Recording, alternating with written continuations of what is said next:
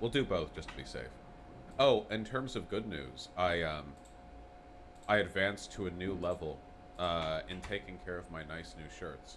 I learned how to I wanted to soften the linen up, so I washed it in some other shirts with vinegar and some baking soda, and then I did a line dry. I've never line dried anything before because it's like gay and feminine, but I did it anyway, and it turns out that it's better than putting linen in the dryer. Better outcomes.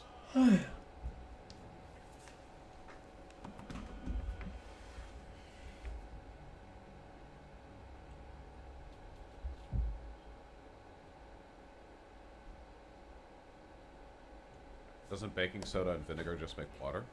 No.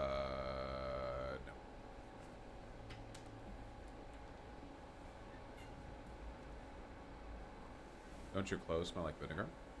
No? Washing with vinegar is pretty common. Is it like the,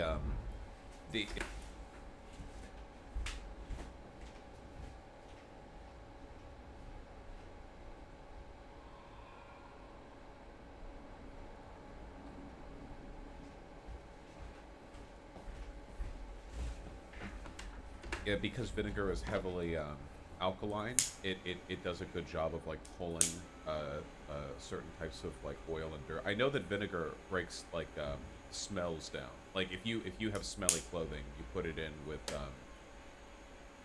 oh, acidic, not alkaline. Yeah, acidic. You put it in with like smelly clothing, and it cuts the smell away. I've heard that dryers are worse than hanging the clothes, but some people don't have the room for clotheslines. It's just the kind of fabric, like that's it. I'm pretty sure that like you should read the tag in your clothes, I guess, but I'm pretty sure that this is only really an issue if you have nice clothing. I think, like if you're just buying clothes from Target or whatever, and it's all cotton or like polyester or whatever, or you can probably just put it in the dryer. Um, I don't. I think linen you're supposed to hang up and line dry, and like some specific stuff like cashmere. I think some wool. I think it depends.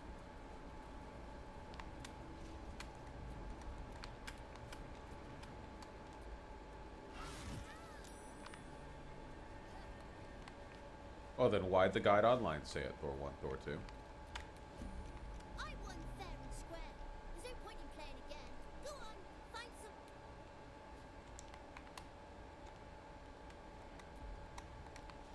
Will you never put in the dryer? I know that much. Yeah, probably not.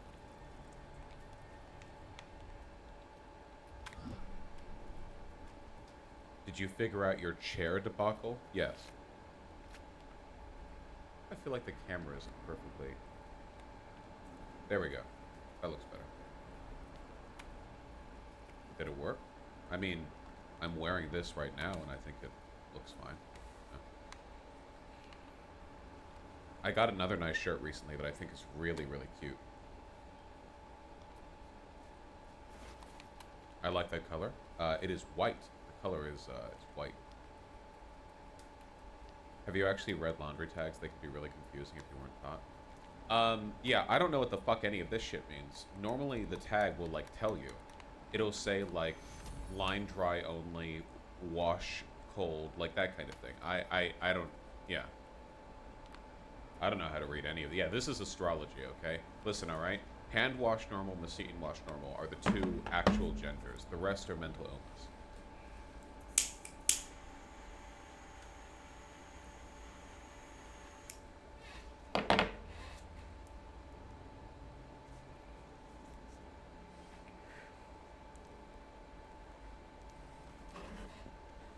Lots of natural fibers, don't like heat. Well, it depends on the context, right? Because if you're using an iron on linen, you do it at the highest setting. You just need it to be like straight. It's very susceptible to heat because the natural I fibers think that's like bugged. fucking relax or whatever, or tighten up. I don't fucking know. Whatever. What's up, guys? I'm so tired now of it. Why do I already have a $300 donation? Benjamin. Benjamin. Okay, I'll get to that. Thank you, man. Pigeon. Did Ruben bother you enough to make you get up? Yes, he did. Yeah, honestly facetious.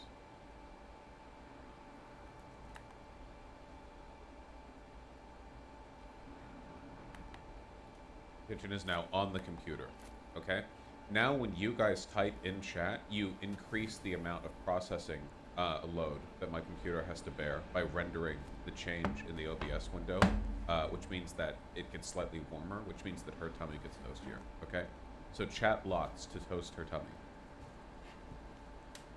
Heat the baby.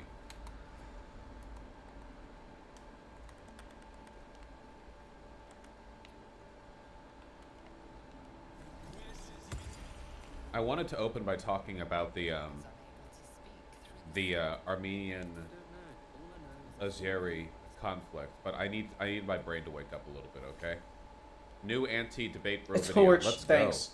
A couple people emailed me this. Apparently, someone last stream showed me this in chat, but didn't say what it was. So when I opened it up, I assumed that it was a video making fun of Hassan. How come I can't teleport back to the Grove? So this is why you have to say what your links are, okay? So what is this?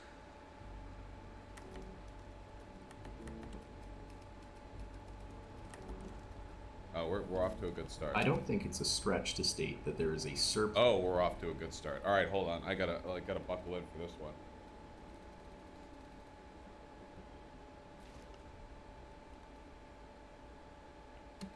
Oh yeah.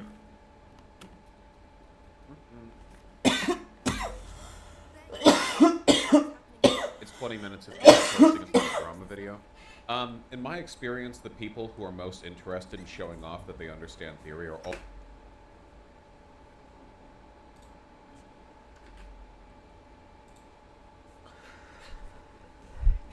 Where the fuck did you come from? Her name is Night Song, an immortal Ketheric trapped within the Shadowfell. An immortal? But it couldn't possibly be. Never mind. It doesn't matter. What matters is you have him in a corner. Jaheira and every fighting body in this place have gone to Moonrise Towers to face Ketheric down. She's waiting for you there. End this. Now. We're all counting on you.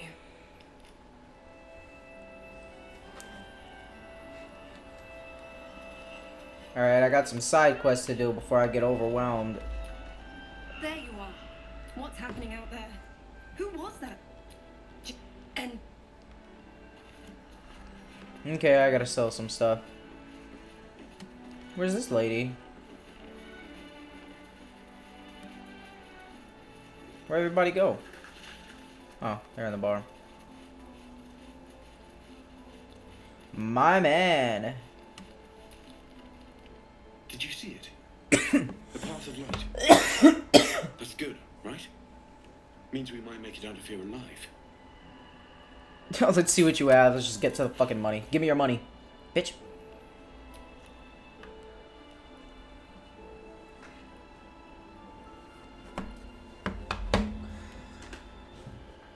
Also the people who advertently or inadvertently cause the most drama. Besides, I probably know more about theory than the person who made this video, because in my experience, the people who claim to know the most about theory know, like, negative theory. Like, for instance, the people who talk the most about theory are usually MLs, and MLs know negative theory. They know opposite marks, you know? So, knowing absolutely nothing about theory would have you know more about theory than an ML, the people who talk most about theory. Now, I don't know if this person's done it. I'm just saying that in my experience, there's not a strong correlation between verbosity on theory and knowledge of theory. Let's see. Plus of political content online. Debate bros, commentary channels, pretentious video essayists. It's an endless stream of chatter, engagement, and information. Which is good, right? People should be informed. People should discuss how to negotiate and manage power through the blind veil of digital spaces. And even if the means of discourse is indirectly brought... What art style is this, by the way? I unironically like it. It reminds me of, like, Schoolhouse Rock, you know? The, like, sort of surrealist, deliberately bad art, but, like, charming kind of... I don't know. Oh, I still have his summon golem bell. Holy shit. Very much like to preserve the status quo. Oh, it's Surely only just doing the functional best in the with what we Gauntlet have. of Shar. You can't change the system by working Interesting. inside of it, right? I should have used But it in is that online battle. Politics in its current form really doing anything? Oh well, The points I just aren't needed my being team. They're good held, or at enough. least Oh, dear. All right, well, we're off to a bad start. This is one of the this is one of those like tendencies of the left that is like borderline suicidal, in that their abstemiousness from any form of political relevance, because it's not pure enough for them, basically guarantees their downfall every time. The end result of this is like being a Trotskyist who believes the only real way to agitate the working class is by handing out pamphlets at a town square, and like every single other way of communicating with people is actually like aiding and abetting the system you seek to destroy. It's like, well, sure, dude. I mean, meanwhile, like fascists are getting like huge inroads by taking advantage of every media platform and medium they can, but you know, whatever. It isn't enough. I believe that a majority of political content online is at best promoting apathy and at worst actively playing into the systems that, at least on the left, it often criticizes. Despite infinite... I don't disagree with that necessarily, but I think that's because of videos like this, kind of. Digital attention given to the poly crisis, a cluster of related global risks with compounding effects, the radical reformations required to tackle these issues have not yet happened. The revolution will not be live streamed.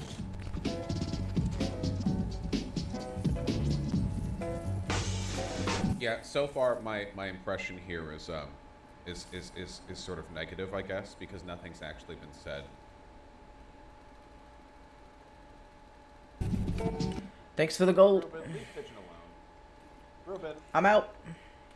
Ruben, do you want to review this video with me? Ruben. Nope. Went the other way. The lure of chicken is too strong. Pigeon, do you want to cover this video with me? See what's going on here.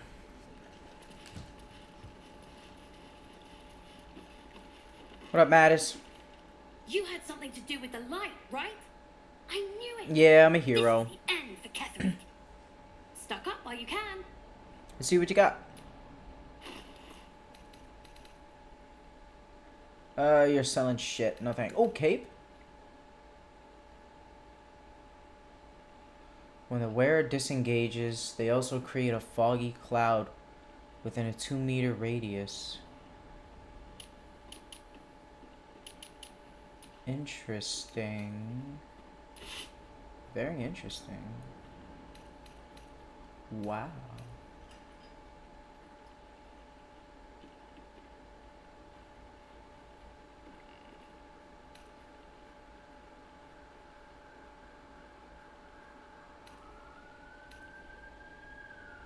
The wielder of this rod cannot be surprised unless something unexpected happens. You're selling garbage here, Mattis. God damn it. Spoon of saltiness. When salting food, the bearer of the shadow curse utensil will add... Yeah, you got the same shit. Fuck off. There you go. Take my gold.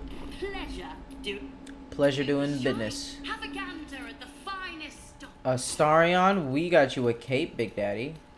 Oh, you already have one? What is it?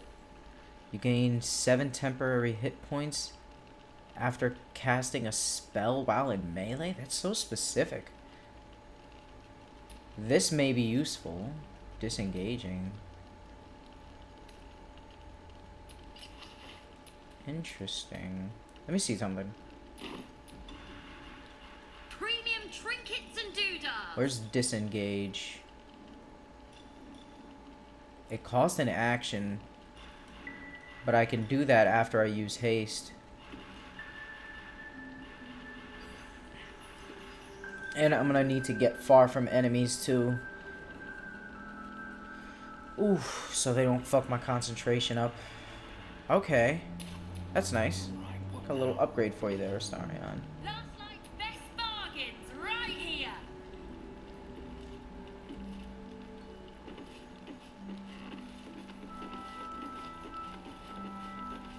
What up, cat?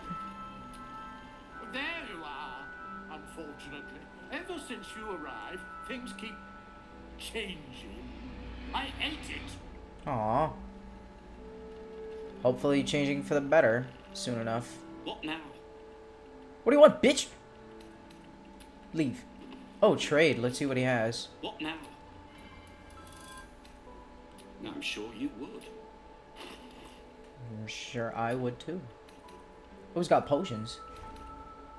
Look at some of these bad boys right here. How about that?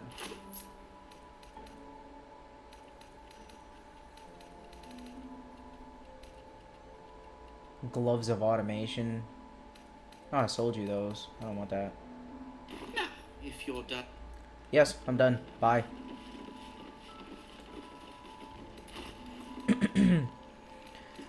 Got some shit to put in storage.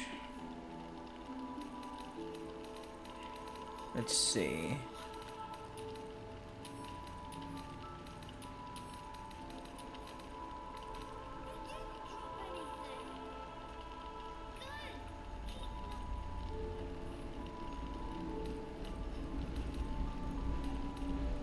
Oh, that might be good for Shadow.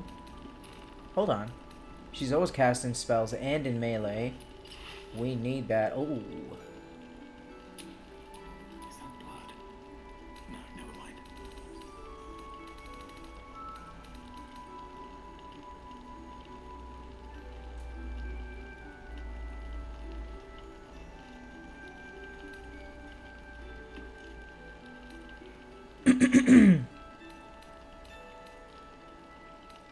That could be useful for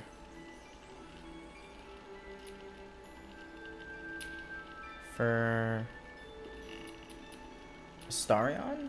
Do you have rings? He does. What do you have? You're restoring additional every time you heal another creature.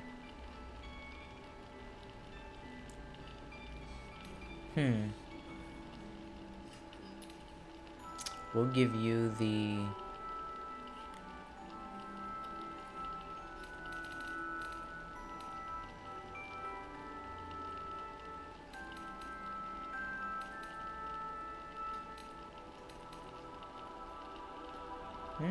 +1 bonus while obscured.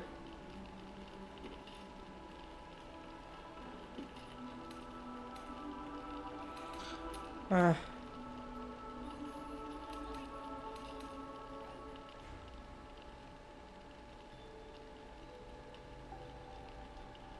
gotta give that to Shadow. What am I to do? Let's see what she has.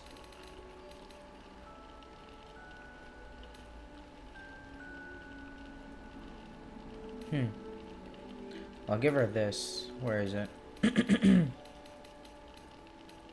be shy. Have a gander at the finest stock.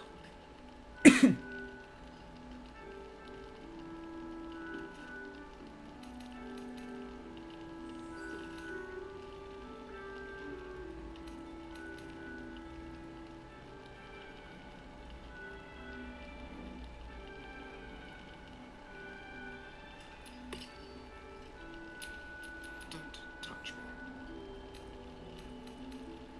Premium trinkets and doodahs. Might give this ring to Lae'zel. Killer's sweetheart. Oh, enough waiting. I crave blood. And you're gonna get it.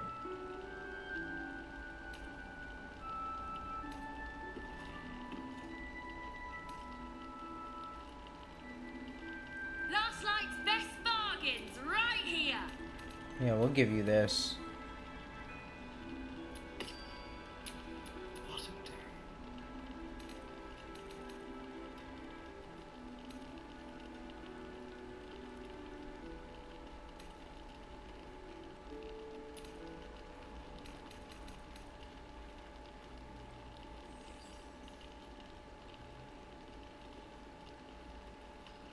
Don't be shy. Have a gander at the finest stock.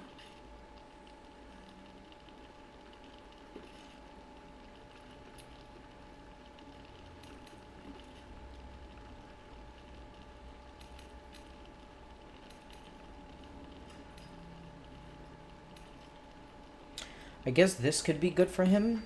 He can see in the dark while he's obscured. Up to 12 meters. It's a pretty good distance. Premium trinkets and doodahs. Shut the fuck up, Mattis. +1 a bonus while obscured. I guess that's good. I'll take that.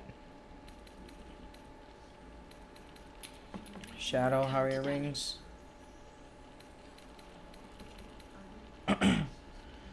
Additional 2 hit points every time you heal another creature. She's always healing.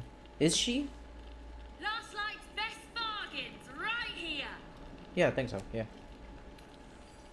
Invisibility and blur. That's great for her. No one stop me yet. Advantage on saving throws against Charmed. When the wearer deals cold damage, they create a 4.5 meter circle of ice around the targets. Oh shit, that's also really good. I gotta use my ice attack more often. Don't be shy. Have a gander at the finest stock.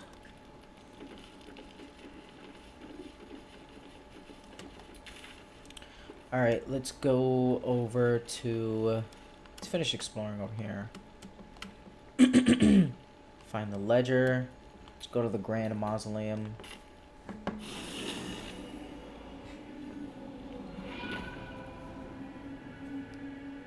Oh, who's down there? Somebody getting a little naughty. Let's go check it out.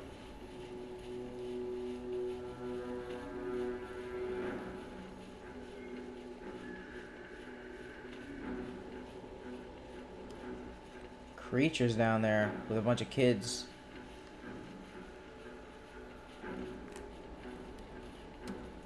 This calls for careful. Let's go, team.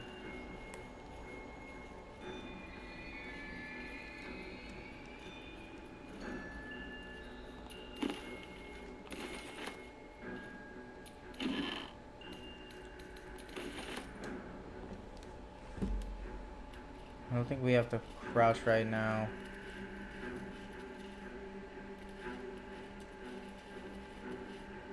Portrait of a woman. I'll take that. Hang it up in my bathroom.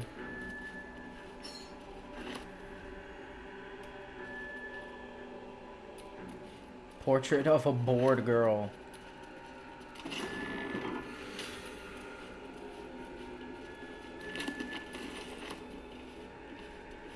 Library key. What's this?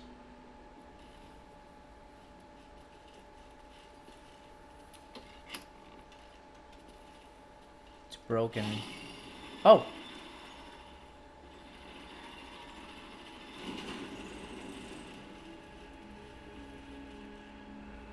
Interesting. We'll finish looting this up.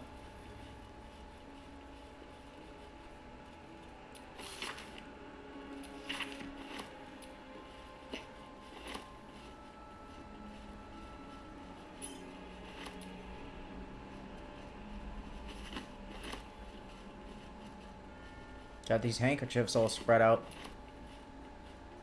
The fuck?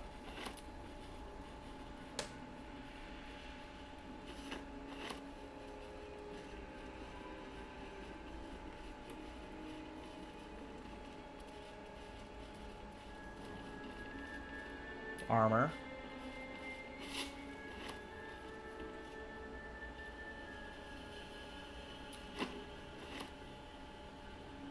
Alright, we're not going down there just yet. The game's trying to force me down there.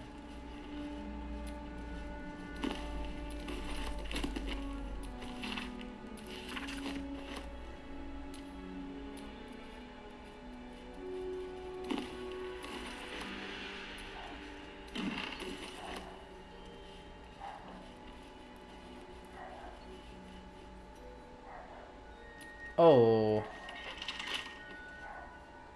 Starion, we need you.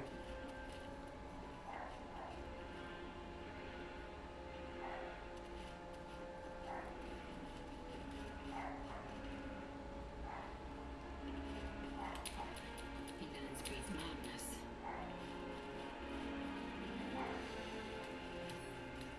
Hardly a challenge.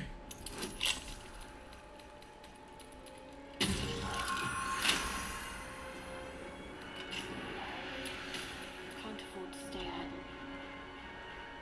Yeah, she does have healing. Shouldn't have wished to live in more interesting times. Nice.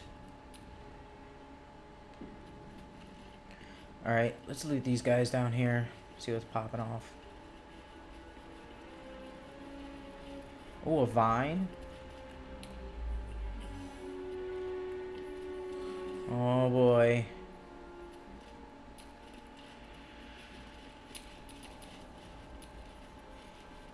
Oh shit. Don't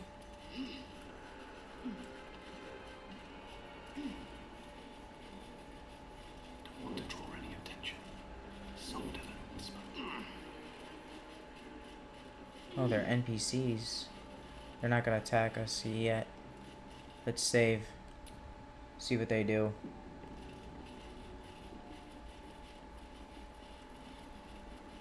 What up, guys? What's popping off? The objective of the Scalpel Sisters is to soothe.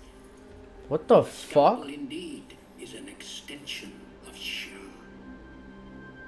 See how the patient reacts when I but stroke the right nerve. Hear its comfort, hear the very melody of mercy. Yeah, it's called pain. It's like basic science Pray, shit, man. sister, show us the extent of your beneficence. What the fuck? No, stop doing that! Stay your hand, for it slaps where it should stroke. We can hardly hear the patient's sighs of solace. Perhaps it is our unexpected audience that makes you quiver. Come, step forward. You are no sister, but that matters none. Every student is welcome. First of all, who the fuck is that? What wrong has this man done to deserve such torture? Behold, sisters, the very face of ignorance. One who mistakes tenderness for torture. Go on, acquaint the face of ignorance with the truth. Absence. Absence. No other word captures the heart of Shah so very perfectly. It is the scalpel-led journey that leads from pain to peace.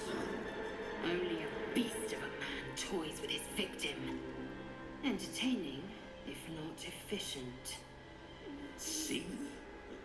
What is the light of eyes but the cancer that causes one to witness the laceration of being?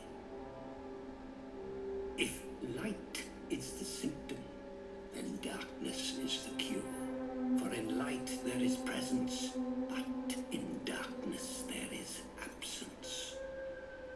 In light is presence, in darkness, absence. Who the fuck is this guy? Look how the succor of Shah eludes you. See how painfully present you remain. We do not wish to see you suffer so. Let us cure you. With knives, yeah.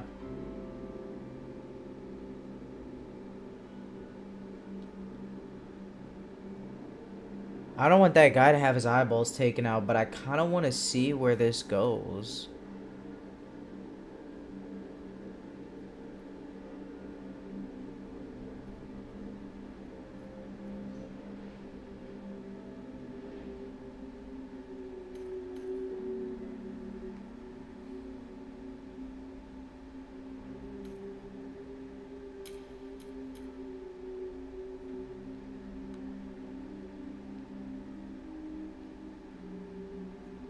This guy is fucking nuts.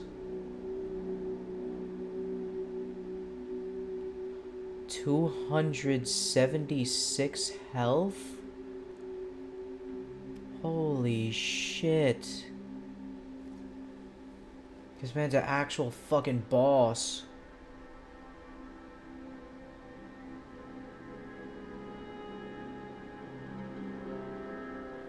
Let's see where this conversation goes. If not, you guys get ready to fuck this man. Shadow, we're gonna need you on Astarion. Is there anywhere high for you to climb? Let's get you set up. Not really, but we gotta keep you close. I want to get you high, though. Smoking on that assassin bud.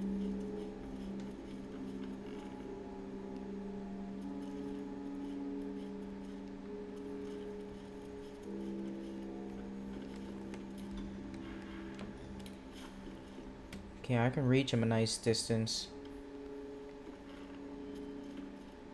Why is there light here? Can I knock this out? Oh, that's shadow. Oh no, Astarion, you stay there.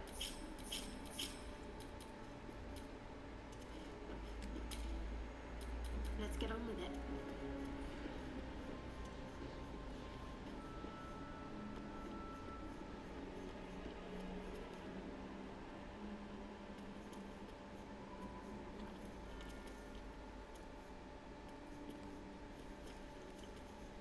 I do want to hit him with a melee up close. She got that nice glaive.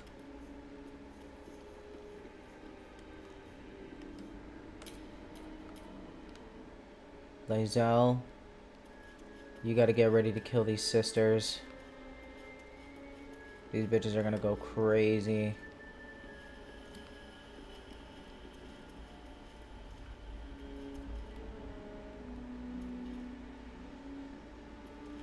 I'll take on...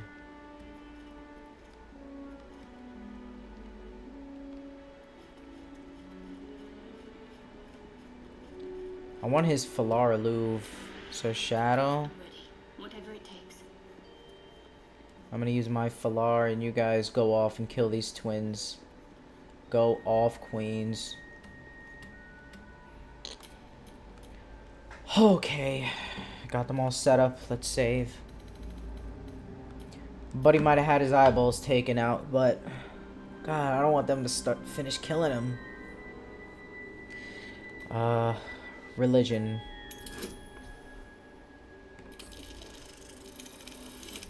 Yes. You remember Sharon Maxim. Go forth and sow doubt, but do not compel it, for only the willing may know the lady's embrace.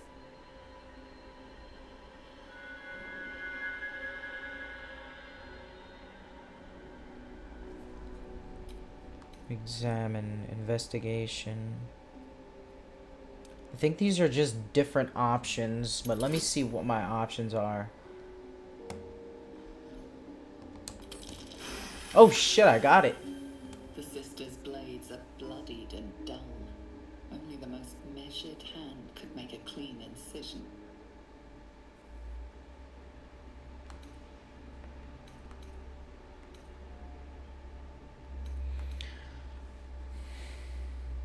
Your subject is tainted.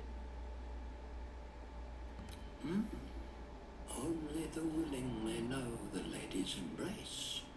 You know her teaching well. And yet these sisters must exercise their gifts. No, they don't. For the art of absence lies in its execution. How to proceed? I wonder.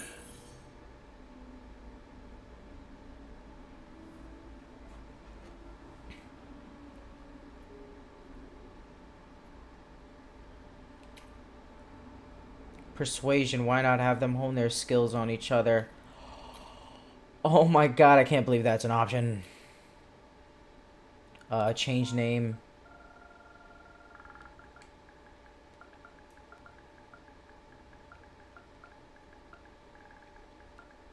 Killing sisters. Or sisters killing sisters each other, whatever. Why not have them hone their skills on each other? Ooh! Man. I need a 21? What the fuck? God damn it, Shadow.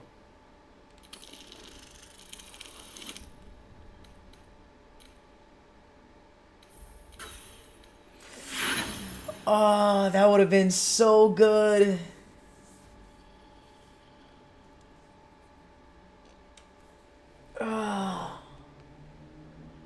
If he starts the fight, then I'm just gonna start the fight before him. I don't want him to keep hurting that guy, though.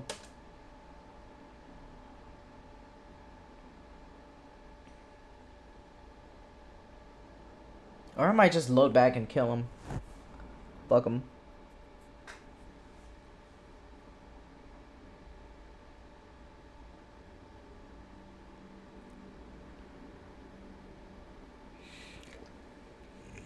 Excuse me.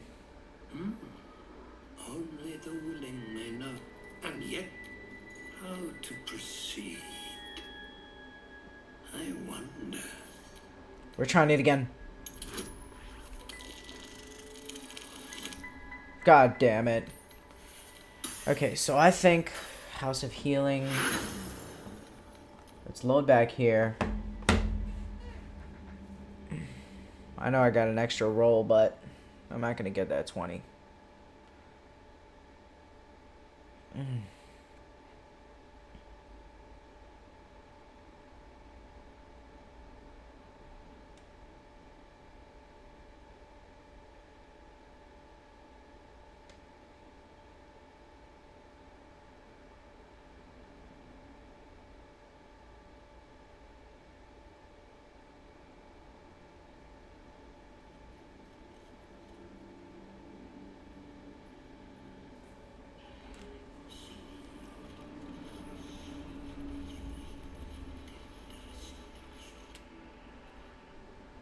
The odd sea thread stuck. Come, step forward. You are no sister, but that matters All right. none. Every student is welcome. I'm gonna kill him. Pigeon is basking in the warmth of the chat.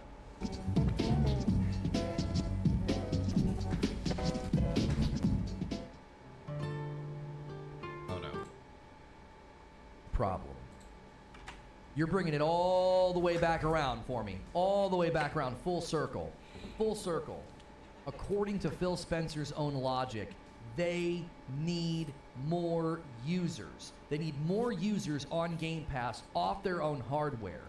Do 7 and 8 out of 10 games that are launching at what feels like a cadence that's not sustainable, is that going to convert people? Are people going to buy into an ecosystem for games like Starfield that has like a 76% on Steam? Oh yeah, you gotta be on Game Pass for that. No. That's quite literally what I've been trying to drive at this. This is unsustainable. If you want to go get third-party games, you have to spend hundreds of millions of dollars. And guess what?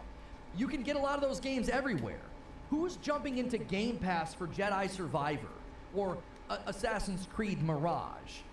The reason the subservice is plateaued is because the general consumer behavior is you're either, oh yeah, I like subservice, or no, I like to buy my games. And that dividing line has pretty much settled. That's why it's plateaued. The last 2 years of subservices have plateaued, not just in gaming, but across the board. Because there are people that are like, they're either going to shift around, right? We all do this, don't we? You're like, okay, I'm done watching this show, cancel HBO, I'm going to go over here.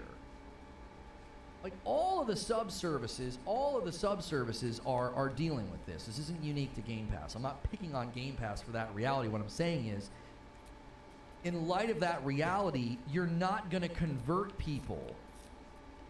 Game Pass doesn't have Jedi Survivor. I looked last night. No. I wasn't saying that it did, Ryan. The email was considering Jedi Survivor. The email was like, oh, we should go after that game. And if we do, no, not we should. It was, if we go after this game, this is how much we're going to have to spend.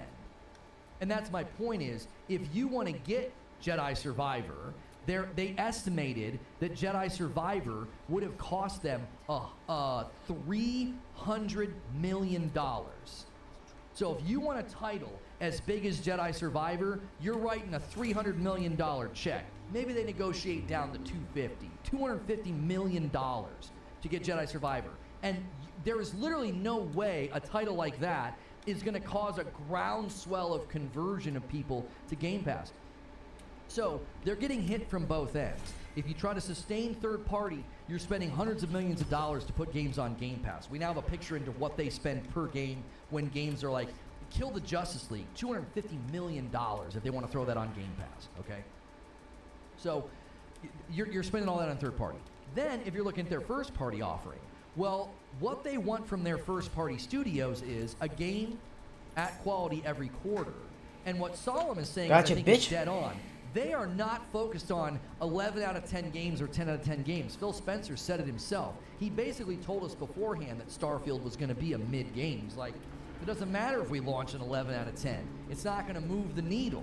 So what's their goal? Their goal is 7 and 8 out of 10 games. If we can crank out a steady flow of 7 and 8 out of 10 games, we'll have a funnel full of first-party titles. Guess what? That's not a compelling offer.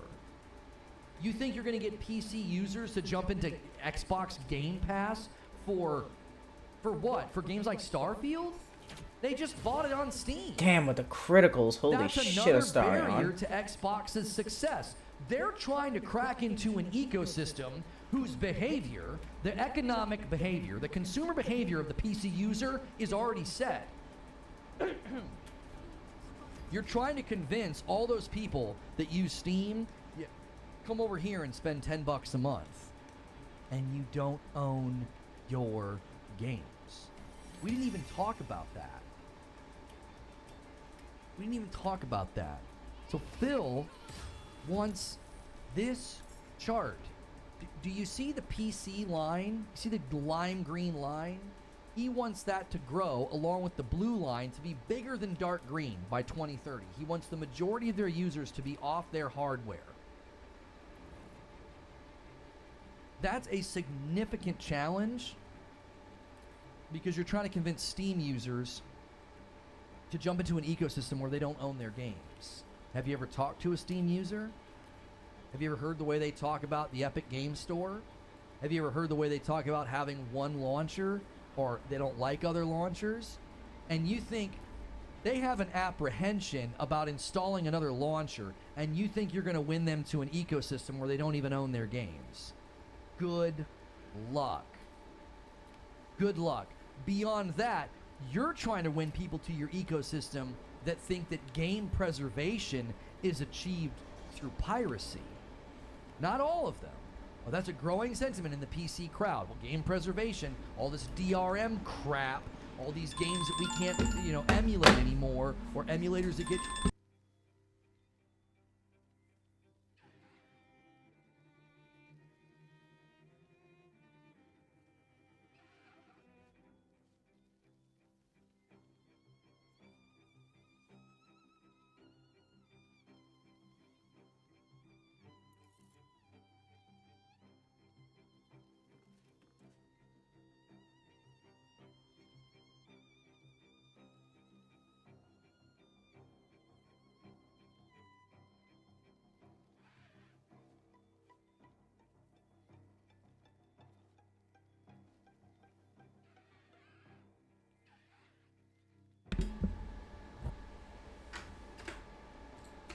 shut down.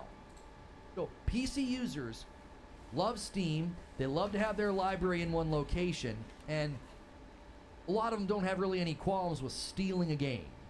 And you're going to win them into a $10, $15 subscription funnel where they own nothing. Jesus Christ, that's some nice damage. I don't think so. Now, people in chat are like, Dragon saying, oh, I like it. I use Steam. I like it.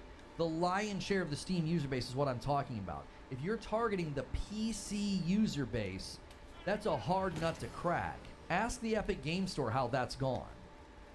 Ask Epic Game Store. Not profitable. They've been giving games away like crazy.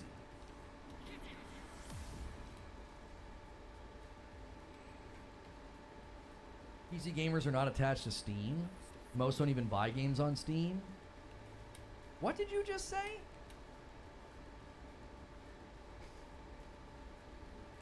I think it's also the games when they launch compared to other games are around the same time. Rarely. Oh, I games forgot to have give a them the month all to advantage. God themselves. damn it.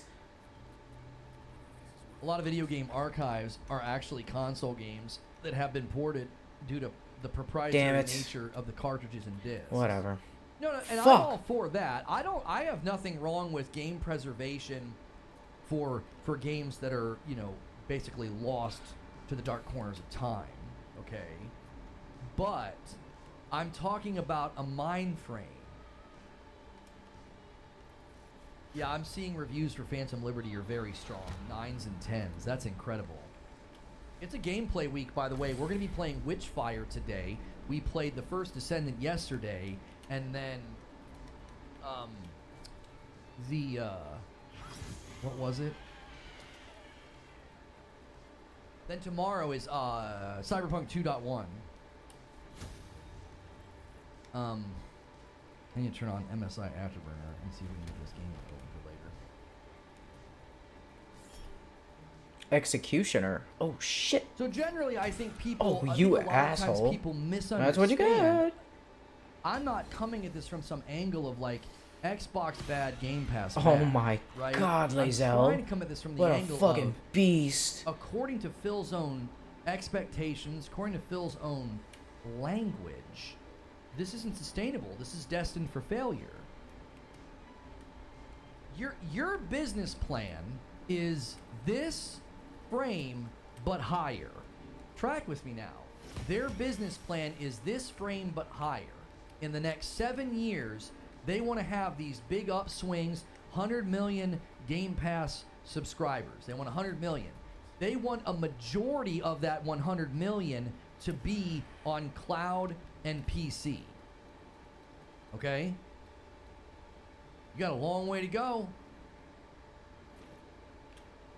Repost because it applies to Game Pass sustainability. Hang on, Eugene. Eugene says, let's use Jedi Survivor. If they spend $300 million to get that game, that's an entire month of Game Pass revenue, and on top of that, they've lost a ton of 30% revenue shares on copies sold in their stores. The 30% revenue share is every platform's bread and butter, and they're foregoing it for subservice that costs ridiculous amounts to get to maintain the content. That's another piece of the unsustainability of it, right?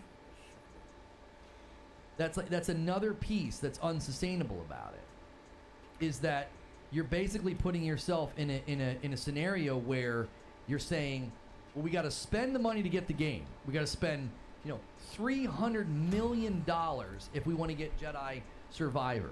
When we do that, we're losing on the however many millions of people are like, well, I'll play it on Game Pass. I don't need to play it I don't need to play it I'm sorry, I don't need to pay for it. So you forgo all those 30%, and what Eugene's saying is so important. The bread and butter of a lot of these platforms, all the money they make so much money off that 30%. If you don't believe me, then you need to consider the fact that Apple, with their 30% cut on mobile games, they made more money than like every gaming company combined the 1 year. That's how much the 30% adds up. Like it's the bread and butter, okay? Now, if you consider that, and then you look at the fact that Microsoft's foregoing that on a big title. Now, they didn't do this with Jedi Survivor, but as a thought experiment, we're considering if they would have spent that $300 million, they're foregoing the 30%. Did you see the sales figures for Jedi Survivor? I was actually angry about the sales figures because it launched in such a bad state, and it sold like crazy, right? It sold like crazy. And from where I sat, I was irritated because I was like, they don't deserve to sell like crazy, right? They don't deserve to sell like crazy. They should have gotten taken to the cleaners for launching something that was, not ready. That was my take on it. And so if you're going to look at the situation and say, oh, no, Game Pass is fine, Microsoft can just keep spending that money, you have to consider the fact that the financials of it, the economics of it is, we're going to lose tons of money. I don't have enough movement for a melee. And the pushback is you fucking kidding me? That's fine. All right, fine. whatever. It's a loss lead. Shit. Now, a loss lead represents a strategy where you're willing to lose money because you'll make it up in other ways. This was a common practice when I worked at Best Buy. A brand new album would hit. I remember there was some big Backstreet Boys album that was launching, and they were selling it for like $6.99. So you could go to Best Buy and you could buy that album. Oh for shit! I killed the sword. $6.99. Oh well. I believe Did some good the damage per on unit him. Cost for Best Buy was higher than that. I think it was $8.99 or something. And so Best Buy's strategy get some was health you're when going to he get dies. this groundswell of little teeny boppers, and their parents are going to come into Best Buy to buy that album. We're going to lose money on that album because we can afford to lose $2 per album because they might buy another album. They might buy a pair of headphones. They might buy a CD player. They might buy something Let's else, go. right? Dad's all of a sudden going to start seeing the big God screen damn, TVs Astarion. in the back of the store, right? We might get them with accessories, whatever. Because if they can get you to buy like a pair of headphones or some cables or something, they're going to make, 200% profit Oh my on a God. cable that costs them 2 cents, and they're charging you $20 for it. 41 damage. So Oh my that's god. a loss lead. Where you say, we'll lose with this, we lead with this, we lose with this, and we'll make it back in other ways. So the issue with Why you Game running, Pass bitch? you have to consider is, if they're willing to lose that much money on a third-party game, you have to ask the question, well, where are they going to make it up? Well, Oh, we'll make she's it up dead. In volume. We'll eventually have so many Game Pass Oh, subscribers God damn it. that volume will start to tip the scales in our favor. We'll be making more money every month Oh, I can summon another than sword. we're spending for these There third-party you go. deals. Enjoy that, bro. Well, they've stagnated. And since they've stagnated, My you butterflies. have to ask the question. I'll get If her they've with that. stagnated, Where you at? is that a sustainable choice anymore? Nice. Because now you're just loss leading Oh, and you're what's not that? making it back up. You're just chilling. She's You're reeling. just chilling at 25 Nice. million subscribers.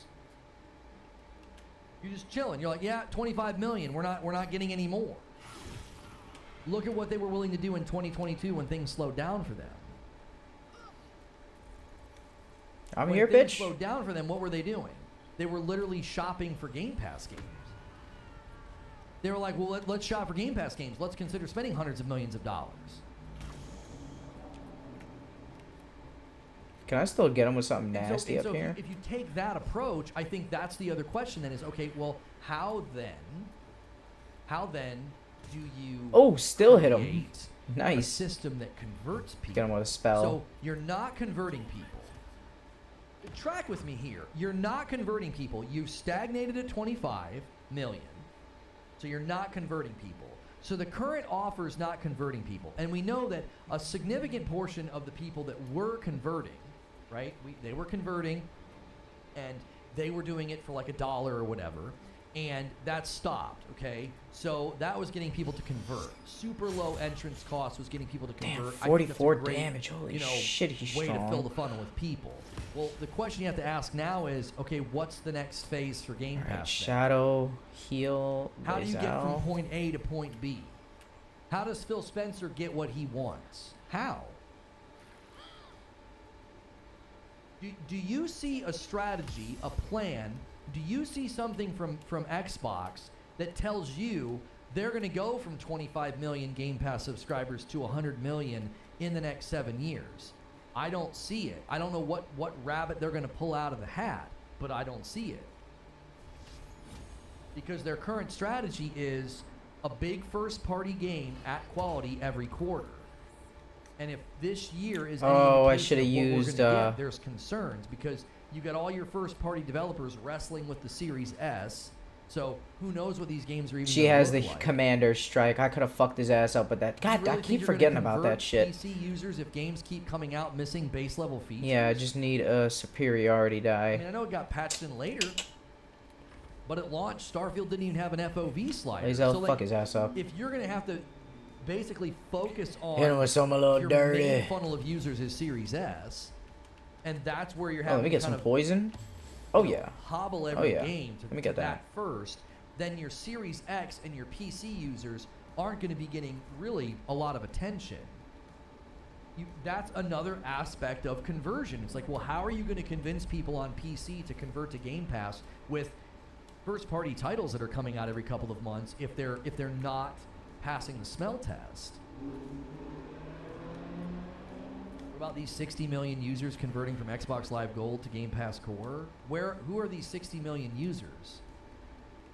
Isn't that like more than there are Xboxes in circulation? Like, what are you even talking about? 60 million Game Pass Core. The Game Pass Live number in 2022 was less than 12 million. With a spell, bitch. Where are you getting 60 million from? Somebody found the number. It was 11.7 million Xbox Live Gold people. It was last year. It was like April or August of 2022. 60 million? What do you, huh? Good dodge. Holy shit. Xbox Gold users are at 60? Oh shit, he revived Where her. are you getting that report? Axe, kill her. Users, not subscribers? Fuck. Yeah, kill her. At best, 60 million is Fucking one of the bitch. Series S combined. Windows Central reported it. Windows Central reported that there were 60 Commander Strike. million Xbox Lazel, get his Live ass. Gold subscribers. Sick of this shit. That just sudden. So all those people just got converted to Game Pass. 60 million. Wait, she doesn't have her primary. Why doesn't she have primary attacks? We gotta go to Slowed, Google rage for this one. impeded. 60 million What the Xbox fuck? This is not Gold. what I wanted. This is No, not Live Gold. what I Sorry, wanted. Live Gold. What the fuck is wrong? Not available? Xbox Game Oh, Pass 'cause I'm is 30 slowed. million. That got Fuck. walked back.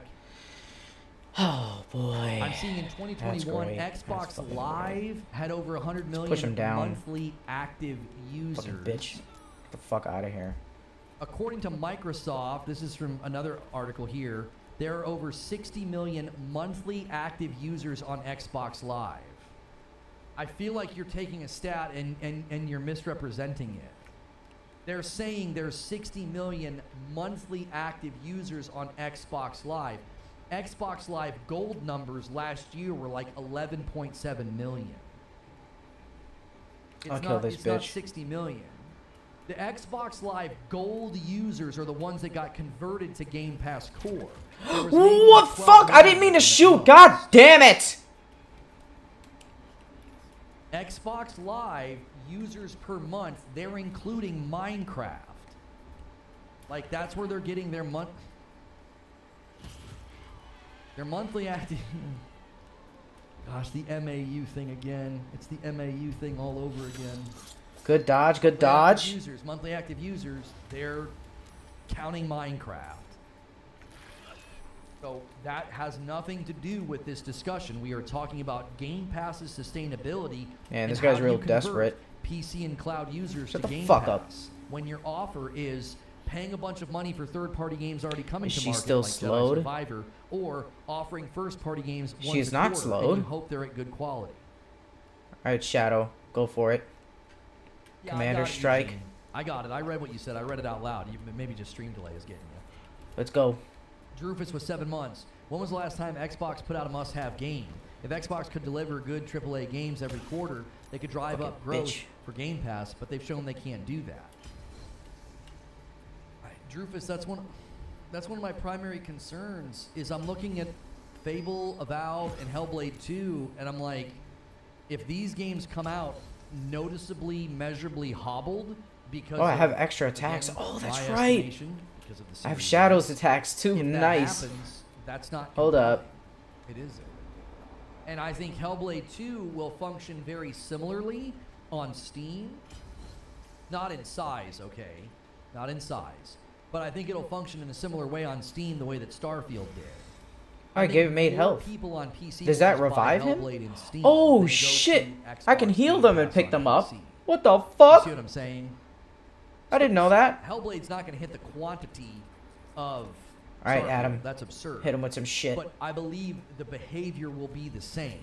The PC user base will, in large part, buy Hellblade on Steam. They're not going to be like, I'm out. Oh, I've got to go to Xbox Game Pass on PC to play Hellblade. Starion, 2. we gotta No, do some magic just buy it here. on Hold Steam. on. Can we, Damn, we can go far. Holy It'll be shit. hobbled and not as good, but still get 9s and 10s because of hand-picked reviews. But Starfield didn't survive that. Starfield's real score became known. Remember when I said Beautiful. Remember when I said Starfield started at an 86% on Steam? Beautiful. Because there was an immediate swell of early access reviews. 12 Good dodge, good dodge. descended on that game's review score. It got an 86. And remember when I said it was going to have a hard time holding on to 80%? You remember when I said that? It took a week, and it dropped to 76. Now listen to me, really apply the logic. Starfield is apparently a must-have, award-winning, 10 out of 10, knocking down the door game. This is according to the fans, this is according to Xbox, and it's got a 76 on Steam. Do you Damn, really 17, think holy if shit. that's the best of the best, if that's the cream of the crop, if that's the top shelf that Microsoft has to offer, do you think that's going to convert PC God damn, users he's to getting Game fucking Pass? pounded here. If that's your best, Let me go around you to this a side. 76. Alright, we're about to kill him.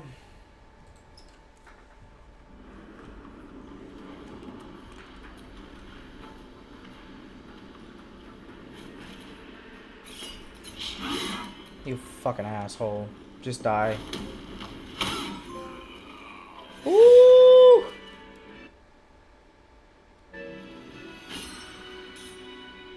Oh my god. So he didn't get surgery on anybody. Nice. Good shit, everybody. Let's talk to this guy. Distressed patient.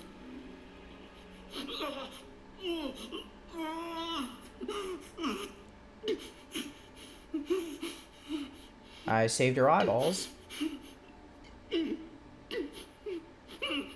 Ah, fuck, man.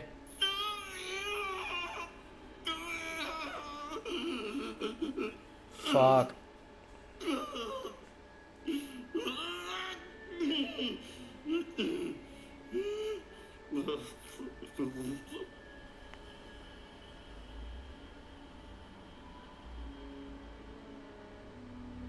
Just leave, that's it? Why just leave? Is there nothing we can do for him? Let's try to heal him.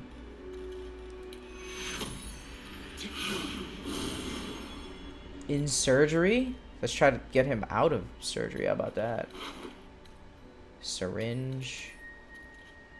The damage. What the fuck? Man, this is weird.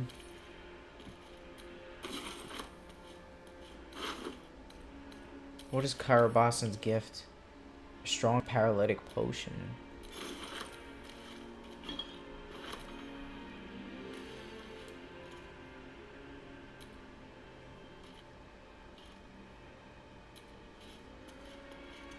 I'll walk around and get it.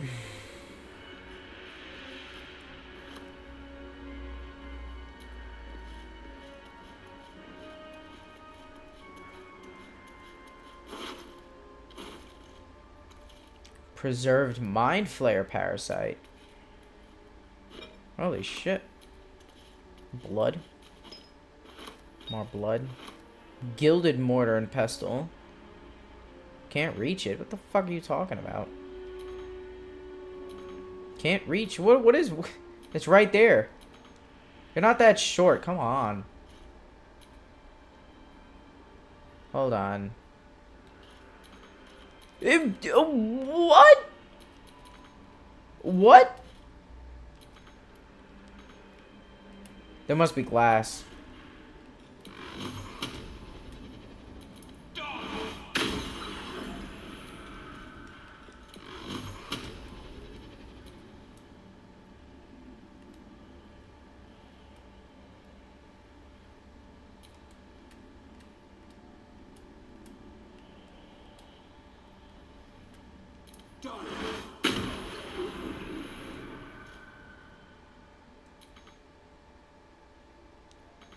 Nope, it's indestructible. Let's move. It's out of reach. Alright.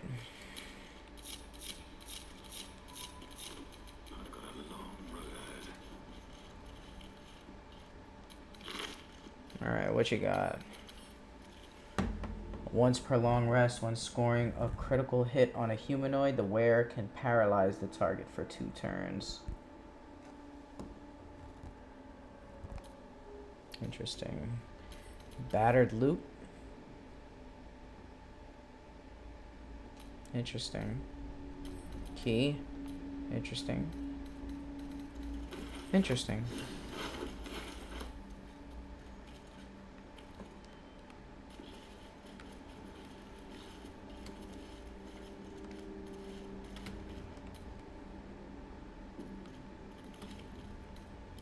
We can keep going a little longer now.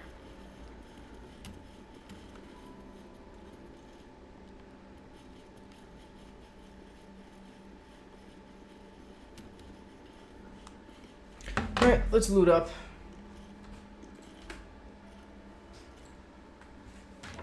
Salty Sony fans will bring any Xbox exclusive score down. Really? Did you check the Xbox store where you have to buy the game, where it has a 72%? Are you sure about that? I checked almost the first 30 negative reviews I checked on Steam. They all had anywhere between 30 and over. Some of them had over 100 hours, and they were saying I can't recommend this game. It wasn't a bunch of people that were downvoting the game. Go do your own research. Do your own research. Go to the Steam store and check.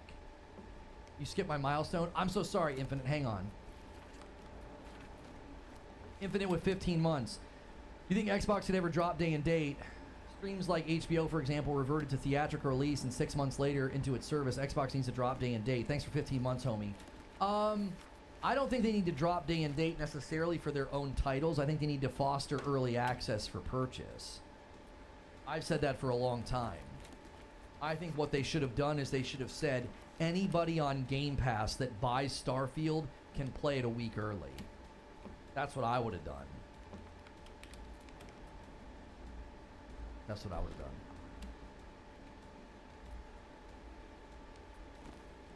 But go back to what I was saying. If Starfield is the king, I had people making fun of me because I was like, I don't think Starfield's a must-have. I don't. Look at some of the people singing its praises, playing less hours than me, right? One of those guys on Twitter, always taking chunks at me, like always running to nonsense and lies from 2020 about me and videos and stuff, because he's that's what he is, right? That's it. It's like bottom of the barrel, just scum. I've played more than you. Like, but Starfield's amazing. Why are none of these guys out here playing it then? And if Starfield is it, if Starfield is the best Xbox can offer, it's got a 76 on Steam. What's that gonna do to Phil Spencer's plan? What's it gonna do? Phil Spencer wants this chart to be blown out. He doesn't even think this chart's good enough. He wants more people on PC and cloud than they have on their own hardware. And your flagship, the best you've got to offer, is sitting at a 76 on Steam. Do you really think the plan's viable? Do you really think a big first-party game at quality every quarter is viable? You think that's going to convert people to Game Pass on PC? Do you? Marvel Spider-Man 2 has gone gold. Save us, Spidey. Freaking save us, Spidey. 30 days before release. I think Ragnarok was 3 weeks.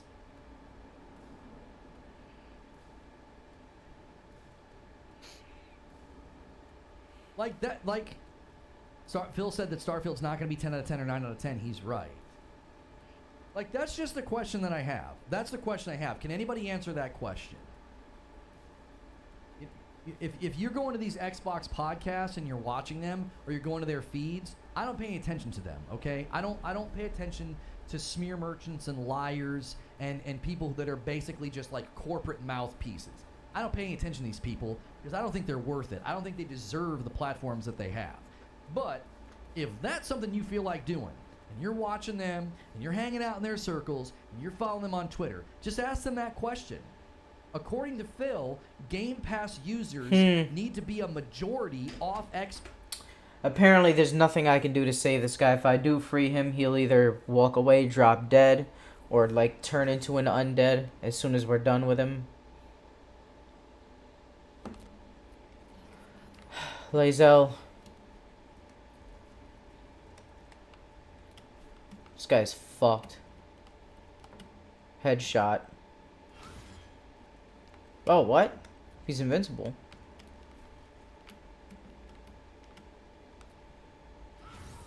There we go.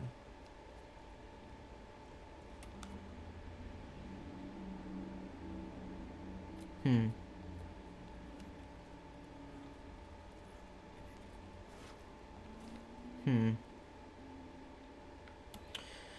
All right.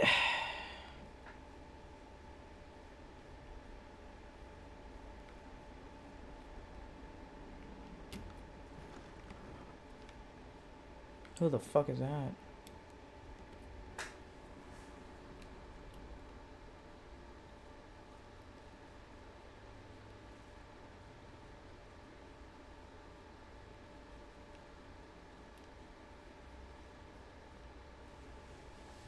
Xbox by 2030. How are we going to achieve that if the front line, if the flagship title, if Starfield is a 76 on Steam, if this is the best Xbox has to offer, how is that going to convert PC people to Game Pass? Because if that doesn't happen, according to Phil, you're shutting down. These are fair questions. I'm using Phil's own language, Phil's own strategy, Phil's own business forecast of we've got to get more users on cloud and PC. How are you doing that if Steam scores of your flagship title are 76? That's got not a bunch gonna of move enemies in people to there. Game Pass. It isn't. You're fighting a losing battle anyway. You're fighting an economic reality, a consumer base that's already beholden to Steam, and they prefer to buy games and keep games and own games. They don't like DRM. They're happy to pirate a game just to preserve it. And you think they're going to subscribe to your service so that they can not own the games in the funnel when they're 76 scores on Steam? Like, you can hand wave and you can dismiss me as an Xbox hater, right? You can say, all this guy does is talk about Xbox. I did a live stream and an upload all week last week. I never mentioned Xbox. I never mentioned Starfield. We completely pivoted away from all that because I was tired. I was sick of talking about it. And then these leaks happen. I'm like, all right, here we go. So you can dismiss everything I'm saying like you're just a hater. You just hate on Xbox. You're not answering my questions. You have confidence in Xbox. You're a big time Xbox fan. You have a YouTube channel, a podcast, a Twitter account, an avatar where you're going like this. See what's up with this lady. Hey, lady. Are you okay? Sister Cinda. Hey. The doctor is absent today. Come back another time. I killed him. I'm gonna kill her.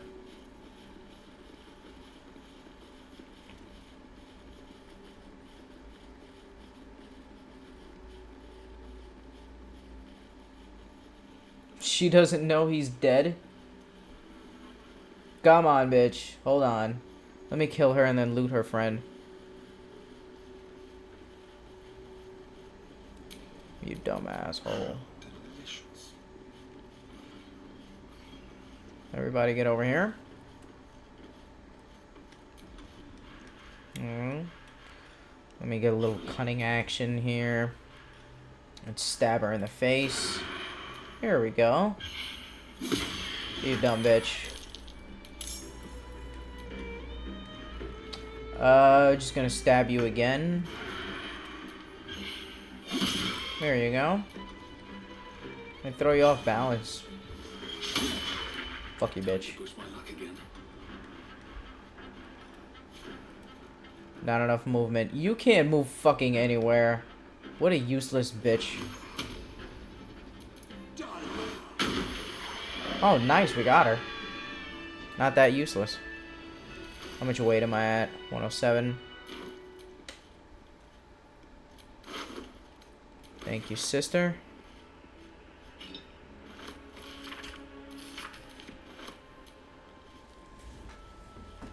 this. If you've got that confidence in Xbox, then tell me, how do they bridge this gap that Phil says they need to bridge? How do they do it? How do you convert people on PC to Game Pass? How do you get to 100 million Game Pass subscribers when you're at 25 million?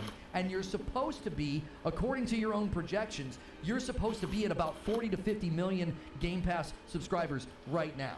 How are you going to convert those people when your biggest launch of the year, your biggest game, your biggest flagship, Starfield, has a 76% on Steam? How? Where's the conversion going to come from? Oops, excuse me. Let's say that 100 million Game Pass subscribers is possible. Let's say that it's possible. He wants the majority of those people, he wants them to be off the hardware. So let's say 55 million need to be on PC or cloud Game Pass. Where are those 55 million people coming from? God damn it, I accidentally sent shit to the wrong people. Starion, This is the projection. You see the blue line and the green line? That's the projection. They're not very large. And we don't even know. This is a projection, by the way. This isn't actually where they were. This is where they wanted to go.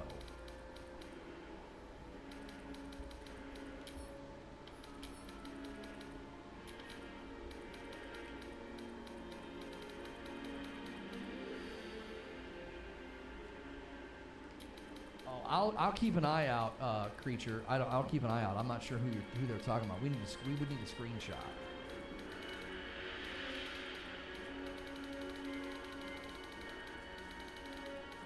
Where's Tlu Factions? What does that have to do with the discussion? Bro, where are the 45 million coming from on their own hardware? Right, they need 45 million on their own hardware. That means they need another 20 million on Xbox.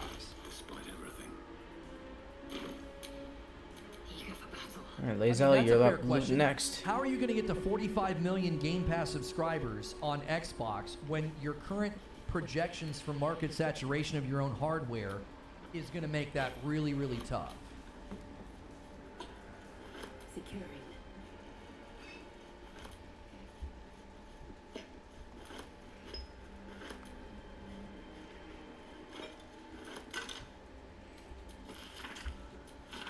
Not even PlayStation 5 is at 45 Oh, I got the other ring. How did Xbox get there?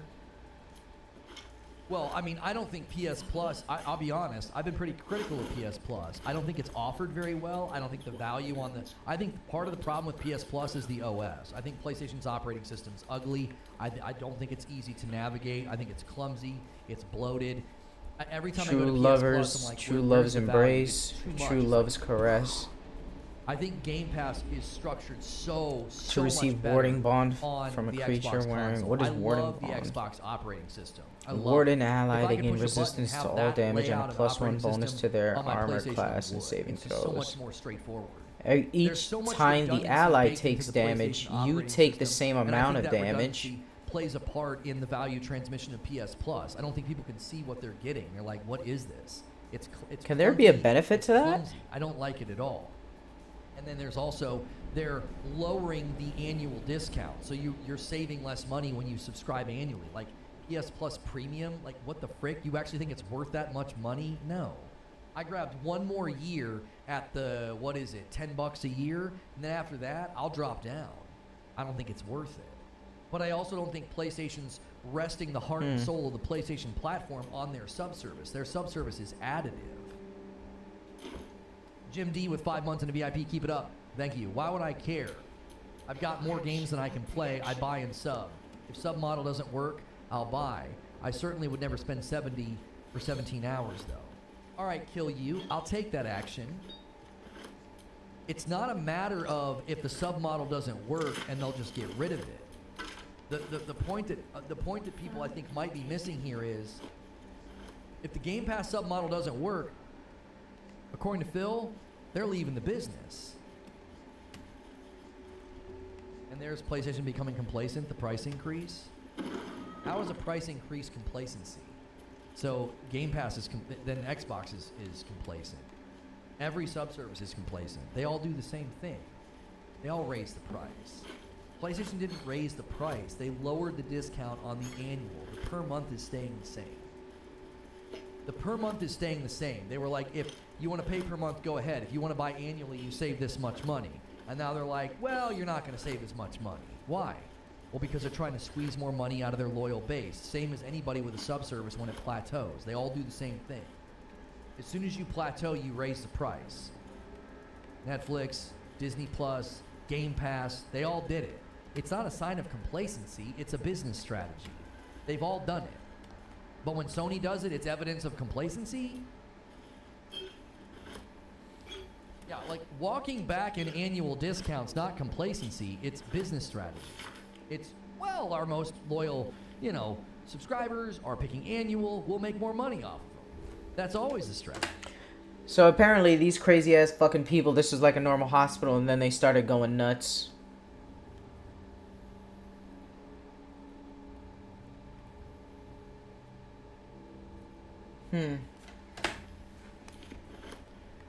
Man, I love the locations. I love the Discover. I know I get fucking mad at this game, but it's still at least a 9 out of 10, even with all the issues I'm having with it.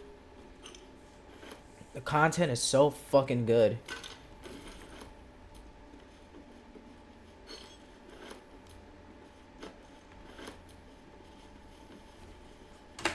I don't see it that way because they're all doing it. So it costs more. The difference is Game Pass and Netflix and Disney said the per month subscription cost is going up. Sony didn't say that. Sony said, we're giving you a discount on the annual bundle. That annual bundle discount is not as extreme. So the price for your annual bundle is going up. The per month cost is not going up. It's a different way of doing it. And the reason they're doing it that way is because they set the per month cost, and then they're like, hey, buy a whole year at this cost. You've seen that before, right? You go to sub to something, and they're like, yep, here we go. You can buy a whole year, and you save money. And you're like, sweet. And now they're like, we're not going to let you save as much. Why? They're trying to make more money from their sub service because it's plateaued. Just like Disney Plus, and just like Netflix, and just like Game Pass. Exactly. They all show smug. You're assigning emotion to a business decision, which I commonly find that to be a foolish thing to do. The teams that make these decisions are not like, yeah, yes, yeah, let's take more money from them. They all have monocles. There's no smugness. They're just like, this is the standard practice. We've hit saturations. Market research is pointing to the fact that this is generally where we're going to be for the next foreseeable 24 months. Now it's time Can't to raise reach. the price. What the fuck are you talking about? It's just touch it. It's literally just Can't standard reach. business practice. Xbox, Netflix, Disney reach, Plus, can't reach. Sony, they're not sitting around some table sipping like tea and petting cats like yeah. It's literally just standard business practice.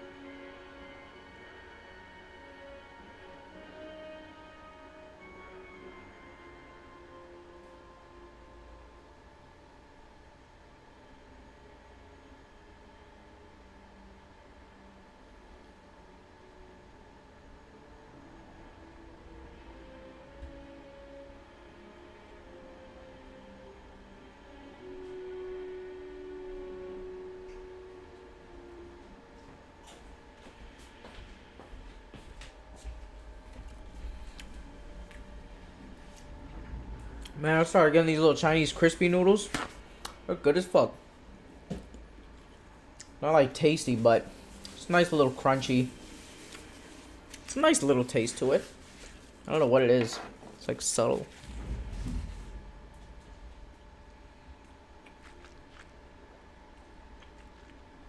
I gotta piss.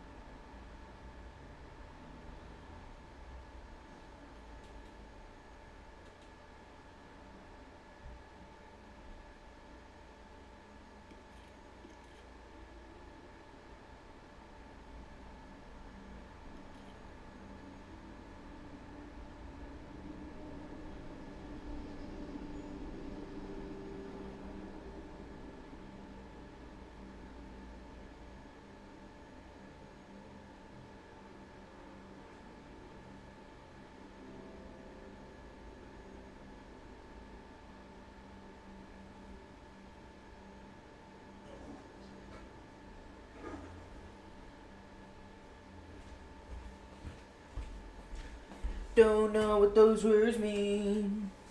Sounds like some bullshit to destroy Kylie. Oh, what a banger! This goes back to all the ABK debates where it's like assigning emotion to businesses that are like, that's gonna hurt our business and our bottom line. Look at him crying. Yeah, CEOs of multi-billion-dollar corporations are crying. What's up here? People do it to Phil. People do it to Jim. It's just silly. It's like there's no emotions here. They're shrewd businessmen. They are shrewd. There's no emotion involved at all. You want to know why I know there's no emotion involved?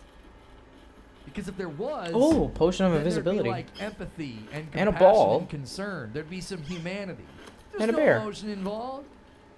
They don't care. They will cut your throat, bro. They don't care. At that level, they're like, we're gonna do whatever it takes. We do whatever it takes. We gotta grow profit.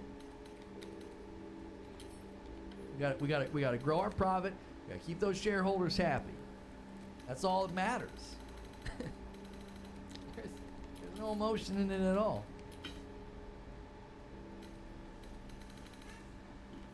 The projection could change if people start voting with their wallets instead of caving. I'll start. Hopefully next year people will start waking up. Jim, I'm gonna be honest with you. I don't think PlayStation's gonna cave on their price change because they don't need PS Plus. PS Plus is additive. It's like an accessory. Does that make sense? So yeah, think of it this way. If the PlayStation Portal, if it doesn't sell very well, they're not going to be like, oh no, what are we going to do? What are they going to say? Okay, lower production in response to demand. It's an accessory. It's additive. It's not a true poet. It's nothing. It's not drinking, a centrality to our identity. Drinking to his death. Dying a drunkard. That's what we all want. So, Gillup says his Cyberpunk review will be live next week. CD Projekt Red have yet again restricted review footage to provided B-roll only. We are not allowed to use our captured gameplay until next week. No publisher or developer should ever impose that restriction in a review. It's BS. I agree with Skillup. I don't like that. Then you go and watch footage to... Gillup says... Oh shit, Skillup is in here. So, Gillup says his Cyberpunk review will be live next week. CD Projekt Red have yet again restricted review footage to provided B-roll only. We are not allowed to use our captured gameplay until next week. No publisher or developer should ever impose that restriction in a review. It's BS. I agree with Skillup. I don't like that. Then you go and watch 3 or 4 different reviews and they're all showing the same B-roll. It's like, I'm not even getting. I'm not getting at all an impression of the game here. I think that's fine for previews because previews are usually like months before, and you don't want rough, old version footage out in the wild. I think that makes perfectly good sense to be like, hey, we're gonna let you preview an hour of our game, and you don't let them use the footage because it's usually a rougher version of the game. It's a vertical slice. But when you hand people the game a couple of weeks before launch, and you're like, no, you can't use your own gameplay, I'm like, what? Why not? What, you're gonna make them use B-roll? The dadgum content's coming out in 2 weeks. What are you hiding? And it's remarkable because all the reviews for Phantom Liberty are 9s and 10s, so it's like, I don't know what you're trying to hide. Man, what the fuck? On the contrary, Okay, I think they nice do little need to support up-down. their games as service Nice little strategy. up-down action. I always like that. No, I don't agree with that at all, Broken Lobo, track with me. The most successful games of service? What are they? Come on, you know the answer. We all know the answer. A lot of the most successful games of service are free to play. You don't need a subscription.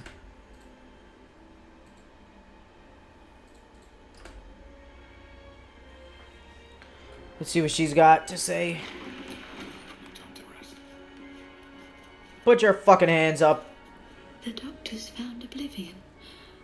Well, no time to mourn. I'll fix this without him. See that corpse? Arabella's father in the oh-so-decaying flesh.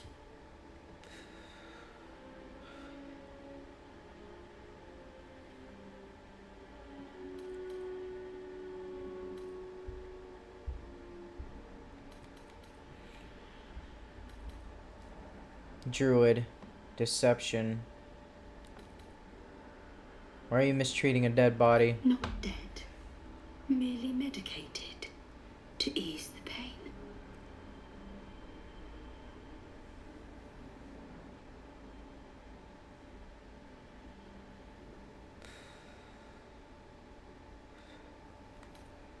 Sleight of hand. I'm too quick. My poking skills are on point. Try me, bitch. Oh, nasty. God damn. Yeah. I see movement. The patient's awake. Hello? Can you hear me?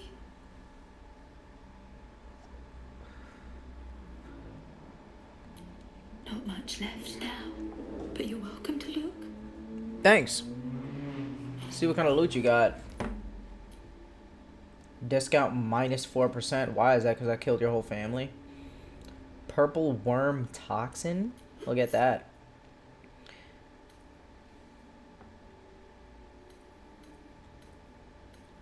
Oh, you got potions. Why do you need potions? You have rotten food. Wow. I'll buy the camp supplies here. Some extra shit. Why not? Damn, it's expensive. 2 coin for the rotten cheese wedge. That's ridiculous. That's fucking ridiculous. If you're li- That's ridiculous. I'm gonna kill you. I have to. You fucking filthy animal.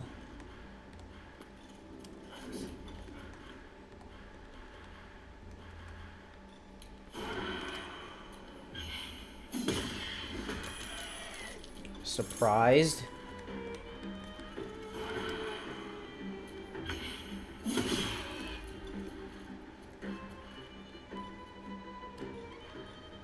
Push.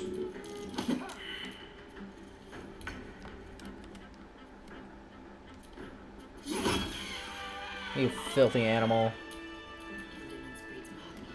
I'm a hero. Got that loot. Nice. Of course, can't reach that.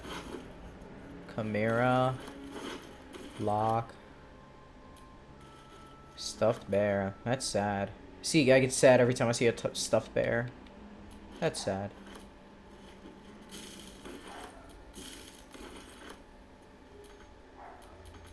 Of course, you can't reach that. Lazelle is way too short. She would never be able to reach that. Medium-sized shelf. Medium height. I will take my pick. You take whatever you want, Lazo. I accidentally ditched your quest. I'm so sorry.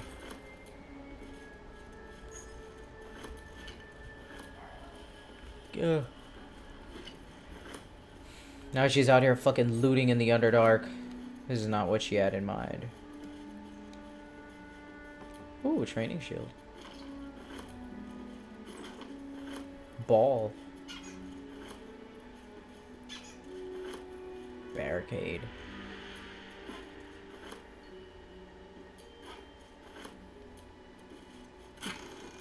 Lucas and Fuzzy.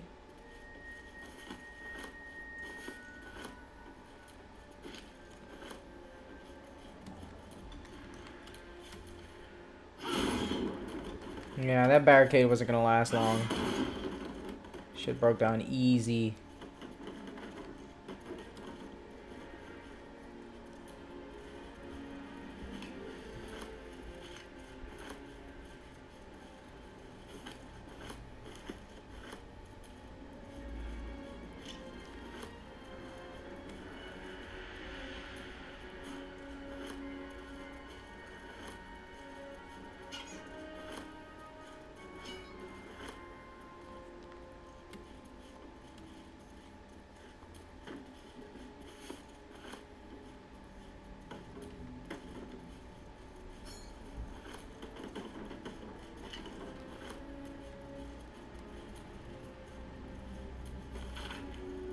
Get to Baldur's Gate.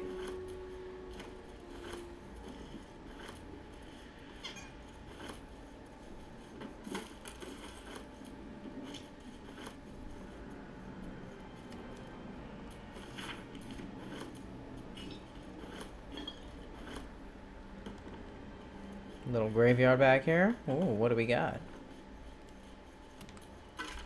Nice.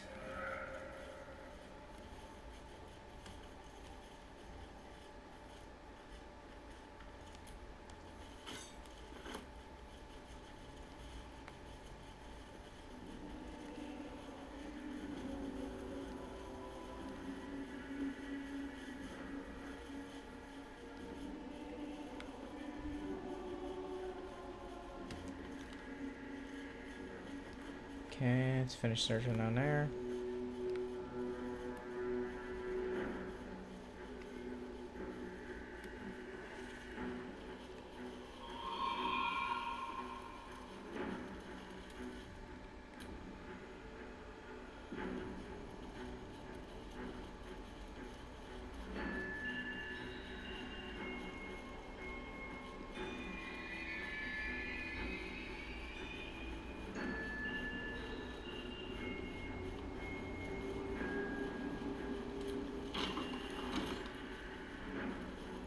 Okay, these are all the entrances. Yep.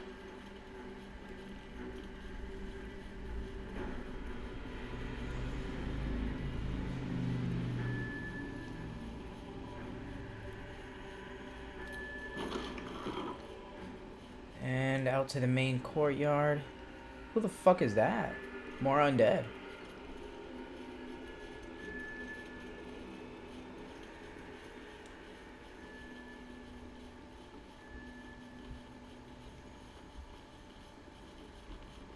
This area here. Adam, what are you doing over here? He's cumbered. How are you cumbered?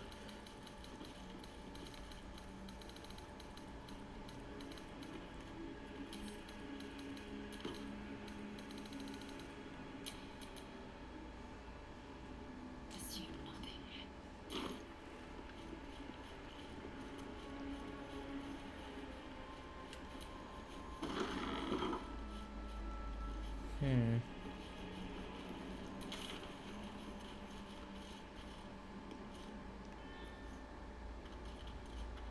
Did I finish discovering all the way up here? I think I did.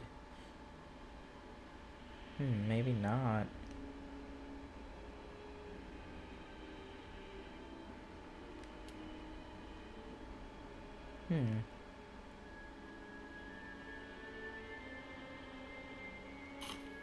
What's up over here? Travel the road to Baldur's Gate. Guess we can clear that path and then do the rest of these missions. There's Roland. We gotta get to Roland. Moonrise Towers. So we're gonna get to the Waning Moon soon.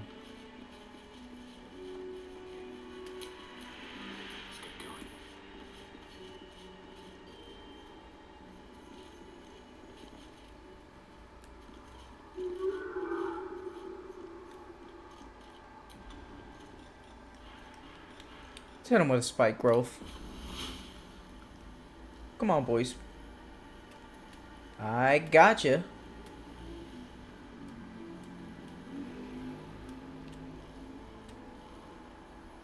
I gotcha.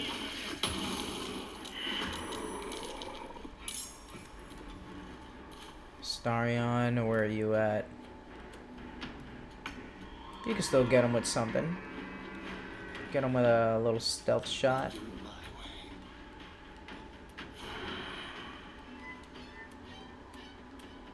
Can't have disadvantage. What the fuck? Fine. Wraith.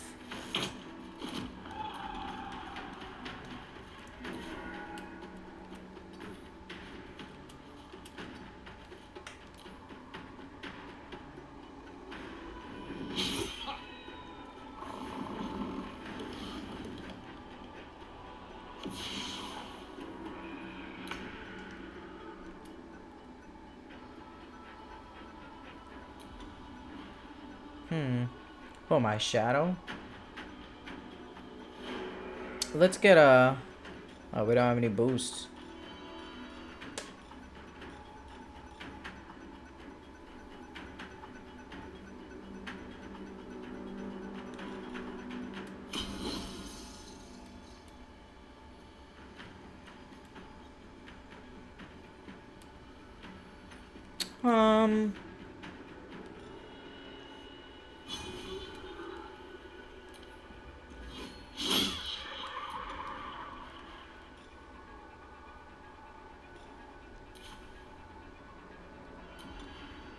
I know I should have used Lae'zel.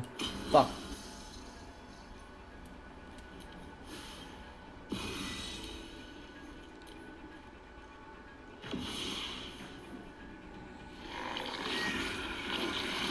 Oh shit.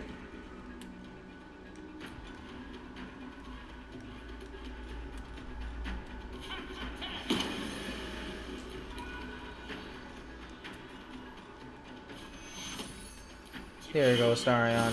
Gotcha, bud.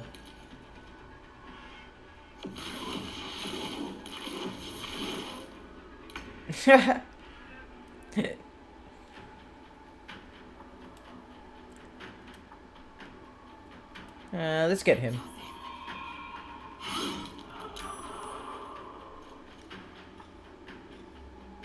Interesting, interesting.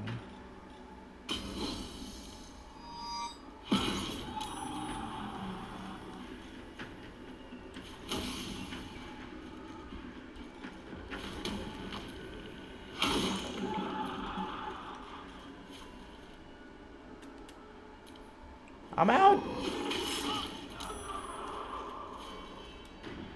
I'm out. Nice.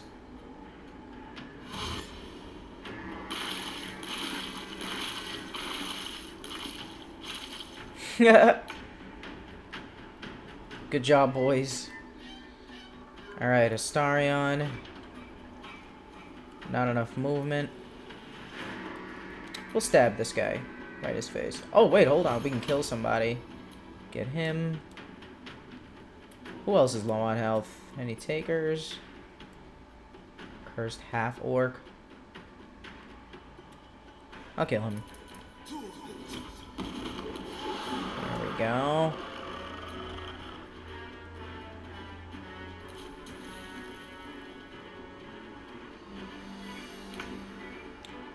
Man's stuck. Alright, Lae'zel. Go for it. Where you at?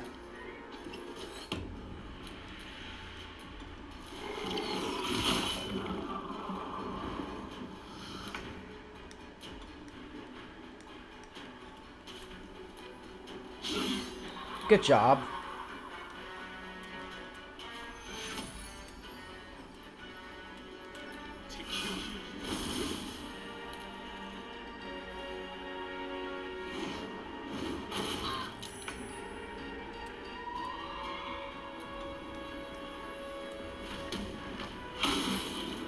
I have more. Let my name be known. Fuck, you're so lucky. Oh, oh! Unlucky.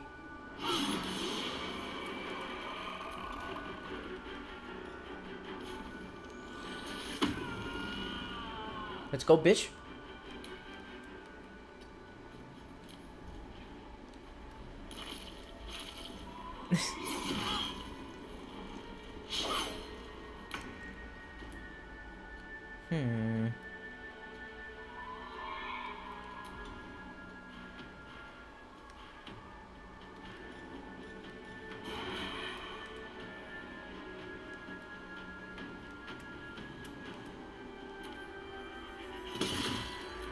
Dumbass. I don't know why I use that.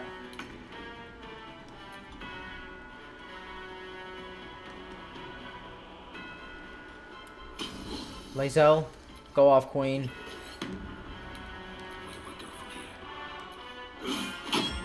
Nice, 6 damage.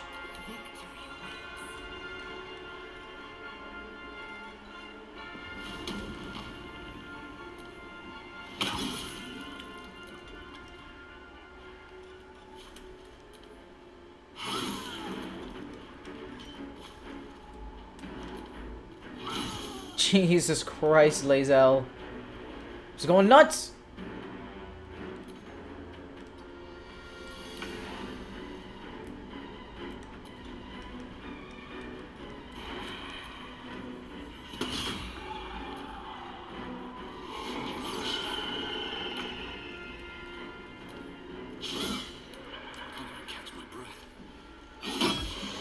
Good shit. Woo! Yeah, we gotta take a little long rest after that. Ugh. Get our spells and juices back. Lae'zel, time to loot up. Good shit, good shit. Nothing.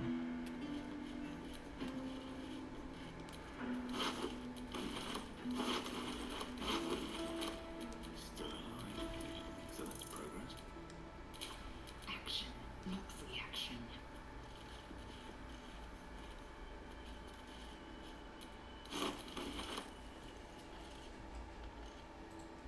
Service for games as a service. If anything, you don't want it to be on the subscription service.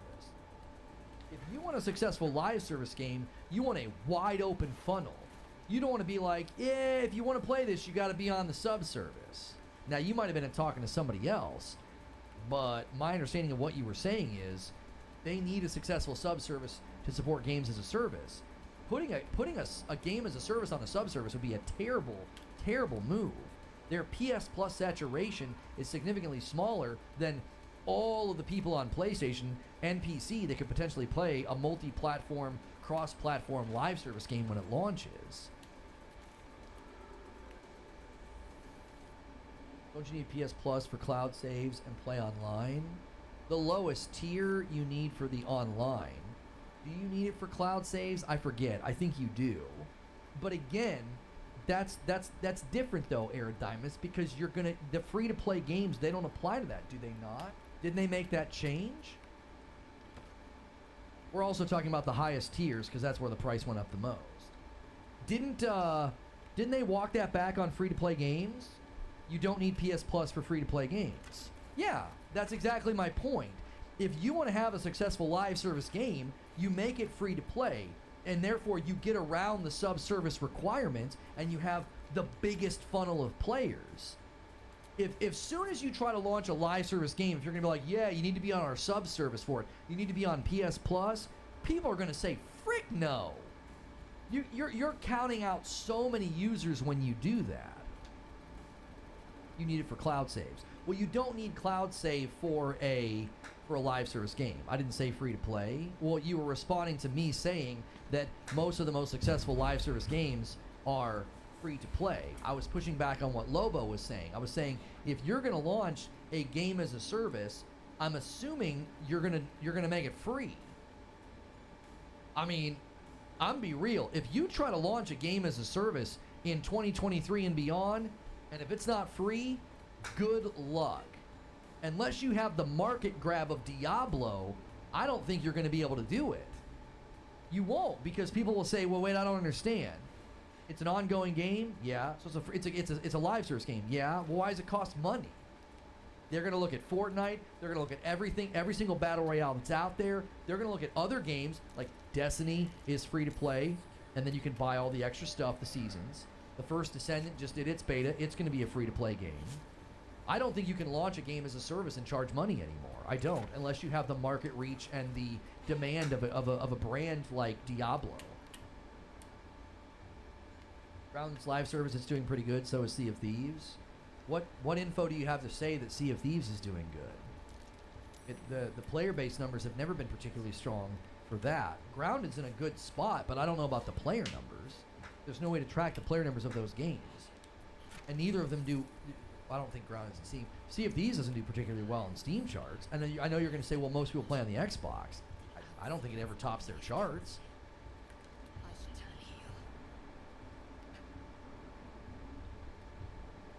You need Xbox Live Gold to play non-free-to-play multiplayer games. What's the point? Yeah, we were talking about... Lobo was saying the sub-service needs to be successful if they want their games as a service efforts to be successful. That was what I was pushing back on. Those sites cannot be trusted. Parasito, come on. That's what I was pushing back on. I was saying, now hang on a minute. No, they don't. They don't need PS Plus to be super successful because games as a service can launch free to play and completely subvert needing PS Plus.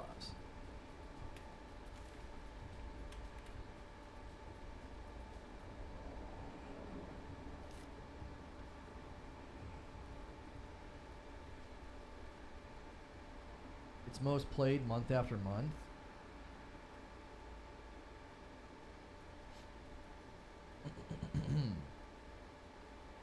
Sea of Thieves is most played month after month. Alright, let's see where it lands. I'm looking. Oh, I can't go in there.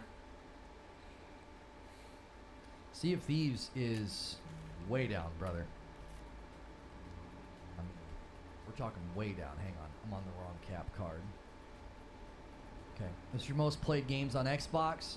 Garfield actually holding really strong above Call of Duty. That's actually really impressive. That's good. This is this is needed for Starfield. But so we got lines of 5. So 1, 2, 3, 4, 5, 6, 7, 8, 9. 9 lives of 5. 46th place.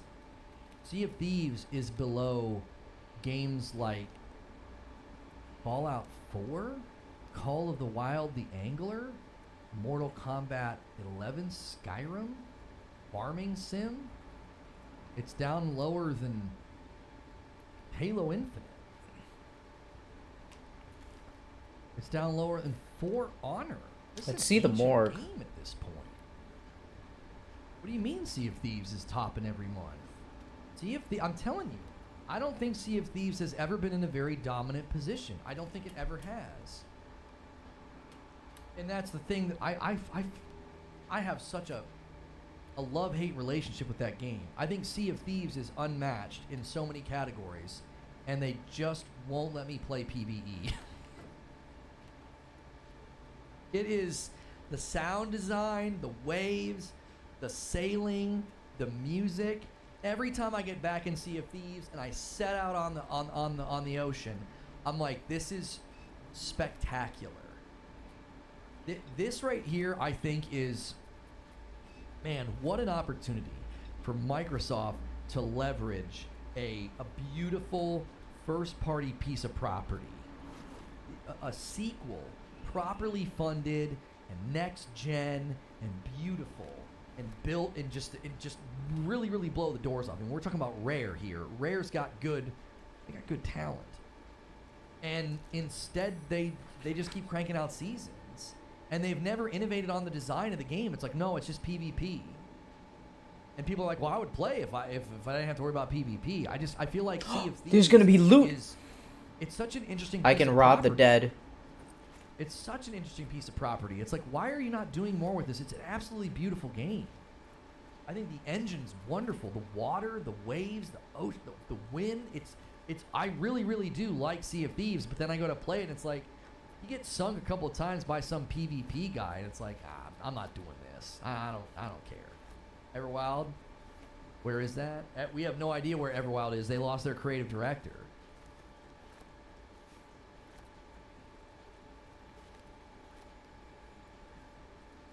Microsoft. Oh, Rare has good talent, and then Microsoft bought them. Yeah, I don't know how many people have left. But Nice. We do know Everwild lost their creative director, which is a concern.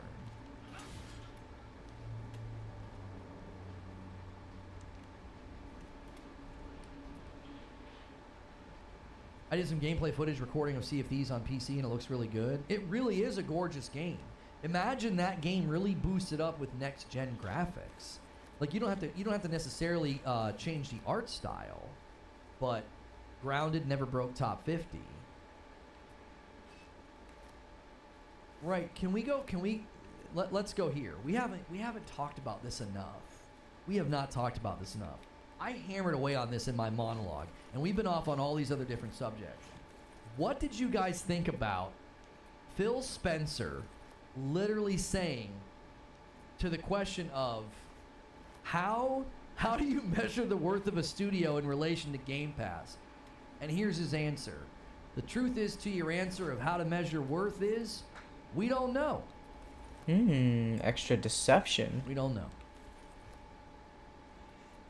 So how do you know if Starfield, Bethesda, how do you know if any of these endeavors with these first-party studios, how do you know if Grounded, what about Sea of Thieves, what about Rare, what about the teams behind those games? How do you measure their worth and value in relation to Game Pass? Because Phil's like, I don't know. We don't have an Excel spreadsheet for that.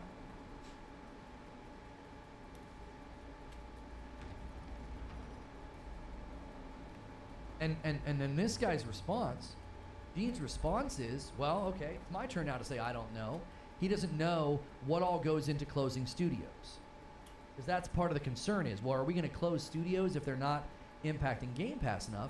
And the second paragraph, he says, in my mind, if a studio completely needs to prove their worth by being net value over their costs, it adds a ton of pressure to release hits on a regular basis.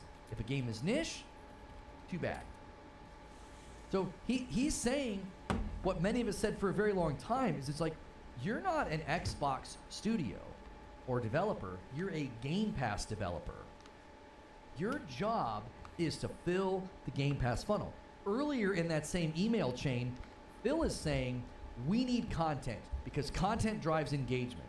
And the more engagement we get, the more valuable content becomes.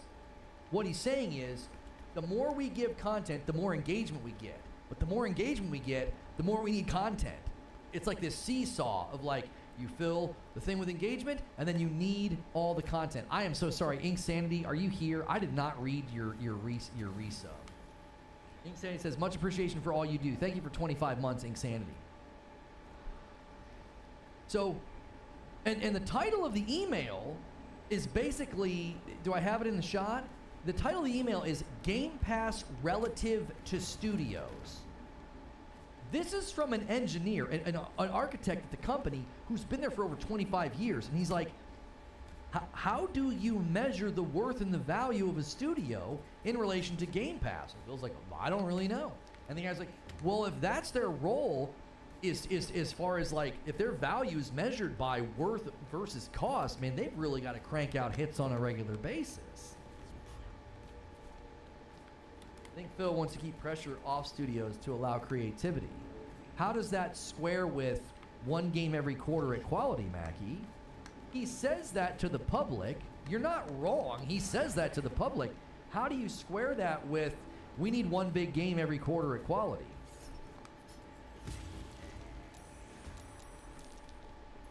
I don't think those two, I think those things are mutually exclusive. I think we're starting to see why there's been a steady flow of creative directors leaving Xbox-owned studios. And just like clockwork, Disney says, we want a new Star Wars game every 6 months. And what happens? Jedi Survivor comes out, and it's a freaking mess. And who did I blame? I blamed Disney. I said the minute you establish cadence over quality, games will suffer. And guess what happened in the wake of Jedi Survivor's launch? Director leaves. Gee, I wonder why. It's almost like when you make corporate cadence-driven decisions versus quality and value-laden decisions, you're going to lose your people. You're going to lose your talent. The guy behind Jedi Fallen Order and Jedi Survivor just walked. And you know they're doing a third game. And this guy walks. Why do you think that is? I guarantee you the timeline for the third Jedi game is completely unreasonable. I guarantee you it's unreasonable. And he's like, I'm not doing this again. You already made me launch Jedi Survivor before it was ready, and we had to buckle down for 4 months to fix the most glaring issues. I'm not doing this again. We got an amazing IP. We got an amazing story. I'm not doing this again. I'm out of here. Yeah, Stig's gone, Danny. Stig's gone. He left. Don't you see? It's everything I've been talking about and screaming about. It's like you can't square that corporate one-size-fits-all strategy and mindset with creative. It doesn't work. He went back to Sony Santa Monica. Gee, I wonder why.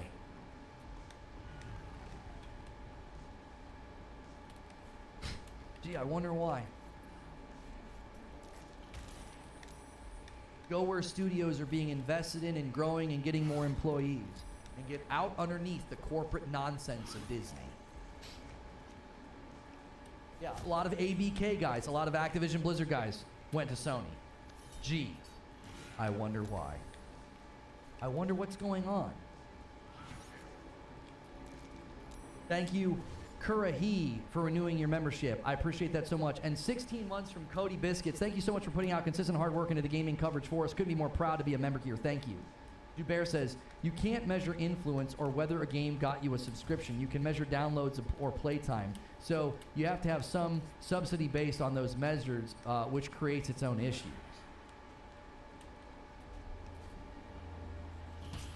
Good shit. Dig's gone. Sony get on it. Project Darkside back in action. He's on the next God of War game, apparently. I cannot imagine walking away from a slam dunk trilogy of Star Wars. I can't imagine doing that. Like, unless Santa Monica made a compelling offer, I think he walked away because, like I said, it's Disney. You have a corporate model for a corporate model? What are you talking about? Do you get the impression at all that Sony Santa Monica is operating under that nonsense? Look at Ragnarok. Look at it. Look at it.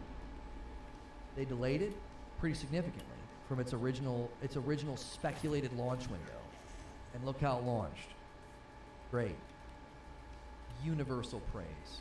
Amazing scores. No glaring problems, no evidence of a rushed game, no evidence of crunch culture, no evidence of some corporate machine that was like, you better have this title ready. So you see Disney saying, new Star Wars game every 6 months, Jedi Survivor comes out and is in terrible shape. They buckle down, fix the most glaring issues, and on the heels of that, the director walks. I'm out of here. Why? It could be related to two things.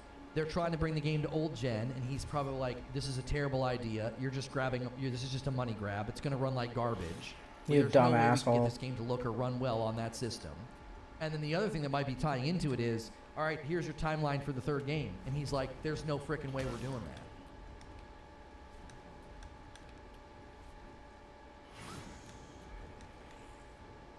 And then look at Xbox.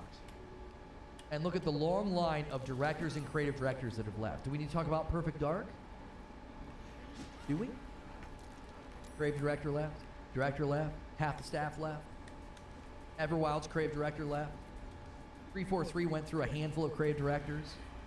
A creative director and some of the people from not Turn 10, Playground left. You don't see a consistent theme here? Sony had a space adventure in production. It was Stig's baby. It was called Project Darkside. I mean, maybe he'll get to pick it back up again after God of War. I don't know.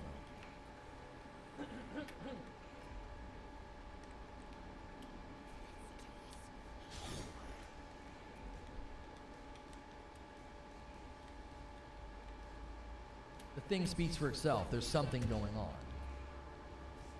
It's always what I've been trying to drive at. Good shit. That's always what I've been trying to drive at. And I think again, the opening monologue, I made economic, I made financial, I made even strategy, criticisms and predictions about the nature of Game Pass and what they're trying to do, both what they're saying internally, both what they've said even publicly according to like FTC hearing. Like, it isn't sustainable. There's no way. According to Phil's own logic, according to Phil's own measurement, no way. This game ain't making it. I'm sorry, not this game. This structure, this strategy ain't making it. It isn't.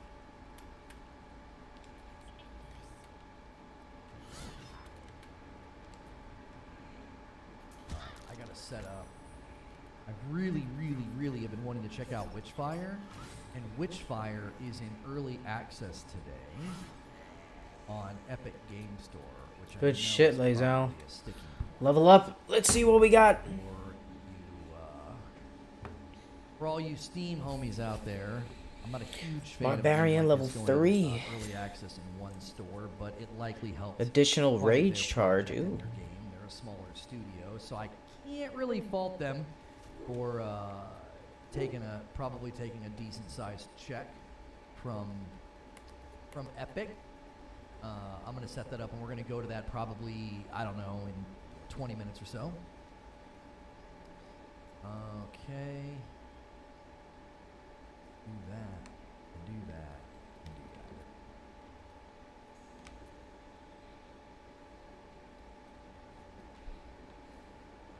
What kind of game is that? Witchfire is the one that looks like it kind of has the shooting mechanics and tightness and crispness of Destiny, and it's a rogue, and it's a rogue with like open zones. They have like a very different approach to it, so I'm really excited to take a crack. And then tomorrow we'll be jumping into Cyberpunk 2.1 for the afternoon show. This week you guys are getting a lot If of I games land a that we critical did. hit or First kill a Ascending target with a yesterday, melee and attack, then we I can did, make another melee attack weapon. Oh. We did. Oh, that was yesterday. Yeah, First Ascendant yesterday. Today we're doing Witchfire, and then tomorrow we'll do Phantom Liberty. I'm not sorry. not Phantom Oh, Liberty, no, Cyberpunk 2.1. It's got a penalty. Is it an Unreal game? I believe so.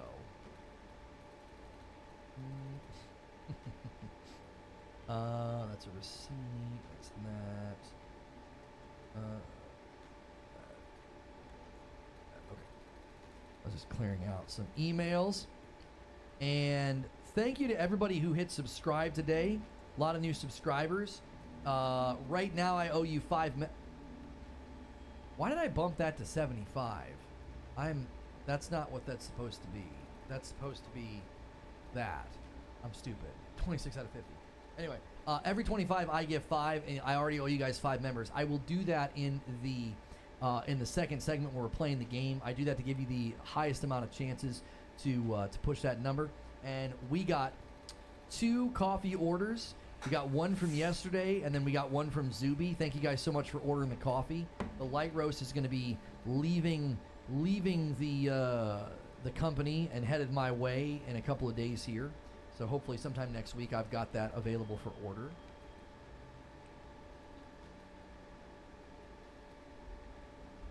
I'm sorry, not 2.1, 2.0. I apologize. I'm like saying 18 different things.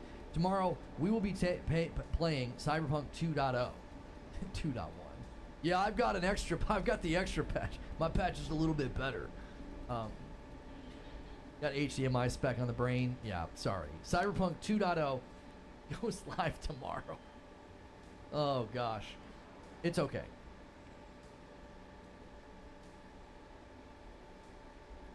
Yeah, that's the goal. Guys, do me a favor. We have had a huge day. Understandably, anytime I'm critical of Xbox, we get a pretty big turnout of hate watchers. And I think over time maybe some of them have decided that this is actually an enjoyable show, even if they don't agree with me. I welcome you to smash the like button. It helps out the video. Consider becoming a member or gift some members. And we did add a new segment now. We're not going to do a standard member stream today because of gameplay. So you always get 2 streams if you're a member. You typically get the morning show, and then I'll do like an upload, and then we debrief after the upload. But when my second stream is gameplay, I can't do a member stream. It eats up too much time. But we're ending every day with the writer's room. And the writer's room is planning the next day's show, outlining the monologue, choosing what the upload will be, or if we're going to be doing gameplay. And you need to be a member plus or higher if you want to come to the writer's room.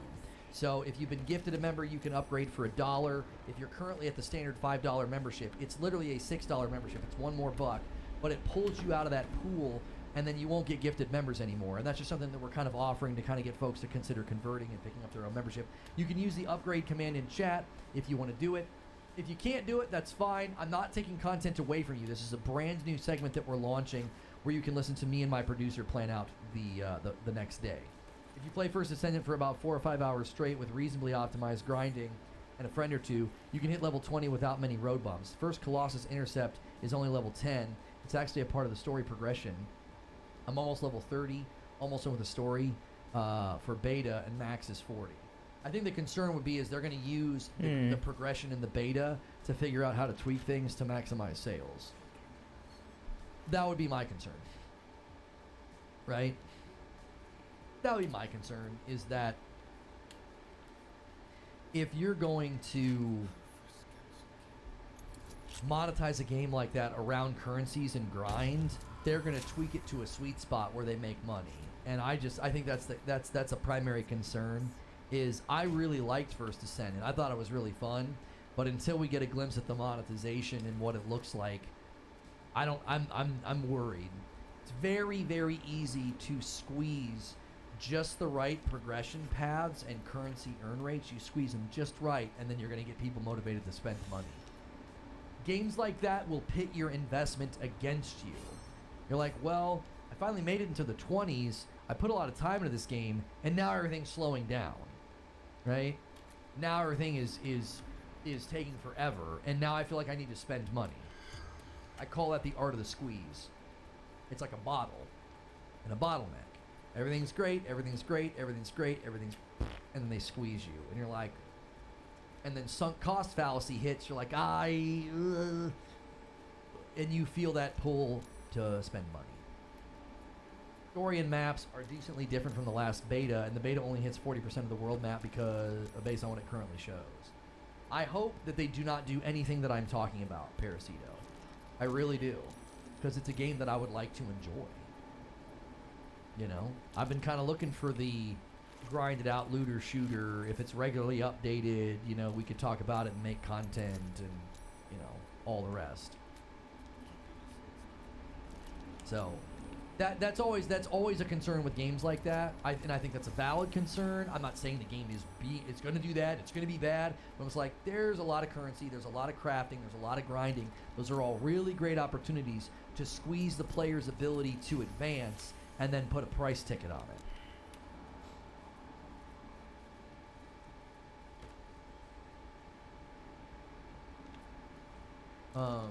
Judge on Barlog, I was 10 minutes behind. I think he almost left the industry after God of War. The tone of his tweets were morose for the time. No crunch at Santa Monica. He wouldn't allow it. First Descendant would be sooner or later become a microtransaction heavy game. Aesthetically beautiful in design and gameplay is good, but a free-to-play game with in-app purchases is a huge no. Well, I think a free-to-play game that only charges for vanity items is a great model and it doesn't bother me. If they're charging for a premium battle pass that is constantly keeping a flow of seasonal content and new things to do, and they want to charge for vanity items, I don't give a frick about that. I don't care about that. It's when Alright, they start that's all to, of them. if the Holy shit. monetization starts to infect the game flow, if my game flow rhythm and sense of ability to progress and level up is Severed pelvis, stunted, holy shit. slowed, so you can get God me to buy damn. currency, no. Nope. Miss me with that. I'm not playing your game. There's a huge difference between saying, hey, you want to look cool? Hey, you want more stuff on your battle pass? Well, we're feeding the game new content every season, and if you want, you can pay for the premium battle pass. If you want to buy this cool cape or this cool armor set, none of that bothers me if the game is getting a heavy flow of content. Why are you guys fucking staring there? What's But wrong when with the you? monetization infects the content loop, we're talking about a different animal altogether. It's locked. Different animal altogether. Why the fuck are you guys jumping around? Have they ever fairly monetized a free-to-play game? Well, no, but the thought process is Lost Ark came to the West and westernized a lot of their stuff. And my thought would be, if you come to the Western market and you westernize your monetization, you're primarily going to be doing vanity items. Primarily. Now, Genshin and the sports games sadly have laid groundwork for other monetization practices. What that is are not fucking so good. wrong with these characters? Shadow's just standing over there. What the Insomniac fuck are managed you to keep churning doing? Some of the great out quality games without crunch at a regular pace. Proprietary engine, I think, wins them a ton of efficiency. I think their proprietary engine wins them a ton of efficiency. I think there's just some secret sauce in there, and they know how to navigate it. It would be like asking, how is Epic able to just constantly churn out big updates and big huge things in Fortnite? Well, it's their own engine and it's their own game. So when those two things coalesce, you have a recipe for efficiency and speed, right? That's a recipe for efficiency and speed when it's like, well, this is our engine and it's our game.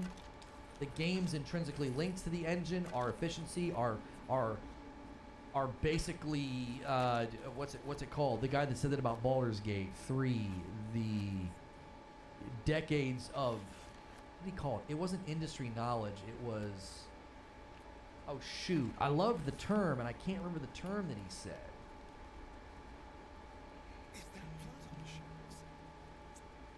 No, it wasn't synergy. Such a pony. I mean, I don't know if praising, Insomniac makes me a pony. I would say that recognizing a company that does great things, also recognizing that your account's a month old. Institutional, that's what it was. Institutional knowledge. The institutional knowledge that you gain when it's your engine, Epic's institutional knowledge for Unreal. Insomniac's institutional knowledge with their proprietary engine. That gains you so much. I think that's to their credit. I think that's one of the reasons they hit where they hit as consistently as they do. Insomniac's engine, they iterate. I'm so amazed by what they put out. They checked the PS5 code 3 years into this gen. For contrast, Naughty Dog cracked the code at the end of PS4 gen. Result, UC4.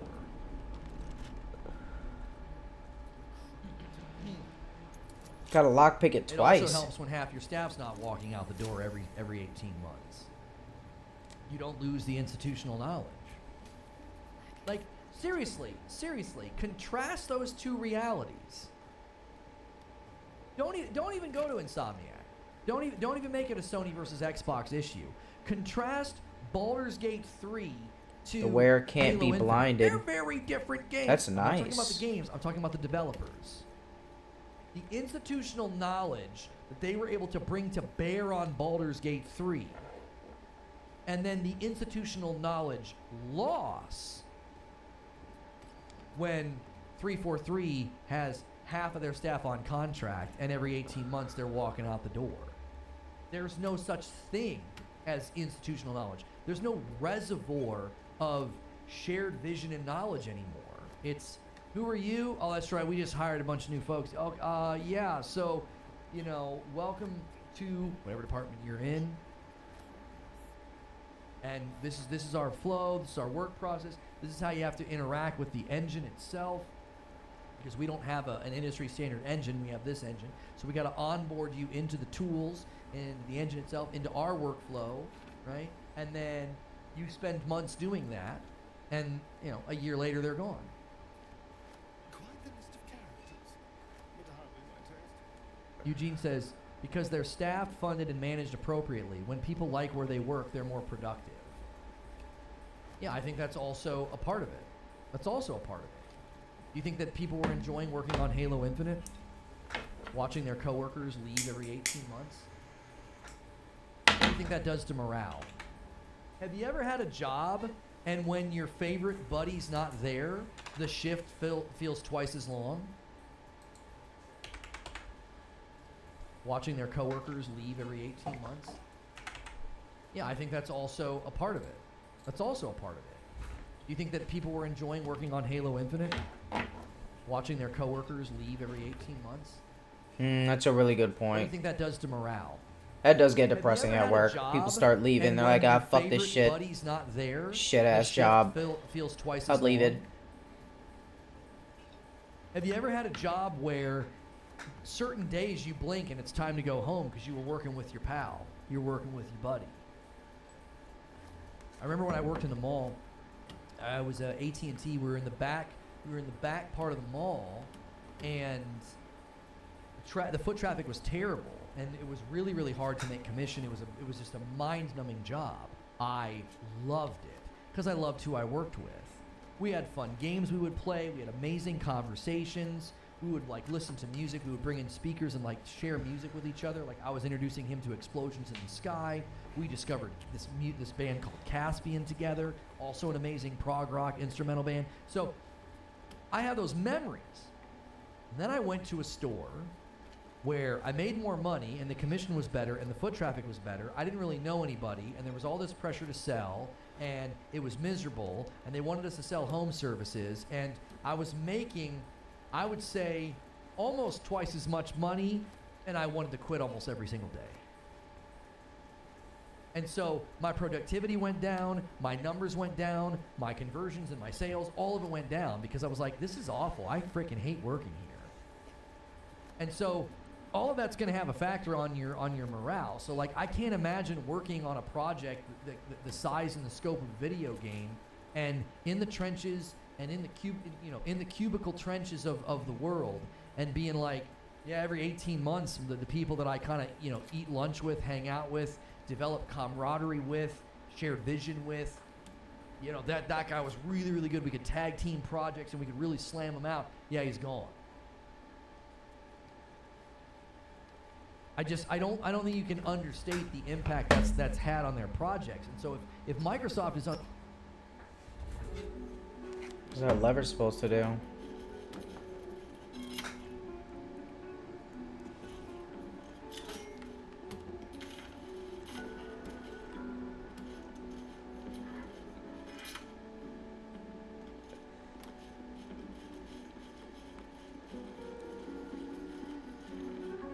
It didn't deactivate the poison.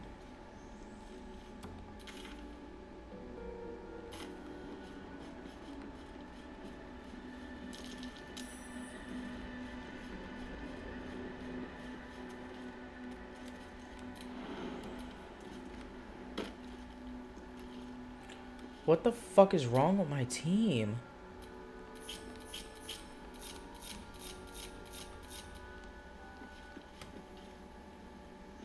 What the fuck is wrong with them? They're getting stuck down here. Come on, guys. What is this? What the fuck is wrong with you? What the fuck are you guys doing?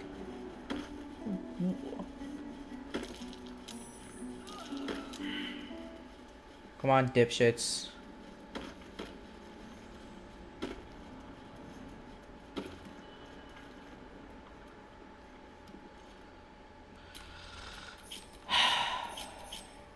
These things have stayed interesting.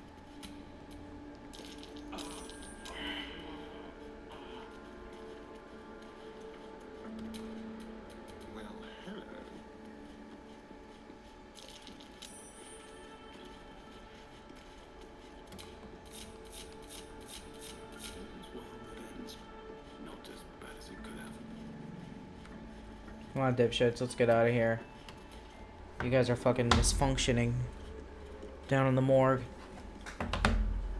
Unwilling to change those philosophies and those outlooks. I can't help as somebody that knows all that. I can't help but look at that and say, you're willing to spend hundreds of millions of dollars on a game from another company to throw on Game Pass, but you're not willing to pay for benefits. You're not willing to have 343 at a more stable, more full-time status of employees. You're not willing to do that. You don't want to pay for their benefits. They're walking out the door every 18 months. And when you get into a content hole, you're like, well, let's consider spending hundreds of millions of dollars on games to put on Game Pass. What are y'all doing? And here's the real problem with it. The hundreds of millions that they spend on Game Pass, third-party games for Game Pass, it doesn't net the industry anything.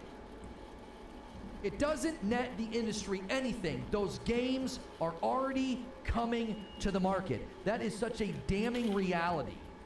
The value of Game Pass at that level of hundreds of millions of dollars being spent, is not a net benefit to the industry. It saves you money. Those games are already coming to the market. And then I look at Halo in shambles. I look at 343 downsized, life support. It's like, your own studio, your own first-party piece of property gets mistreated, but you're willing to spend hundreds of millions of dollars on games already coming to the market. You're not investing in a new IP or a new project or a bigger studio. You're investing in a game already coming to market so a bunch of people can play it for $10 a month. There's no net benefit to the market there. There's no net benefit to the industry. You just get to save some money as a consumer. That's it.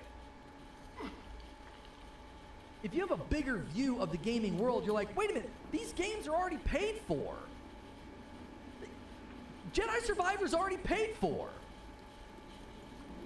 And you're considering giving them $300 million to put it on Game Pass? Put that into a new game.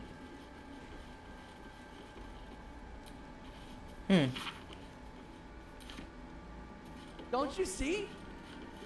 It's like when you really zoom out on it, it's like you guys are facing a crisis and a problem of content, and it's like it's of your own doing. And now you're like, well, I'll just spend some money. You guys should have spent money 3 years ago, 5 years ago. You guys could have hit the middle of this generation with a ton of first-party content, and instead, all your studios are doing who knows what. Losing creative directors, losing directors, churning out games like Halo Infinite, and then no supporting, and then Redfall, and then Forza Motorsport gets delayed and is launching without features?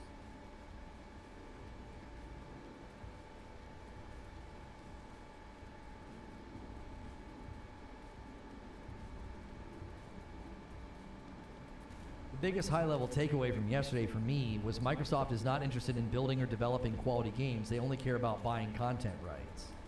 Pretty much. If they wouldn't have bought ZeniMax, what would this year even look like?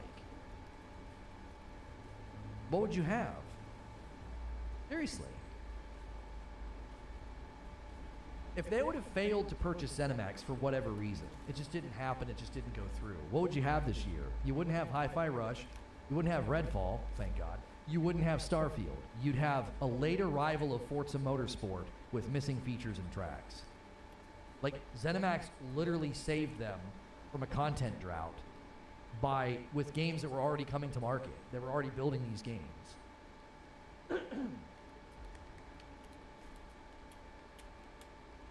Did they add anything to the market by buying ZeniMax? They limited the reach of a project that's been 25 years in the making. But we don't know what that did to the project. We don't know what that did to Starfield. We have no idea what it did.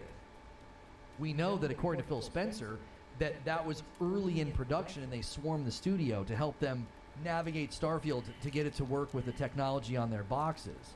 Translation, we helped them get this game to run on the Series S, which you can see that in the console version of Starfield. They built it for they built that for the Series S. You play on the Series X, and you're playing the Series S version.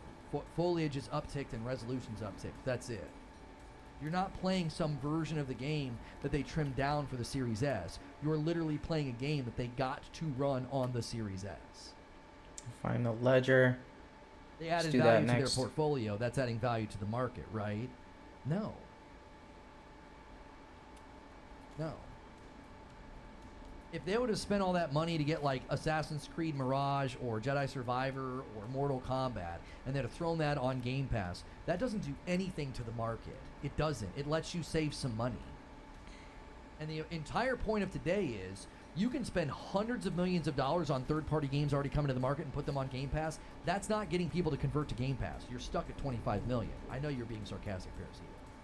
And your first-party offerings aren't going to be compelling either, because you have them set to a cadence of once a quarter at quality, and we've seen what that's done to games in Jedi Survivor. We've seen what that's done to games like Forza Motorsport. When cadence trumps quality, you ain't converting people to Game Pass with games like that. Even Starfield itself is not a good test case for Game Pass conversion. Look at the score on Steam. He died on the Evidence of toilet. that. You think a game Poor with guy. 76% is going to convert people to Game Pass? We didn't even get into the fact that they're fighting a losing battle. He had an antidote on him. PC because Must have there's been taking a entire- nasty shit. There's an entire ecosystem and culture of people who can buy a game and refund it. So Game Pass has no value to somebody like that. How are you going to get more Game Pass users on PC and cloud if that's the ecosystem and culture and that's the customer that you're trying to appeal to? Jedi was fixed. I'm not talking about fixed. I'm talking about how it launched, John. It took them 4 months to fix it, and the director just left. You think it's a coincidence that the game launches in a terrible state? They dig down and fix the most glaring shit, issues for there's 4 the months, pub. and after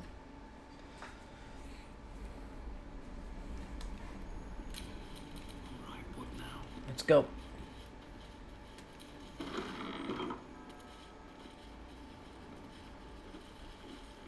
What's happening, man? What up? The payday gold in my pouch is clinking. Say hey for the pub. A single fault is what I'm thinking. Say hey for the pub. I've been peeping. Say hey for the pub. You don't mind if I loot up around here? Action, not Lazel, if you would please.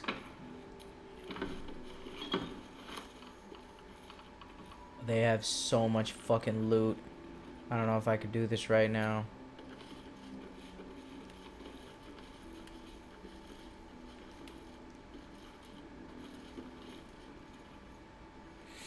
Alright, let's do this.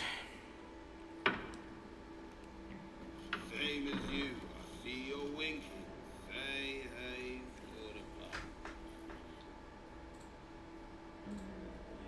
after that happens, the director's like, I'm out of here. I'm leaving. Clearly a trilogy is coming. Clearly there's going to be a third Jedi game. And this guy's like, I'm out. Massive, commercially successful, highly reviewed Jedi Survivor. Yeah, I'm out. I'm gone. I'm done. Look at Disney. They're the cause. And Microsoft's no different with what they're doing to Xbox and what they're doing with Game Pass as the centrality of the identity of their ecosystem and how it grows. I worry for every first-party studio underneath their ownership because they're Game Pass developers now. That's their job. Feed the funnel. We need content. We need engagement. Get these games out the door. That's why you're getting Forza Motorsport before it's ready. Because it has to land. Fix it later.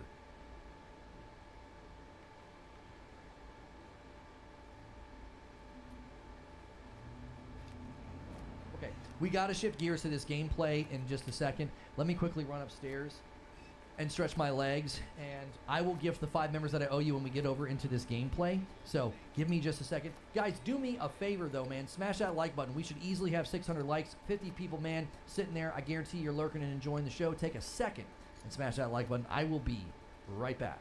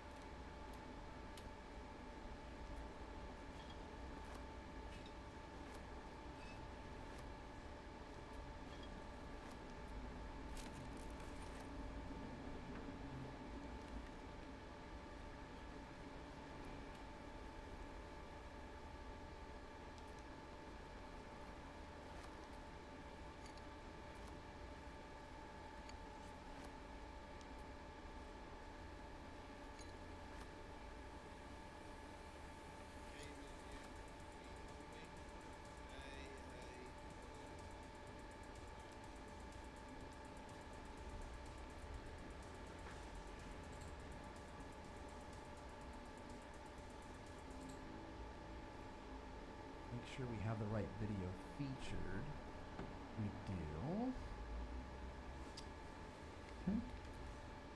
Now, I have been looking forward to this game for a very long time. I have said that this game is a game to watch, is a game to pay attention to. The shooting mechanics look really, really good. We are hearing there are some bugs, but overall we're hearing this game is really, really a fun time.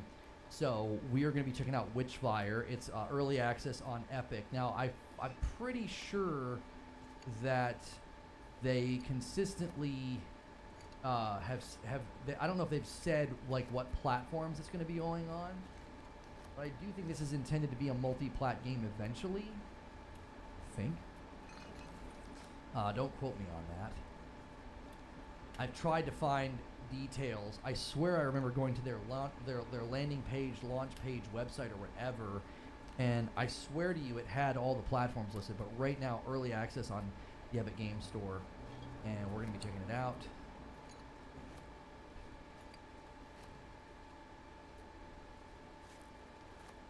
Witchfire.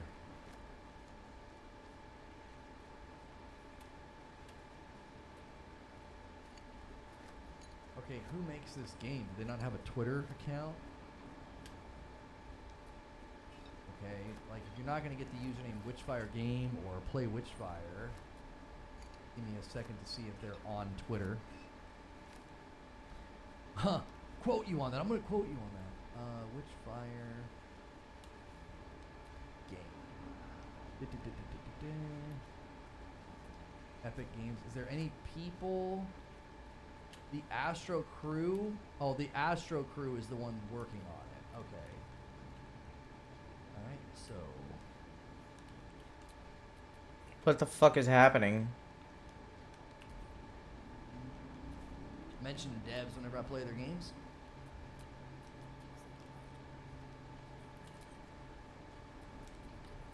Okay, there we go. Let's go over here.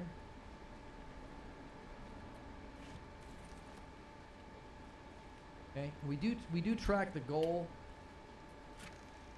We do track the goal whenever we play games. So I'm gonna give you guys the 5, but then we can't keep going. All right, hang on a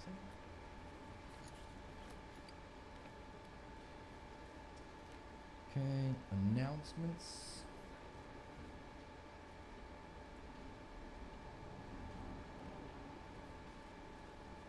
Okay. Guys, and make sure you guys all did a great job smashing the like button and gifted members here. Make sure you smash the like button on this video before we leave. We need 17 more likes, and do the same thing when we go to the new video, okay? All right, the link is in chat. That's where we're going. So if redirect doesn't work, then make sure and use that link. It'll also be the featured video on the channel, okay?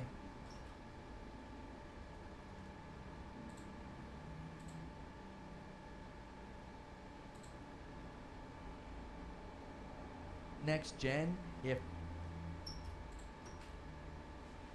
Alright, let's see what these guys got to say.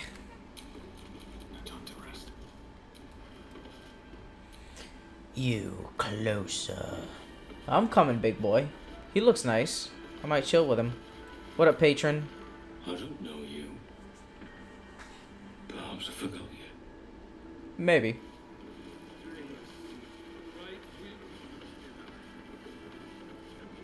Big Daddy. What's popping off, man? Let me get a drink.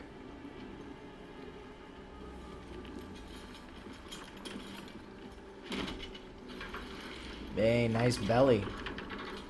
Prego.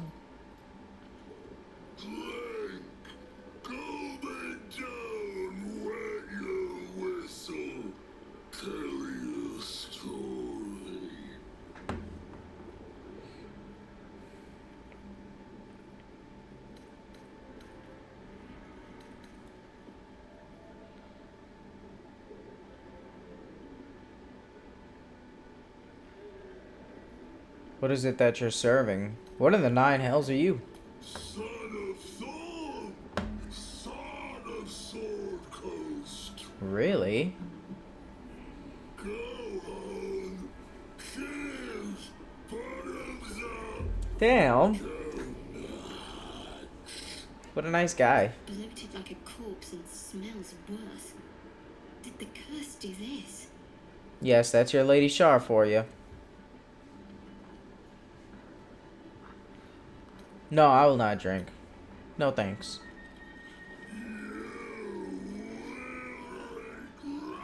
Wait, what?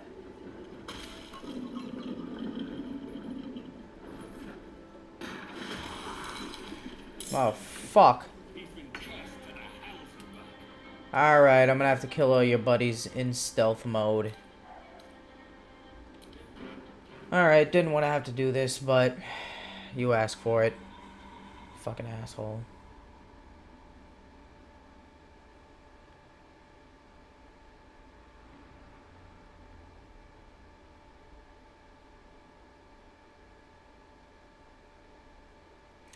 I'm gonna get you.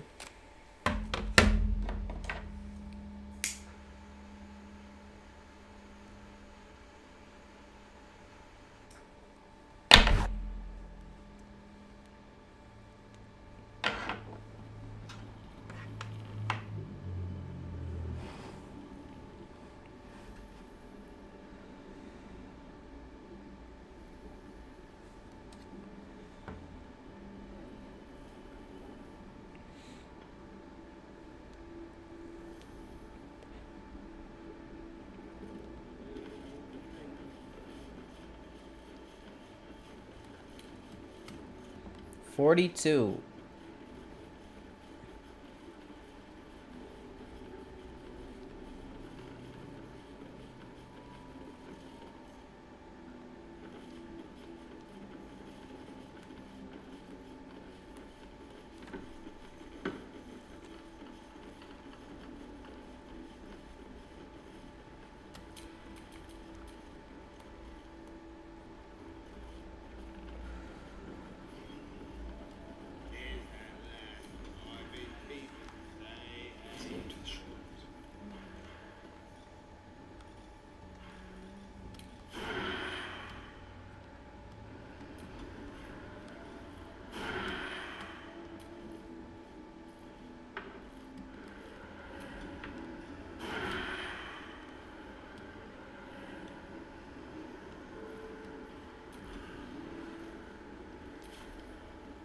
Oh, Shadow's light. Hold on.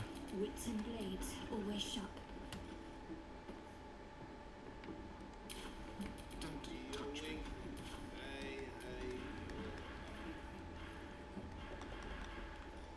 Ready or not.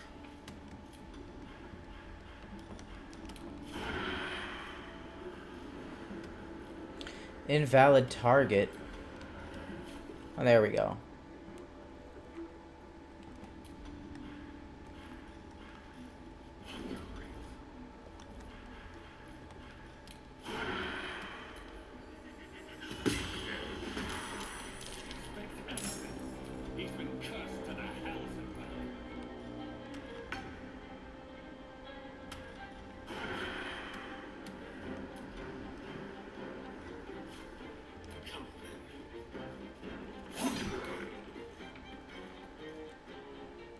Still breathing, despite everything.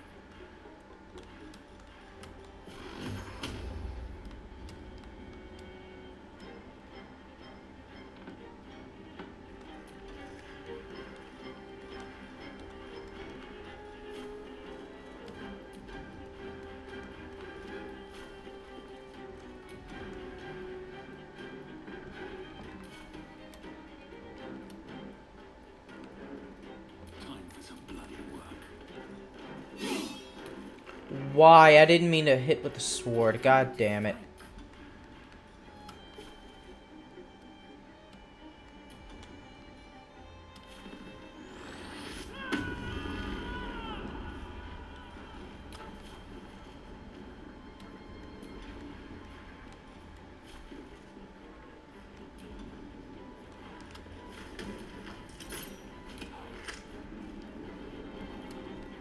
Taking position.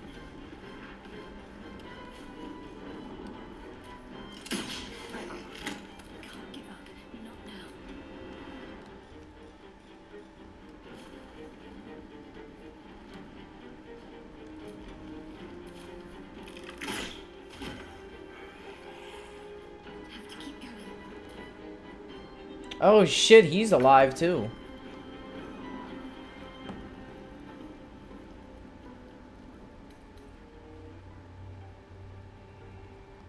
Ah, we'll just kill him.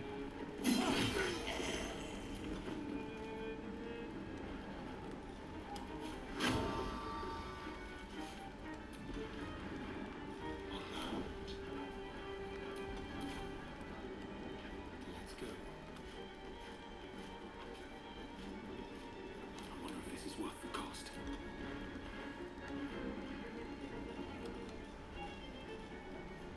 Can't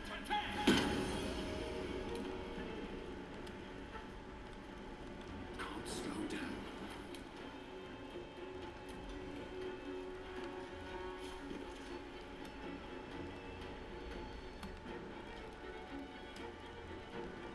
Make way.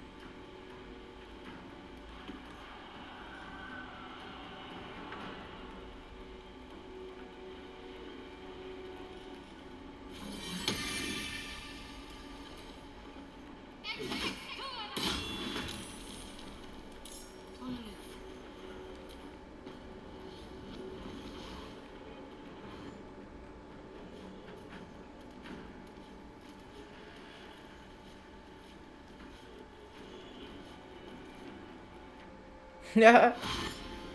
Come on, boys. Gather on up.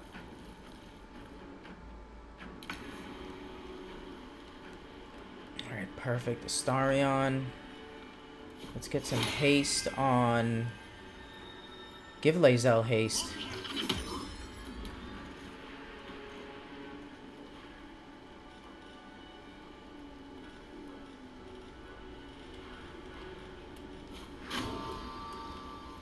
Do the unexpected.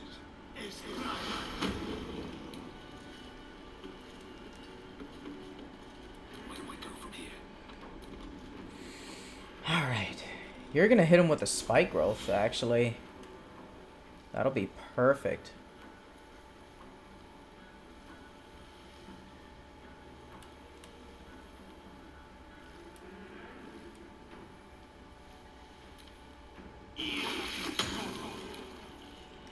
Immune to piercing damage, that's cool.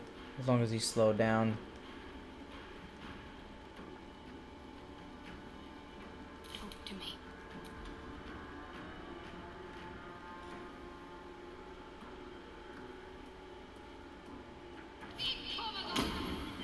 On the next turn, I'll do, I'll do the rage with Lae'zel when he gets closer.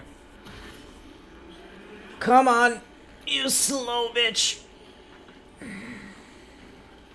And I'm gonna activate it again when you get up here.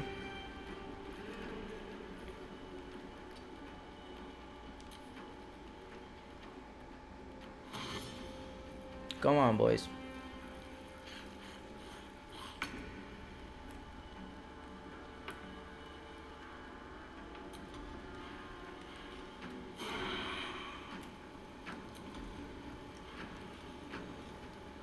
Let's find some prey.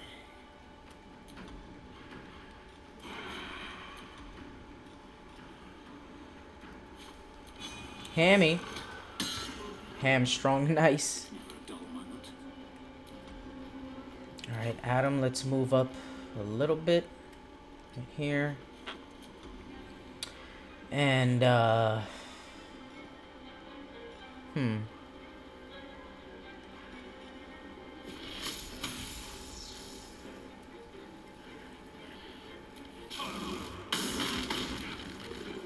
Alright.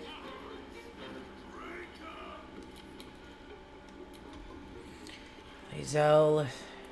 Hit him with a hunter's mark.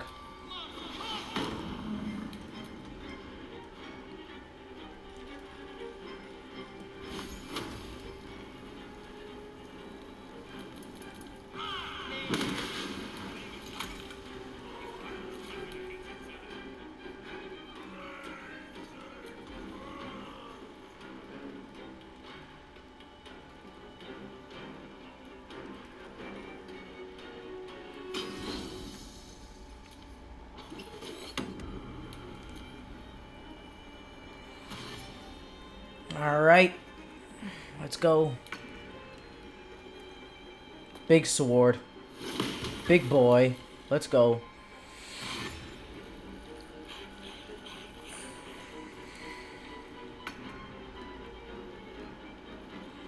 Alright, Astarion.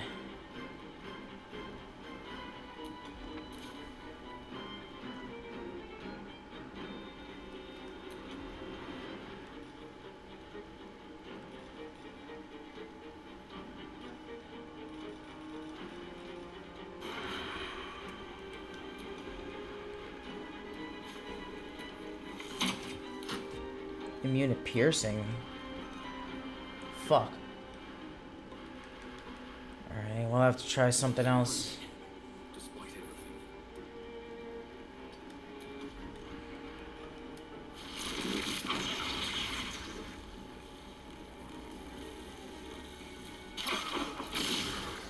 Beautiful.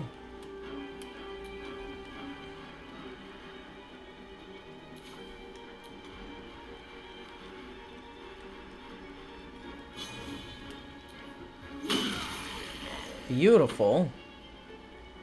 Oh, I got a level. Can I level up mid-battle? Nope. Victory awaits. Alright, Lae'zel. Let's do this. We already rallied Adam.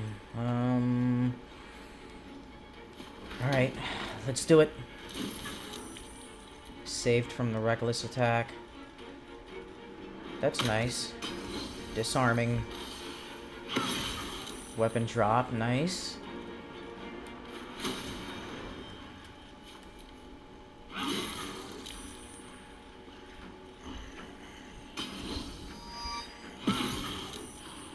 Immune to slashing damage.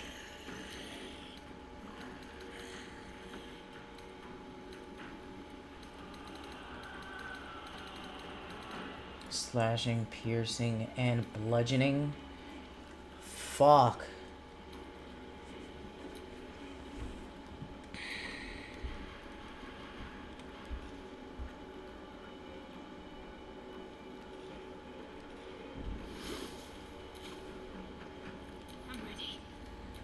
Alright, Shadow. Hit him with, we gotta hit him with some special abilities. Level 2.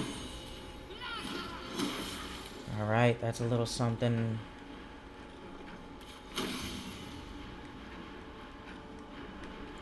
Maybe, I'll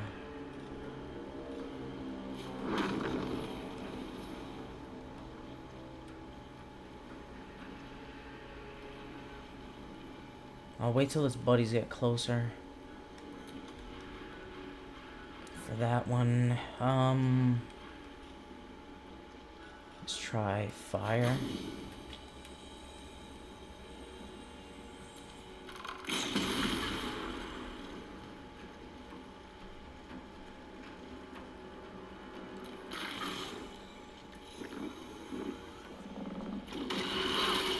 Holy shit.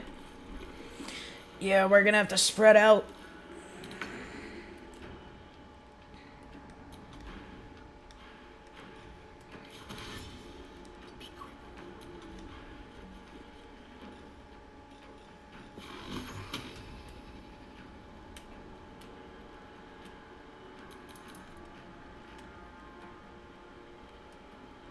Tormented.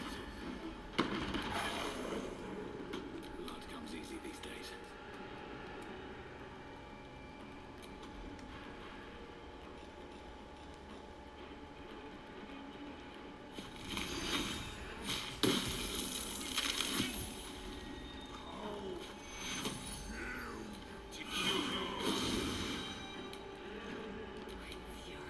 Oh, he's cold. He doesn't like that.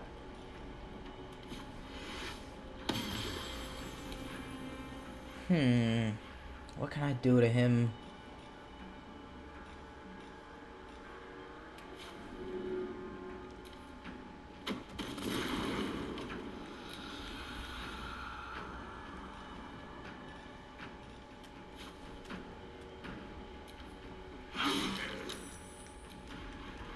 I don't think the haste worked on Lae'zel.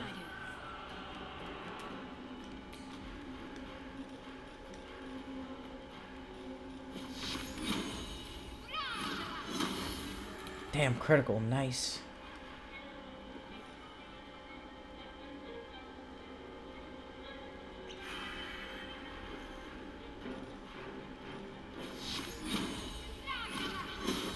Beautiful. We needed that.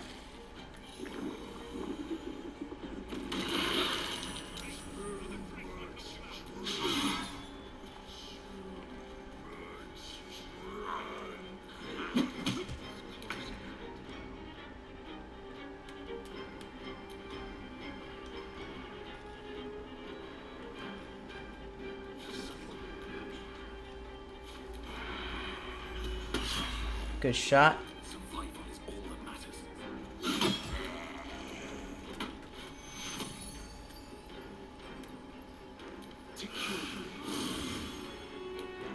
Swift as my feet can carry me. Alright, Lae'zel, oh,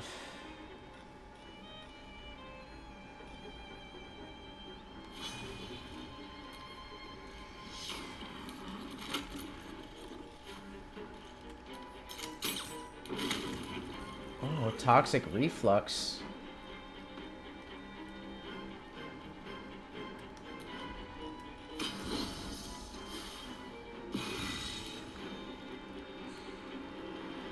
Taking position. Can't afford to let up. Shadowheart has double actions. Why? Oh, the speed. The potion of speed. Alright, I canceled his toxic thing. Let's try this on him. No mercy. Nice.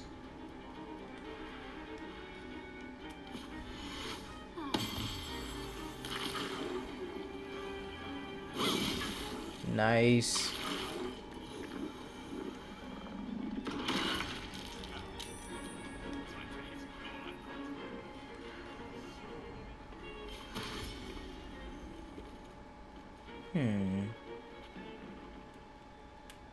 Step quick.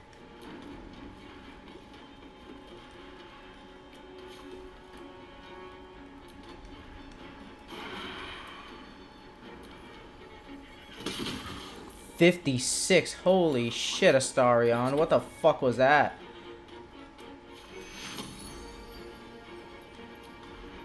Man, I'm not a pussy. Oh!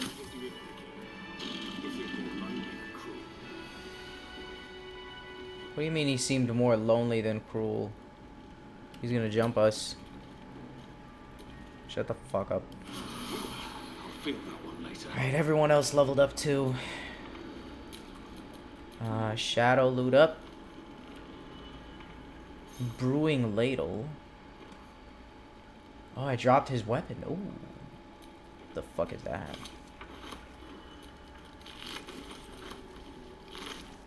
Blighted actor. Oh, he's on his knees. Nice.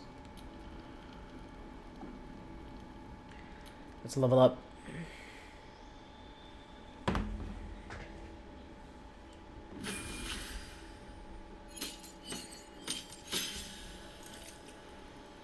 Cleric level 5 or fighter level 4.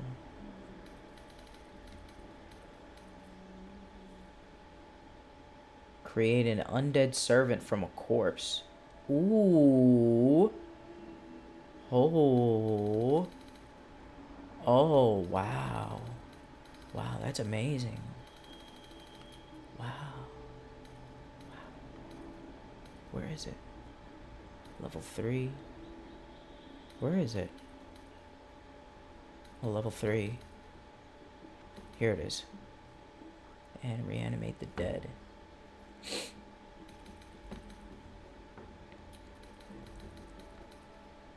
3 meters. 3 meters.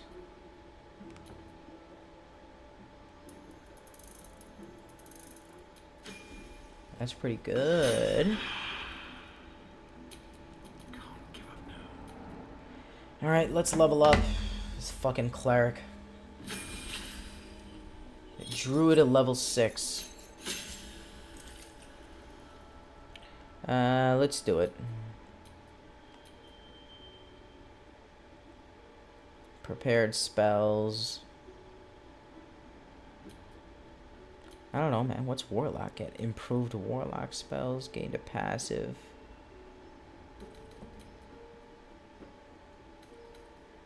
Level 3 spell slot unlocked. Difficult terrain no longer slows me down. I'll take that. Prepared spells.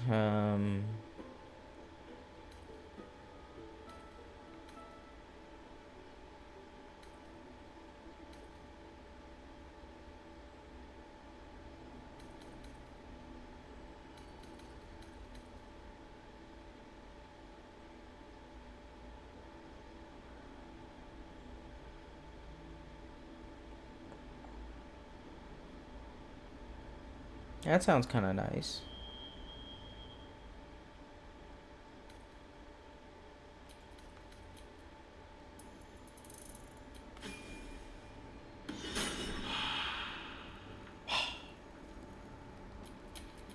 Keep your distance, darling.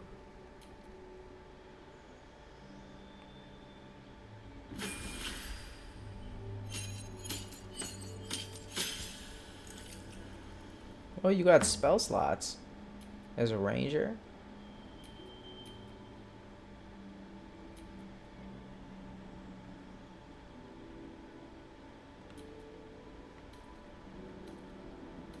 I'm gonna get a spell. Nice. Possibly ensnare your target.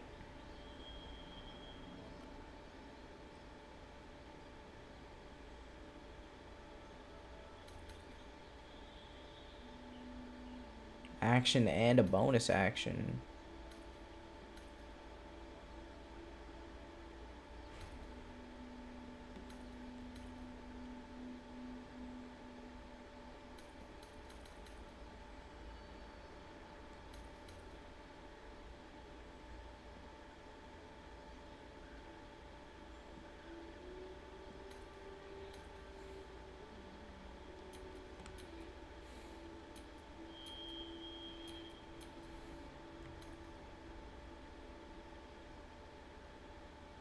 Oh, gain a beast companion. That sounds pretty fucking cool.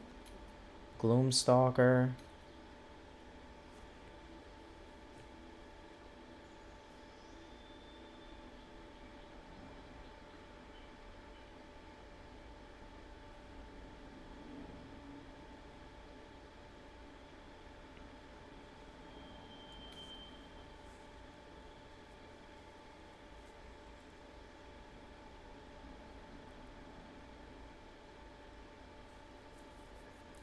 Umbral Shroud? How does that work?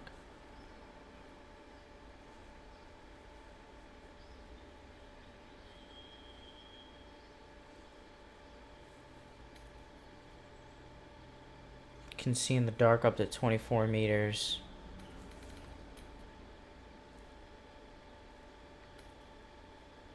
Hunter's Prey? What is that? Not much description to go off there, but alright.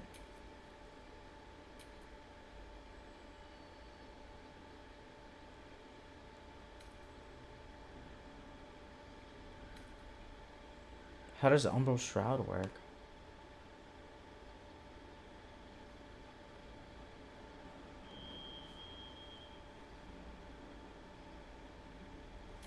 Let me see.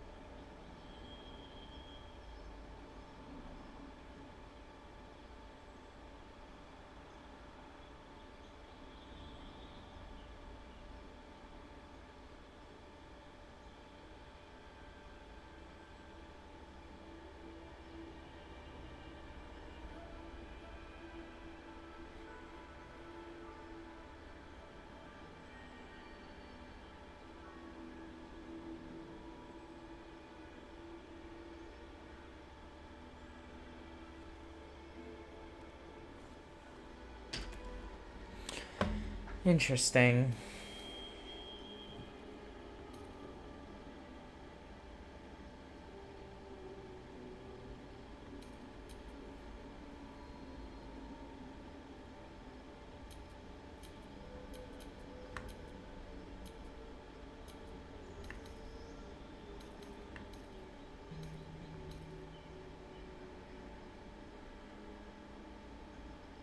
Dread ambusher hide. Dexterity plus 10. What does a regular hide give me? Sounds like it's good. I'll take this. When I get another spell? Alright,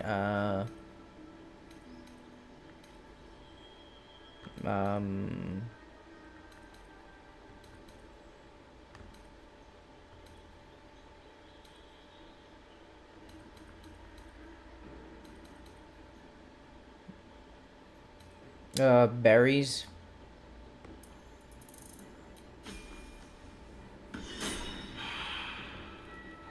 Nice. Alright, let's organize.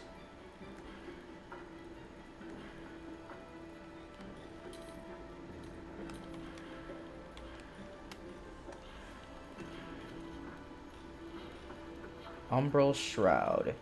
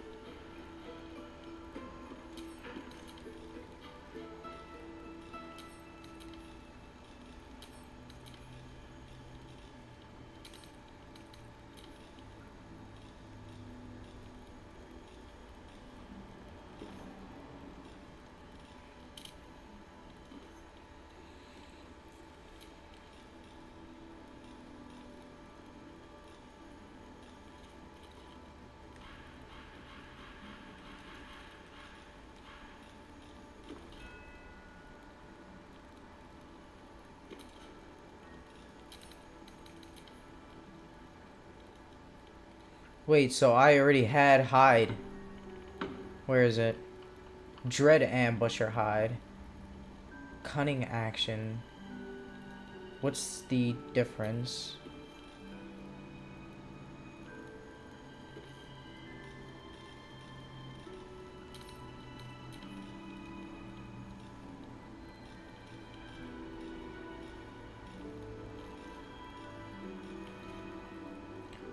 Plus 10.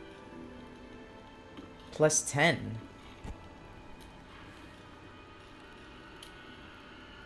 Regular stealth gives me plus 10. Dread ambush or hide? What? I just got the same shit? Whatever, man.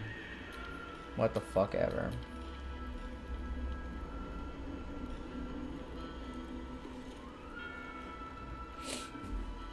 Whatever.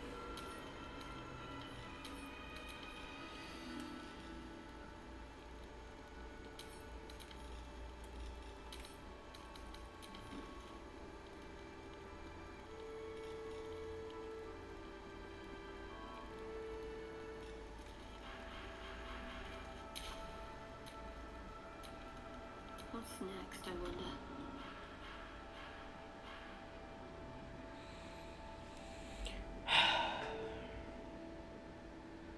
Well, why does it do this to my trees? Were they like this before?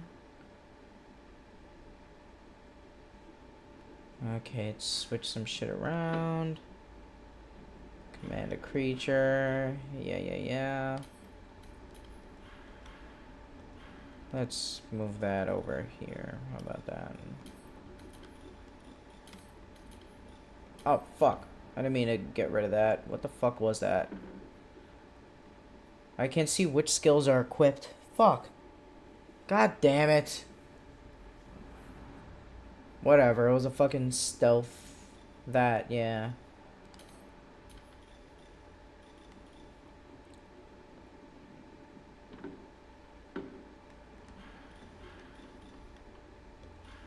Alright, we're gonna need a new tree here.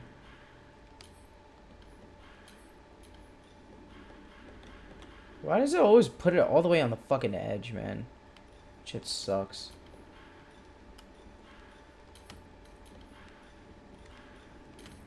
Alright. If they look and kind of smell like Starfield and Redfall with respect to next-gen power, you won't have a compelling offer. You won't. Imagine in 2028 and turning around on a backlog like that and being like, oh yeah, this is our backlog of first-party titles. We spent the last 5 years shoveling out games that are, you know, that are okay or mediocre or so-so or buggy or whatever. Their cadence of game delivery could literally be their undoing. It's little shop of horrors. It's Game Pass is this thing that must be fed. If it's not fed, then your ecosystem is dead in the water. And it necessitates a cadence of delivery that will likely hurt product quality. And if you do that for 5 years, how are you going to have a compelling offer to get people, oh, it's cheap? That's not good enough for the like, look at what we've recently learned about the revenue reports and the people that are in this market. The people that are in this market are 6 figures and up annual salary on average. They're the ones dumping money into the gaming ecosystem. So what you're hoping for is that the demographic below that starts dumping more money into the gaming ecosystem. And I got news for you. The next couple of years, I don't think that happens. If you want to start looking at like economic forecasts and like projections about especially the Western economy in the United States, the mid to lower class citizens are not going to be pouring more money into gaming. They'll likely be pouring less. So if Microsoft's targeting a hemisphere below that says we need low entrance cost gaming, we need a $100 dongle, we need subservice, if that's their offer, if that's their identity, if their controller, as they said in the one document, if that's their offer, if that's how they hook everybody, I feel like that demographic isn't going to be able to sustain them. They're going to be putting less and less money into the gaming ecosystem.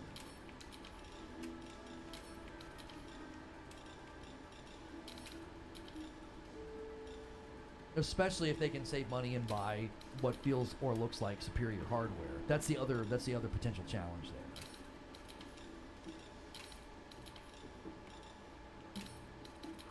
What about that ugly Xbox controller?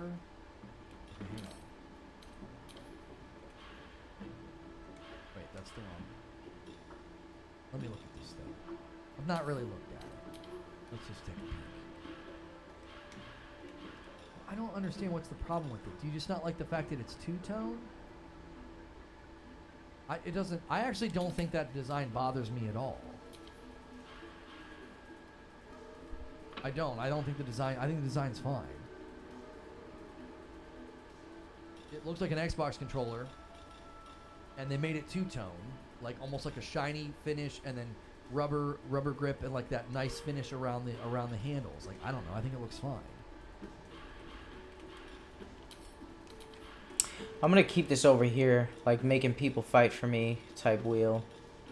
I like to use cell phones as an analogy. How big is the market for cheap smartphones? Cheap smartphones that are nothing compared to flagship Android and iPhone. Yeah, I don't know.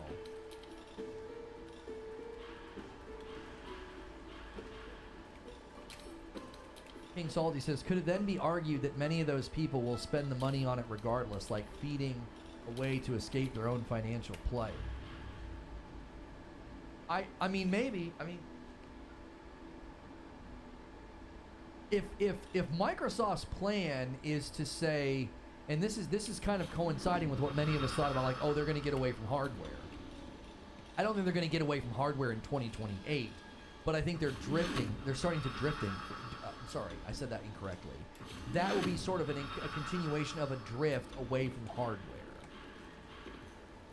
I think 2028 will be another 2-tier console launch, along with this cloud controller or along with some hybrid cloud device at like $100 or less. And that will be the slow. Think about it like this. This generation alone, they're already shoving people away from hardware, and they're doing it with the Series S. Does that make sense? They're basically saying, we marketed Project Scarlet, we marketed like native 4K, and we had all these cool videos about the hardware and the internals and the pieces and the parts are like floating. They're not doing that anymore at all. Their own consumer base has migrated to, we don't care about that. Low entrance cost box, no focus on hardware power, no focus on strength. That's what their ecosystem is converting to. So if they come out in 5 years and their low entrance cost is $100 hybrid cloud device, that just furthers the migration away from hardware. Thank you, Kenpachi, for coming back with the VIP. Bloomberg reported it was Microsoft who accidentally published these leaks. Yeah, I love the spin that this was somehow spite, or this was somehow, it's like a conspiracy theory, like Sony did it. Yeah, it's always Sony's fault. As far as we know, these leaks, some of them are from the actual FTC case, but some of them are from some kind of a mistake internally by Microsoft staff. Yo, what's good, Head Killer? Let me throw in another factor, says Zubair. It was the case that as chip fabrication went to smaller nodes, chips got cheaper over time. Now it's so hard to shrink new nodes, they're getting more expensive.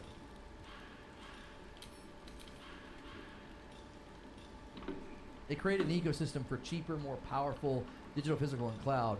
Xbox has it all covered. They don't have an ecosystem for more powerful. What are you talking about? Where have they displayed that they're more powerful? Where? What game? Now, you want to go back to marketing where they said that, sure. They're not saying that anymore. They do not have an ecosystem for more powerful. Their ecosystem is all about low entrance cost and cloud.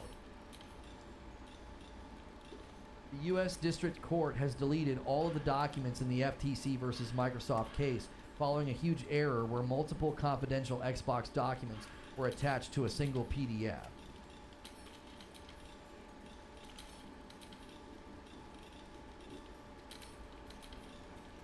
Jim says, thank you to whoever gifted me a membership. Yeah, we had some gifteds today. We're at 35 out of 50. In a little while, we're going to go check out the First Ascendant open beta.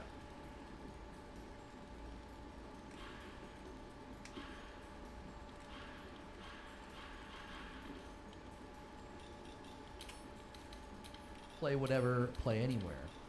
We talked about that this morning. If they can get through the barrier on PC, I think that's a huge leg up for Microsoft. If they could broker some kind of a deal with Steam, Steam's a massive barrier for them.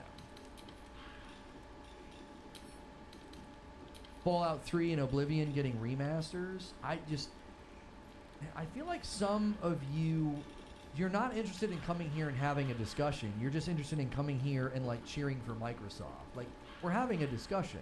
I've talked about the potential benefits of going with a low entrance cost cloud if the infrastructure can get there. I've talked about if they can like broker a deal with Shadow, Steam, just did your wheels. and you're just Nice, here good like shit, an good NPC, shit. just saying random things to cheer for Microsoft. Starfield's pretty great. Okay, we're not talking about the greatness of Starfield right now or whether or not it's good. We're having a conversation about the potential hardware future of Microsoft and where it seems to be headed. I'm cheering because I love gaming? No, you're not. You're cheering because you love Microsoft. Like, what you're doing is you're just cheering for random Microsoft points, and it's like, okay, that's great that you like them, but we're having a discussion about particular things, and you just want to walk in the room and be like, they've got everything. They got power. And I'm like, okay, where do they have power? And you're like, we're going to get remasters of Oblivion. Oh, okay. Starfield's pretty great. You're not entering the conversation.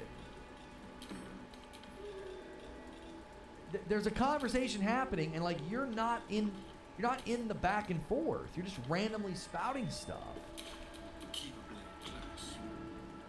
A 10 spot from Doe Devas. Thank you so much. Puts us right on the doorstep of 50 at 45 members on the day. Thank you so much for a 10 bomb. There are people in chat who were discussing how good or bad Starfield was. He's not engaging with them. I've not seen him talking to anybody.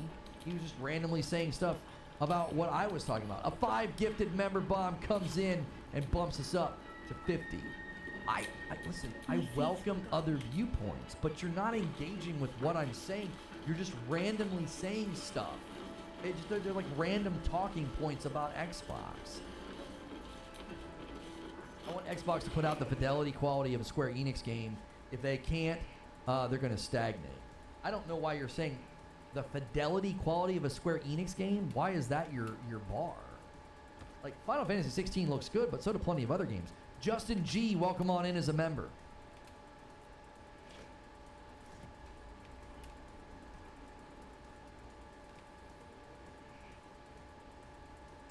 I play games on everything, and I just read the news and wanted to share it. Chill, man, sensitive. I'm not sensitive.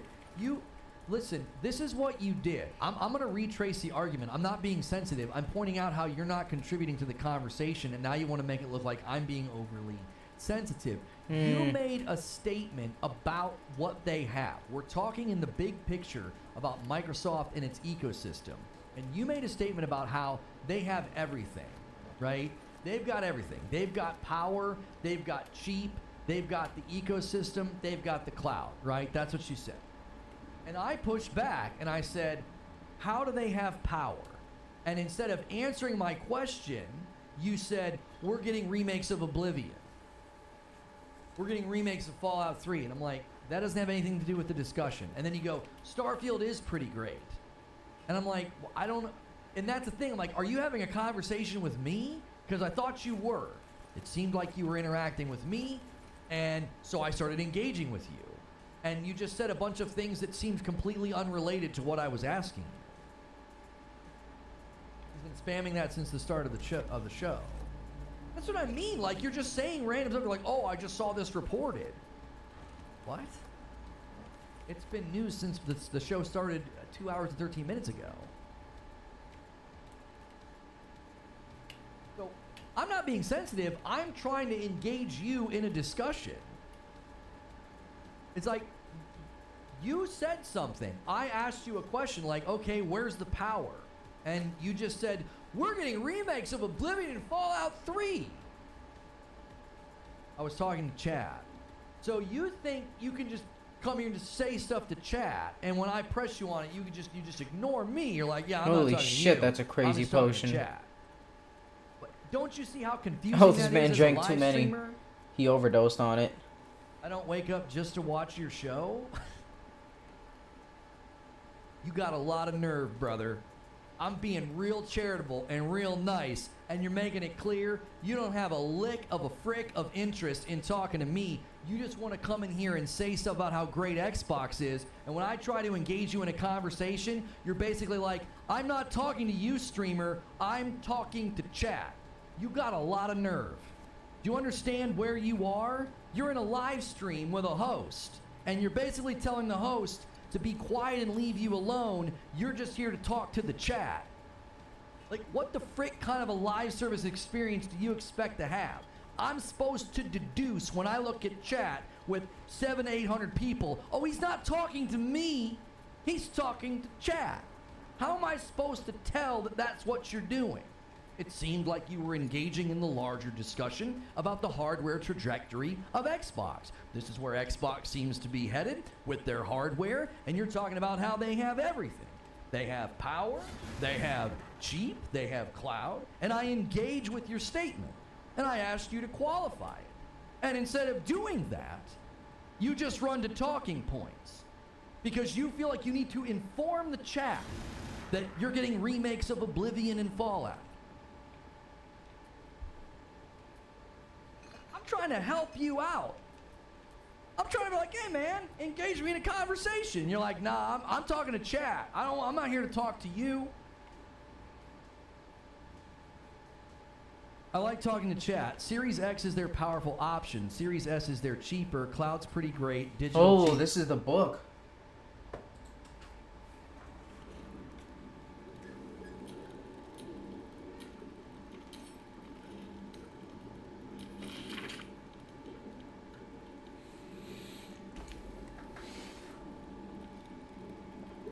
A weeping nutsack.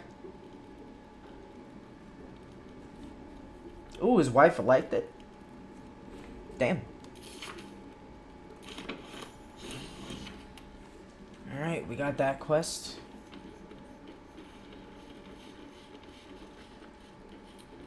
External dirt.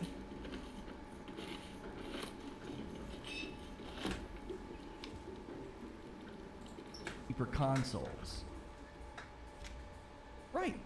That's all I wanted. That's all I wanted. Now I understand what you're meaning. And again, I'm pushing back because I think back and forth and discussions are enjoyable. And I'm pushing back and I'm saying, how is Series X a powerful option? How? Like, what are they doing? I bought a Series X and I want you to tell me, like, okay, what am I getting that shows it to be the powerful option? I had to run to PC to play Starfield.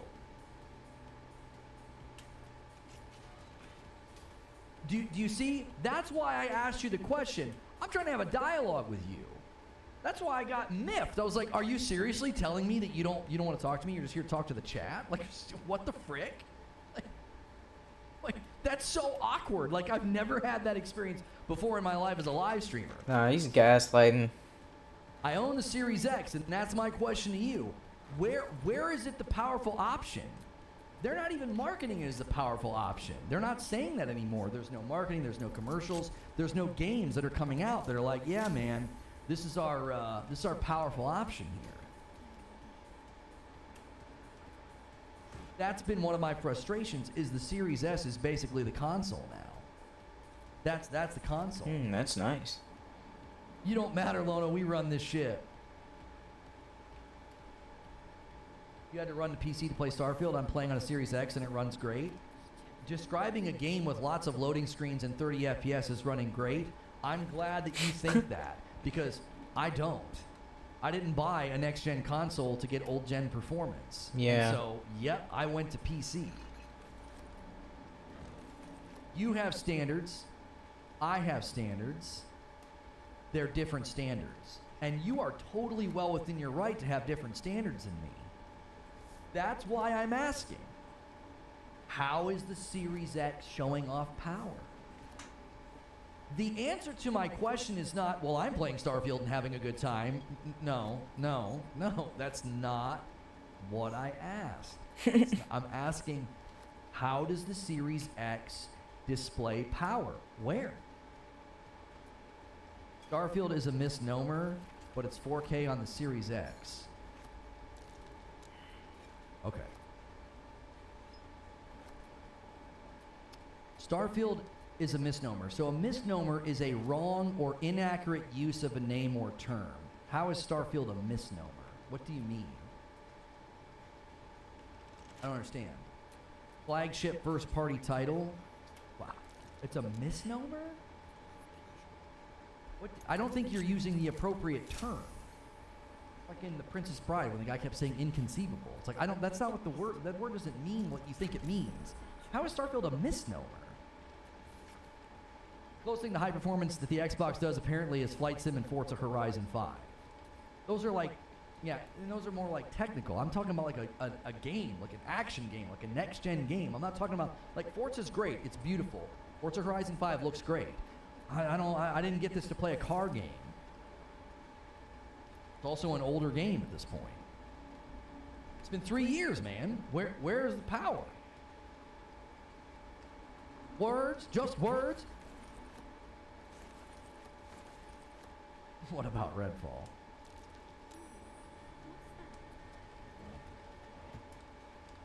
Lono, pick on me. Microsoft needs a Halo. I think they need to hand off Halo to id Software. I've thought that for a while.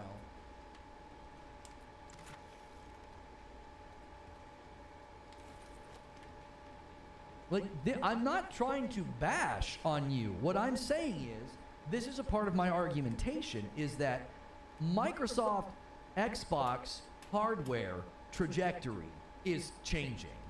They're not focused on power. They're just not. Now, this hybrid cloud device, maybe. If they're able to say, hey, you get this level of next-gen power in a $100 dongle. Oh, okay. Now, again, that plan could have gotten scrapped because they also seem to be indicating they're going to be continuing with the two-tier Xbox system. They did seem to indicate that. But also allowing creators to leverage the hardware. So it seems like maybe they're going to be changing up some of their ideas about parity. Okay, that was from one of the documents. So when I say that the Series X isn't showing off power or focusing on power, that's me being just honest. I'm like looking at the market, I'm looking at the commercials, I'm looking at how they're positioning their games, and I'm like, I just don't see power. I've made my own predictions. I'm like, I don't think they're going to market Fable, Hellblade 2, Avowed. I don't think they're going to market any of those games around power. Look at the way they marketed Spider-Man 2 recently as a way of comparison. They're out here talking about ray tracing in every mode. Multiple options, 30, 40, and 60 FPS. Instant loading, instant switching of characters. Okay, that's a focus on power. That's saying, hey, you bought the PS5, and these are the things you wanted, and here you go. Here's a game, ray tracing everywhere. There's not a dynamic day and night system. You're desperate if that's where you're going. I've seen the tweets, and y'all look silly. Actually thinking that, like, that's a dunk on an open world action adventure game, that there's not a dynamic day-night system. The horror. What will we do? That's the criticism? Whew. I've seen some reaches in my time, but that's a reach. That's a reach. That game looks awesome, and there's no dynamic day-night system. What?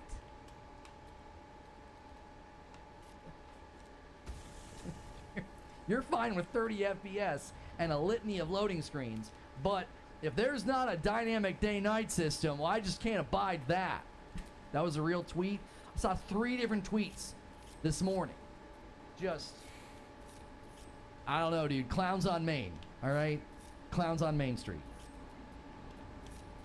On That's Main what I'm Street. saying to you is I go to my Series X and I say, where's the power? And I'm telling you, my prediction is they are not going to walk out with Hellblade and with Fable and Avowed, and they're not going to talk about power. Do you want to know why? Because 2-to-1 or 3-to-1 of their customers is on a Series S. They can't talk about the power. They can't showcase power on the Series X. It's not an option. Wait until we hear back from Chihiro. Thought of some new dialogue. What do you think is going to happen when 65 to 75% of your consumer base sees a commercial for Hellblade 2 showing off features, graphics, lighting, all of that, and they don't get it? How do you think that's going to go? What are the optics on that for the consumer? Do you see? They can't do it. Can't be a focus. Can't be marketed. It can't even really be invested in. Are you really going to go to your first-party developers and insist on development of next-gen features for the Series X when it's 3-to-1, 2-to-1? It's 35 to 25% of your consumer base. You think they're going to do that? You think Microsoft's going to insist upon that? Are we sure the consumer didn't know buying the cheapest option was going to be a lesser experience? Right, but Zubair, it's not about that. It's about they're going to look at a commercial for a game. Let's say Hellblade 2. And if Microsoft wants to come out and market on power, and they want to talk about ray tracing, and they want to talk about fidelity and graphics and 4K, if they do that, the people on the S don't get that stuff. You have to think as Microsoft about the reception of Hellblade as a game. How is this bolstering the identity of Game Pass? How is this helping our ecosystem if we attach its value or its worth to power on the Series X? That's a square peg in a round hole. That doesn't line up with what they're doing anymore. Were they advertised they'd get a lesser experience? No, they were told they'd get the same great experience at lower resolution. So even that doesn't work when you go back and look at the marketing. Even that doesn't work. Because you're going to get the same great experience. Lower resolution, 1440. That's what they were promised. Do you see now why, Diridin, why I push back on your claim that they've got, oh yeah, they got power, they got cloud, they got cheap, they got it all. And I'm like, no, they don't. No. They don't have a killer app. They don't have a killer first-party app right now. They don't. Starfield's score continues to drop everywhere. Good game, not a killer must-have, not a console mover. It isn't. It's not moving the needle at all. They don't have a killer app. They can't market on power. They are low entrance cost ecosystem subscription gaming. That's what they are. That's what they have to lean into. And that's why they're saying, like Satya's like, we need one thing to unify it all. That's why they're like, controller. A controller that can connect to all of this. All we got to do is get people to buy the controller. It's no longer about power. It's no longer about the hardware. It's no longer about 4K this or 120 FPS that. That's all gone. You aren't going to hear about that anymore. You aren't. Unless they figure out a way to give you all that through the cloud. That's the only way power comes back into the conversation. And that would be around 2028 when they're okay with Series S users. 2028. Jesus Christ. Phoebe says, I'm trying to imagine someone buying a 4060 and then finding that it doesn't run Cyberpunk like it's advertised running on a 4090. I don't think they would be surprised. All right, Lazo, you got the most loot. But you're thinking about an educated hardware PC person. And again, you're going to the consumer. I'm not talking about the consumer, Zuby. I'm talking about the marketing from Xbox. Xbox knows we can't go out here and promote. Think of it from a completely different angle, Zuby. Think of it about from marketing efficiency. So from the angle of marketing efficiency, do you really want to spend blood, sweat, tears, development time on all these amazing features for Hellblade and B-roll and cuts and trailers showcasing all that stuff when it's the smallest portion of your player base that will find that appealing or care about that? That's not good marketing efficiency. It's not good bandwidth efficiency. You're spending time catering to the minority. And the ratio split from Series S to X is going to continue to probably get worse. 2 to 1, 3 to 1, I don't know. Who knows? By the end of the generation, is it going to be close to 4 to 1? Don't you see? I'm not even talking about the consumer per se, Zuby. Like, does the consumer have a right to be upset or not? I'm saying, if you're marketing to that consumer base, who are you targeting? You're not targeting Series X owners. You aren't. They're the minority. No different than advertising games running on PC, which we all agree is a bad idea. Yeah, that's a good point, Zuby. Like, how many people, when they promote their game coming to PC, how many people focus only on the high end? They don't. They typically give you a spectrum of what you can expect, right? They show you like low, mid, high end. Here's the hardware you need. Well, what are they doing? They're trying to tell each individual user what they're going to be getting. I don't think that's the same as like approaching the Xbox user base and saying, here's all these amazing features you're going to get on the X, and the 3-to-1 ratio of the consumer is going to say, we can't get any of that. 65 to 75% of your user base is on a Series S, and they're looking at that marketing saying, I don't care about any of this. You just made me a little less interested in that game. You see what I'm saying? Like, that's my prediction about their marketing is literally rooted in the sales facts. It's like, I don't see them doing it. They would have no reason to.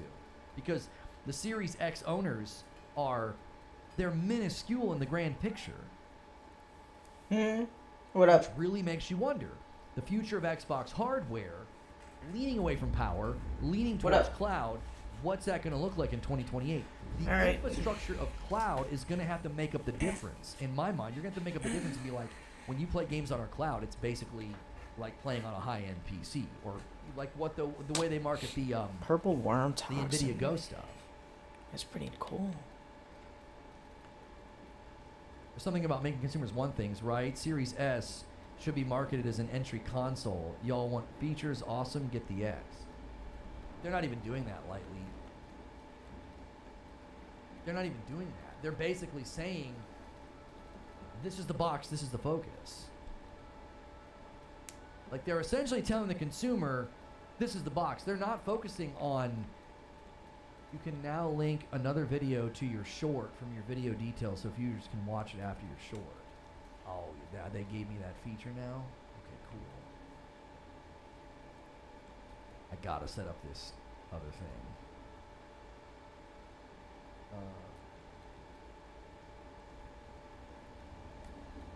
I know it's single instance, but to play devil's advocate, when Starfield details were explained, both X and X details came out simultaneously when it comes to graphics and performance. Lance, that was like an interview with Todd Howard, and he barely focused on it. There was no grandstanding marketing that focused on performance of Starfield on the Series X. There was virtually no mention of it. It was an interview with IGN where he was like, yeah, we have it running at 1440 here and 4K here, and they're both capped at 30. That proves my point. They almost drew no attention to it. And then if you look at Digital Foundry's breakdown, it's like the differences between the two, they're virtually non-existent. It's like you're almost playing like the exact. It's like you're playing the same version.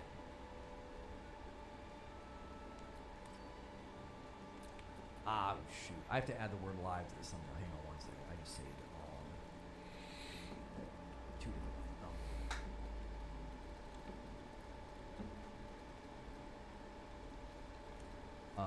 We're gonna be checking out this first Descendant open beta. I have not played this game before, and I'm kind of excited to try it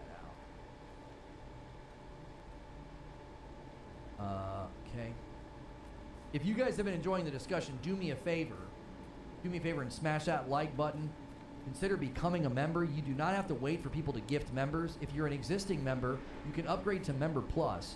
Member Plus is $1 more than a standard membership, and you get into a new segment at the end of the day we're calling the Writer's Room. And that is you getting to be a part of us planning the next day. Planning the talk show, outlining the monologue, picking what might be an upload, and you get to be a part of that. And so that is something that we're offering as a way to say, hey, consider being a part of what we do here in a bigger way. Can we go for 15 more? We can. Boom. It's also a way for you to get out of the gifted member pool.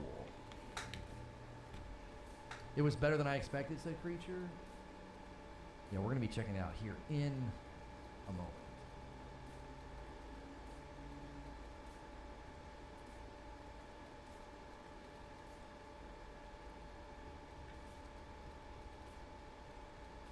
Is Lies of P better on PC? Because it's on Game Pass. If it's better on PS... Oh, is it better on PS5? If it's better on PS5, I'll buy it. I don't know if anybody's done a breakdown. I'll be honest with you. Why not just install it on Game Pass and try it out and see if you like it? Like, as a consumer, that's the choice you should probably make, right? Like, you might not like the game. You might not like the controls. You might not like the... I don't know. People are landing on Lies of P differently. They are. Now, guys, I owe you 10 members. I will do that in the next stream. That's a way for me to to sort of give you as much time as possible to hit the member goal. And so we'll be doing that. We'll probably only play this demo for 45 minutes, maybe an hour or so. Whatever recent update they pushed out on PlayStation, am I the only one that feels this way? The OS feels really slow now. It feels laggy. Does anybody else PS5 feel like the actual operating system is laggy after the recent update? Everything feels almost halting and late. I'm like clicking on stuff. Both of my PlayStation 5s. It's not like one of them. It's both of them. It almost hangs when it first boots up and stuff now. It's really weird. They pushed out that latest update that like lets you do the different things with the controllers and stuff. Been fine for me. Okay. PlayStation OS is trash. I hate the OS. I do not like it.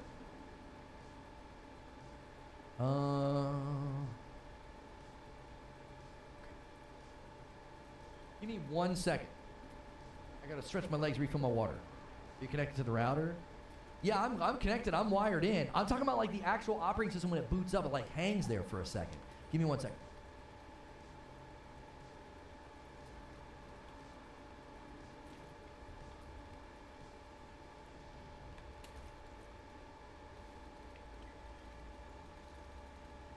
God damn it, somebody had a music box. Where the fuck is it? You. Oh, I'll keep that on you. Still had some shit to sell though, I missed it. Damn it. Isabel said we want to sit tight for the time being. Wait until we hear back from Jahira.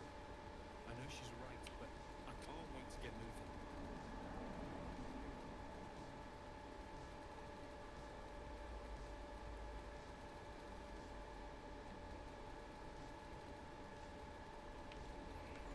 Somebody had like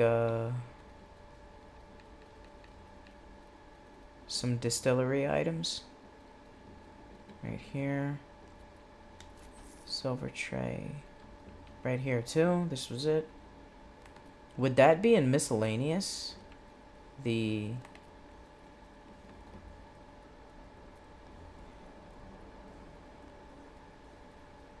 No, it's not in miscellaneous. Why is the ingredients in miscellaneous? It's not in ingredients. What the fuck is this? That's an alchemical solution, right?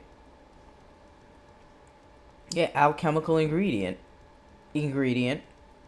Extract. Solution. It should have all been in ingredients. There's none of this is miscellaneous. Maybe I don't know the definition. Maybe video games haven't been using miscellaneous right. This is just terrible organization. God damn. Alright, let's put on some weapons. Well, let's see if the weapons are any good. Oh, fuck. I wish I could just press circle to exit out the conversation. God damn it.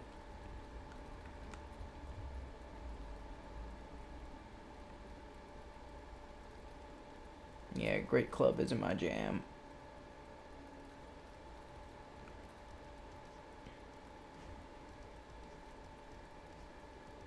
Okay, sorry, we had some packages on the porch.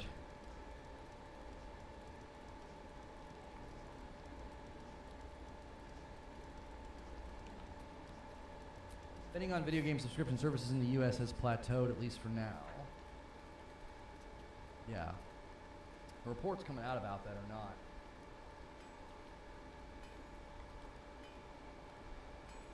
Doesn't look good.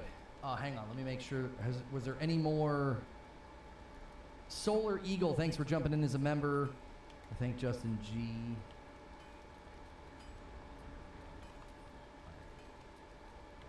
Let me get this set up. Full card. Need that. out of breath. I mean, I was running through the house, and I was like, I had to pull the packages in, and then I'm like using the restroom, and then I'm like running back through, and I'm like tripping on stuff because like my kids have all their toys in the living room. It's like an obstacle course. Dads know, dude. If you try to move quickly through your house as a dad, it's like literally an obstacle course. It's like, am I gonna trip and die and break my wrist? Like, I don't know.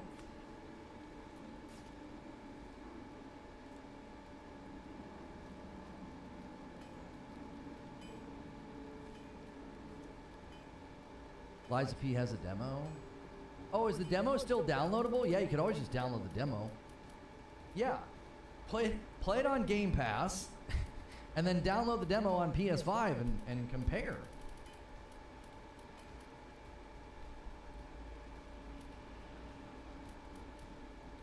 When is this release in full? I don't know if they have an official date yet, do they? Fuzzy's saying in comparisons that the PS5 version looks maybe slightly crispier. So.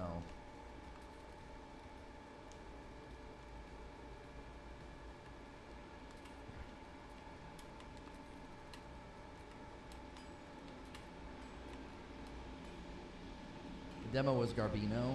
The demo had issues with the with dodge, so that's all been patched. I have not had any issues with dodge in the game. I actually really enjoyed it. I thought some of the Dark Souls tropes in the beginning were a little like, okay, cool. Like we've all kind of, I don't know. I just feel like that stuff gets a little long in the tooth. It's not that it makes the game hard or bad. I'm not a big fan of some of the Dark Souls tropes of, like, surprise, you got hit in the back. It's like, okay. I don't mind that once or twice. It's like, haha, you got me. But it happens so many times. It's like, oh gosh. Like, here we go again.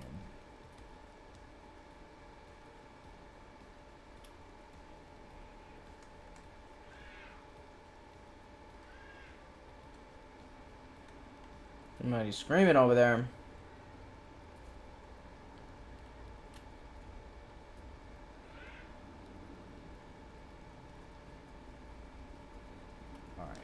Check out First Ascendant. And don't worry, I know a lot of Show you the loot guys to Art. have wanted to talk about the Oh, Game who Pass is that? situation and the acquisition situation with Nintendo. Don't you worry your pretty little heads.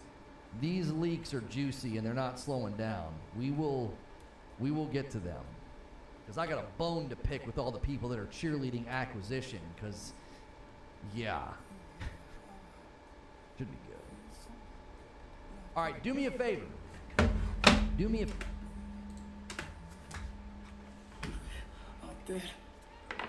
Oh, my man here, he was sick in the hospital bed. I finally got his loot. Pull out his loot. Or his dick. Whatever works. Pull out his dick and play it.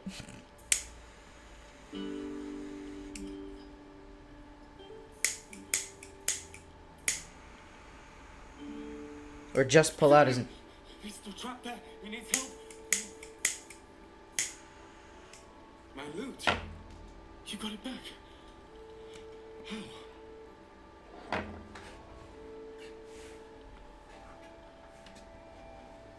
I had to kill Malice Thorn, a real fucked up surgeon. You killed a Thorn? The Ketherick's elite. How did you... Never mind. Little magic. He needs us. Needs our help. I've been lost in the shadows so long. And I met a boy there too. Thaniel. He's the only reason my mind survived that emptiness, that loss. Where are you guys playing catch? Told me about someone he knew. Someone called Hausen, a druid. Thaniel spoke of little else. Do you know him? Yeah, that's my boy. Please, hurry.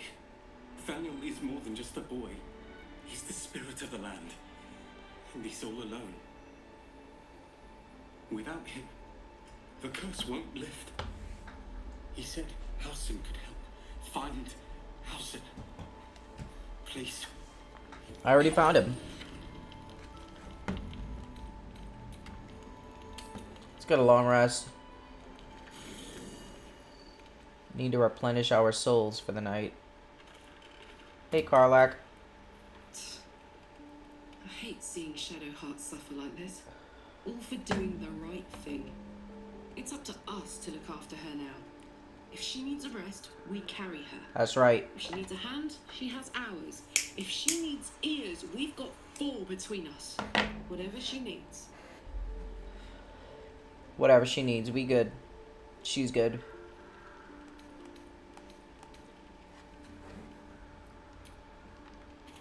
Good chat.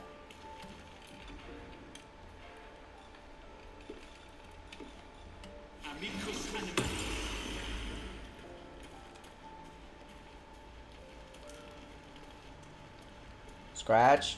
Don't get away. Keeping well, friend. I am chilling.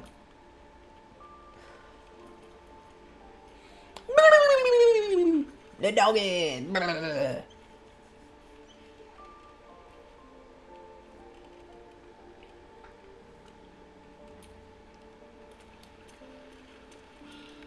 Lae'zel. Shadowheart suffers. You might be surprised, but it pains me to see. Now, what would you ask of me? We're just checking in with you guys.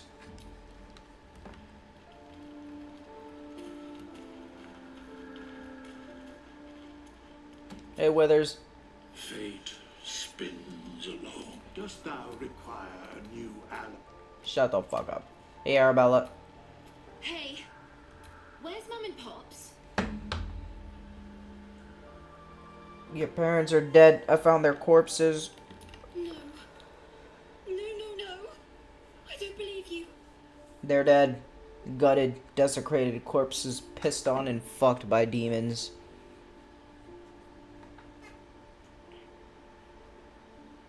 You don't have to believe me. She's a child. I kind of want to take a tender. It was quite the sight.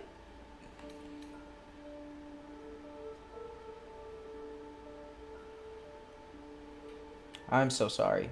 It isn't true. It isn't. Get away from me. Go.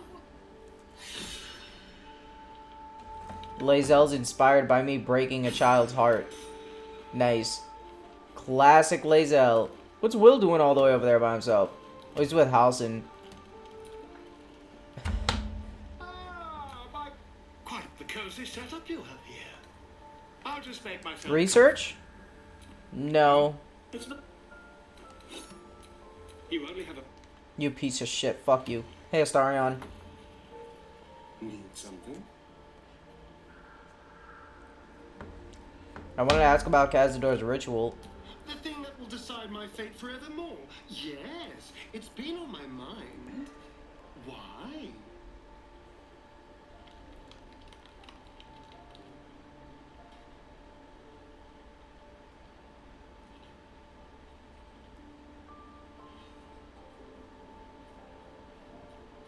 I just want to know what your intentions are. Well, in theory, it's simple. Destroy Cazador, stop ritual. That's assuming we... Wrong subtitles. To stop the ritual. I don't understand what you said is wrong subtitles. I've obviously thought about it. There we go. If I was the one who completed the ritual, I'd have such power. And I could walk in the sun without fear it turned into a mind flare. Nice. Naturally, who wouldn't be tempted? Of course, I don't even know if I could complete the ritual. It may be impossible, but it certainly is tempting. Alright, I'm leaving. Bye. Hey, Owlbear. You smell very delicious, but I will not bite you. Pet the cub.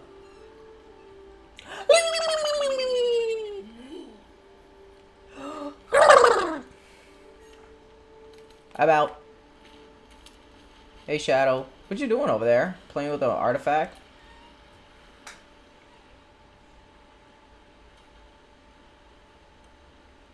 I'm here if you need me. Thank you. I think any attempts at comforting me might be in vain just now. I went through this dialogue. I didn't mean to bother you. You were sweet to keep me in your thoughts. You're welcome. What's poppin', Will? Oh, I need to get Astarion off the team.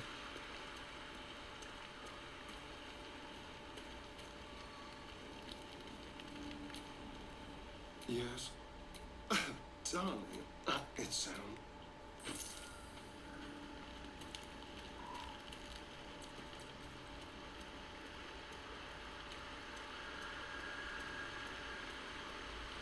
What up, sexy? Let me bite those butt cheeks. Let me bite that ass.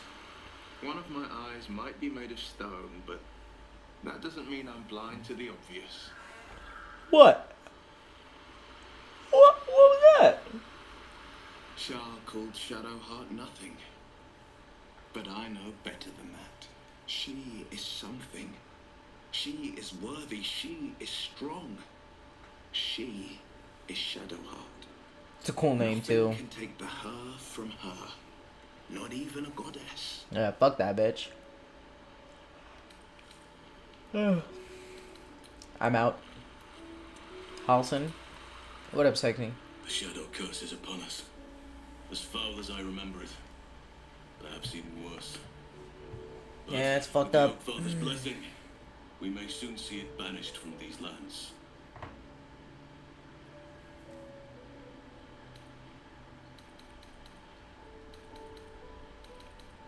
There's a flaming fist recuperating in the last night. He wants to talk to you. He needs to see your big muscular pecs and your fat, hard, throbbing cock. A survivor? Sylvanus blesses us. This could be just the person we need to speak to. Thaniel is no ordinary child. He is the very spirit of this land. If this fist knows where he is, then perhaps we can save him. Save everything. I will go to see him at once. Join me when you can.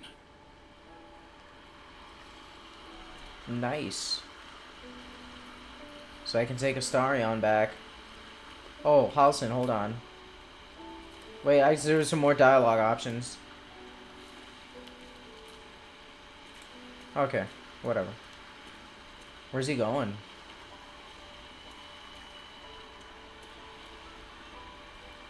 Where the fuck are you going? Alright, he's got places to go, people to see. Astarion back on the team. Sorry, little NBA draft to mix up. You're back on the team. We need you for those 3-pointers. Lead on. Thank you, sexy.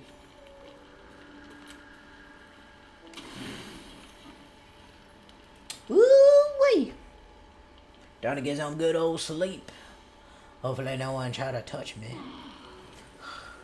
Yeah, I kind of miss getting interrupted at night now. Nobody's trying to fuck me. Nobody's trying to, like, hang out or, like, do friendly shit. What's going on, guys? We've only had one party. Okay.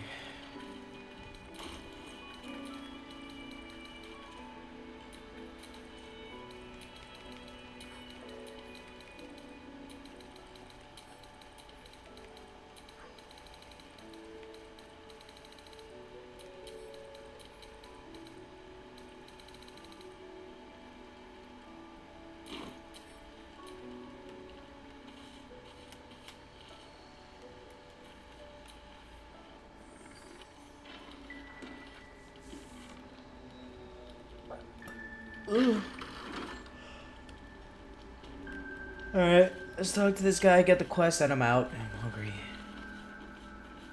Oh! Halson. You're Halson.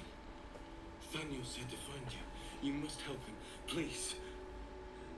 I think Daniel's dead. But I Oh, he's need in the to know where tower. Daniel is. If I venture into the Shadowfell blind, I will never find him.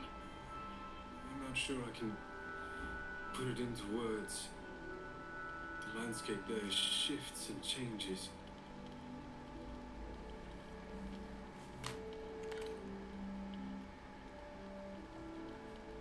Let Halson handle it. Whenever I saw Thaniel, I always smelled lavender. I can work with that. Rest now. We have what we need to proceed. Yeah, what and the not a fuck moment is too that? soon. A winged Asima flew overhead, and now an assault is brewing against Moonrise. I still need your help. Meet me by the lakeshore and be prepared. What comes next could prove perilous.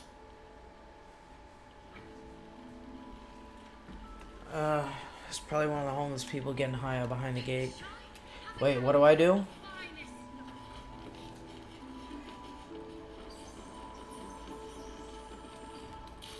Forgot what to do.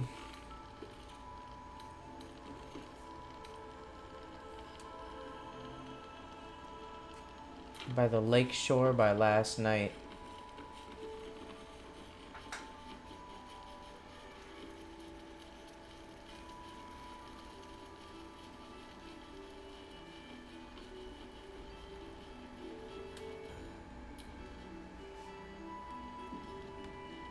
Hey girl, Lysandra. Tear that tower down.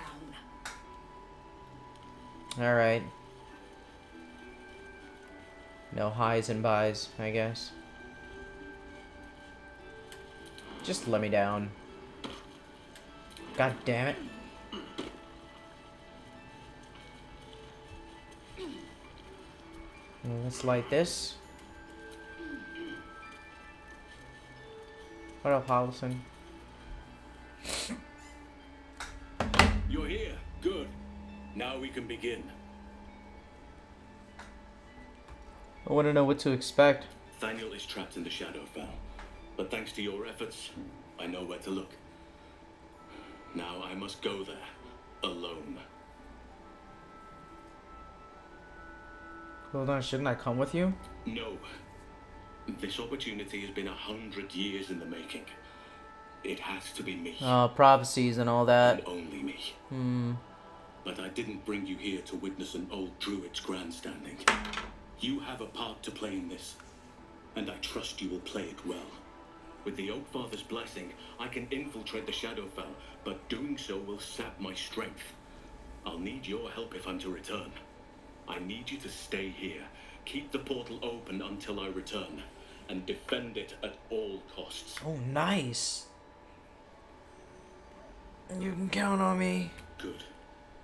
Now it's important that only I pass through the portal once it opens. The magic is fragile. Any mistake, and our one chance will be lost forever. It took me years of study, of seeking the Oakfather's favor, to find a way to part the veil. Pray that this works. Oakfather, hear me. Aid me. Make passage for your vessel of light. It's ready. I'll return with Thaniel as soon as possible. Stay close to the portal. Buy me what time you can. Oh. Hi. Oh, we got some shadow assholes over here. Let's haste up.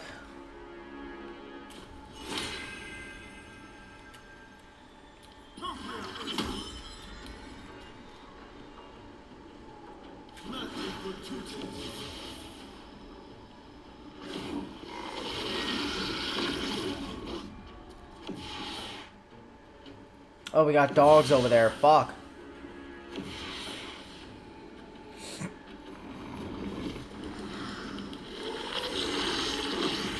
I can't see.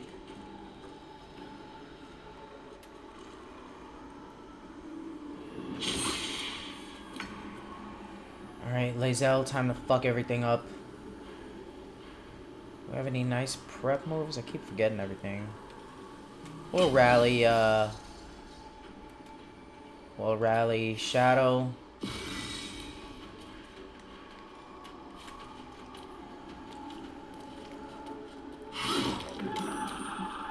Time to push my luck again. Oh, it's glowing already. Okay.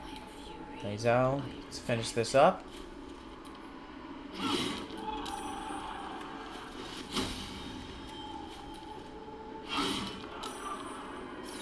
You bitch! Fuck.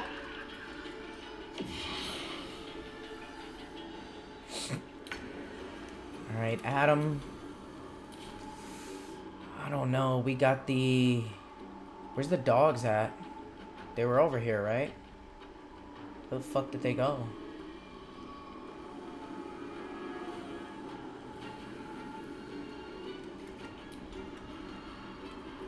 Alright, let's Falar Louvre right now.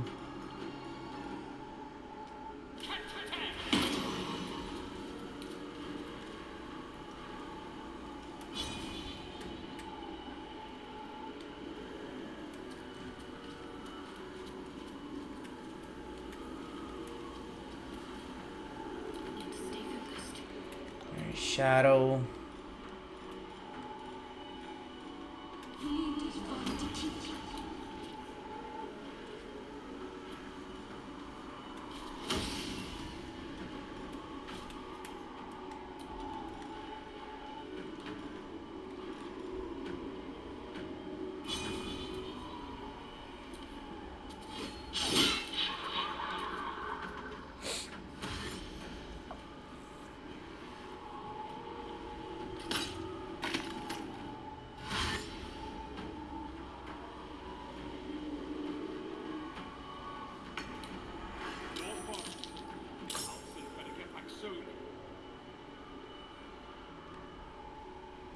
Holy shit. Alright, Astarion, we're gonna need to... Do we have our haste? 1, 2, 3, 4. Can we attack again? Nope.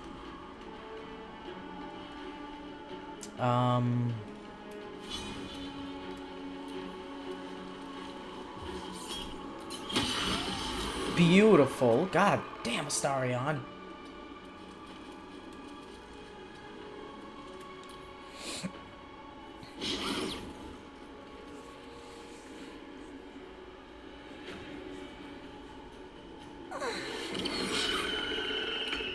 Good shit.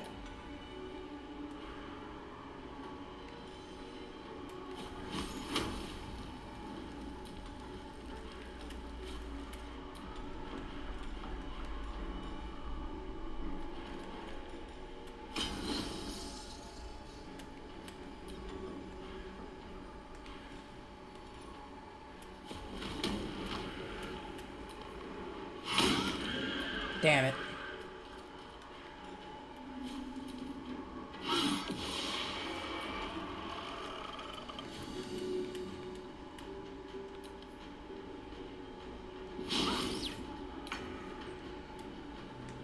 Alright, Adam, you're gonna have to hit him with something crazy over here. Can we make it over here? How far can we make it?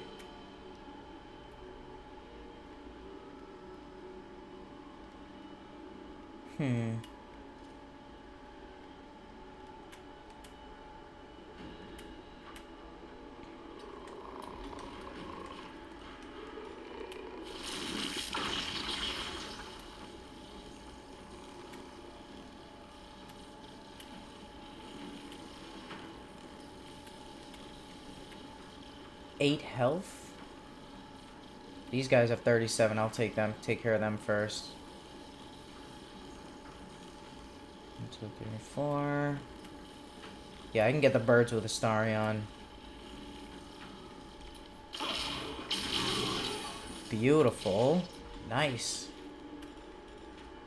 Anybody need health? No, they're missing because they fucking suck.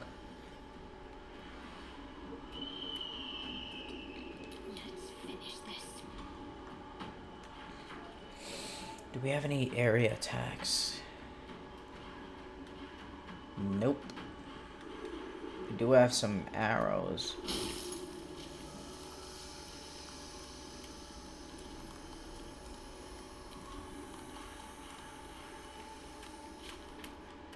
Let's take out these guys.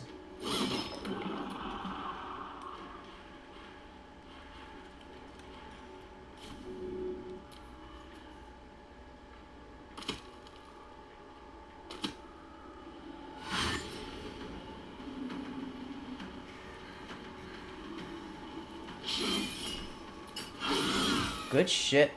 Nice. Oh, fuck.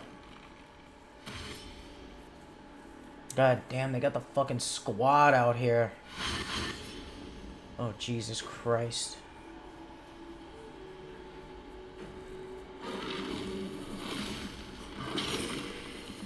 Alright. We gotta have a little control here. Let's calm down here, guys. Oh boy. This is not good. Alright, Astarion, get the little birds. One. Or, you know, I think I'm just gonna get everybody out the way. Because this is fucking nuts.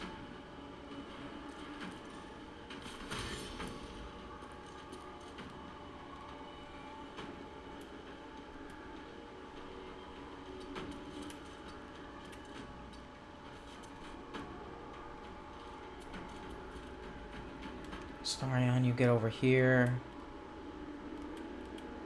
How many birds are there?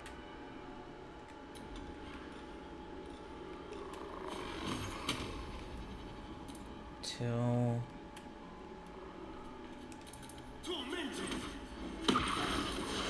Good shit, good shit.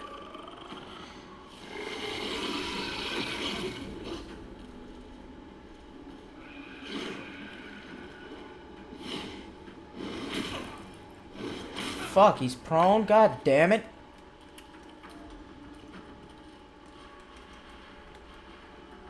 Alright, somebody give Lae'zel a potion of speed. She's gonna need it.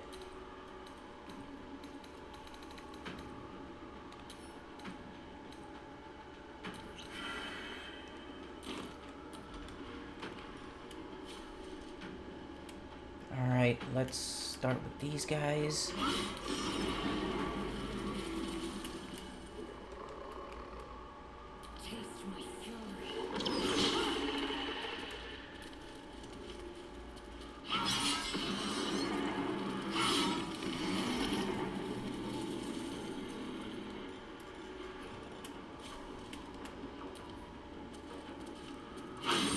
Alright, Lae'zel, good shit. Shadow Crossing has 78 health left. We got all these little fuckers to deal with. I think now's a good time to hit him with the spike growth.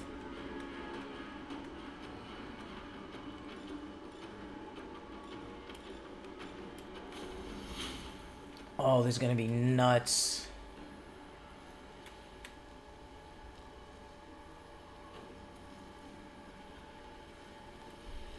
I should just hit all these guys. Or maybe, can I hit a...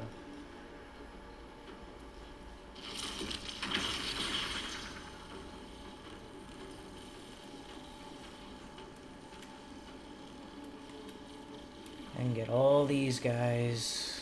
And get all these guys in front of me. It's fucking dog right next to me. I'll let these guys... Oh, fucking beautiful. I still got one more level 3 slot left. Oh, no.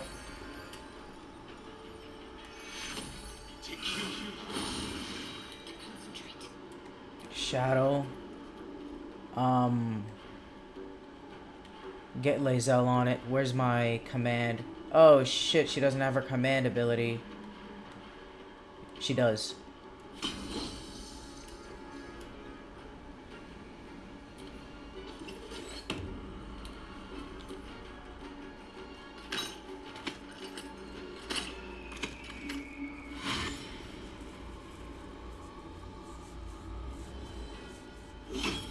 Dumbass.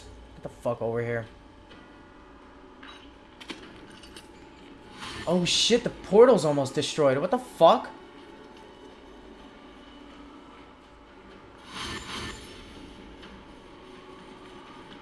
Gotta kill all the arrow guys. God damn it.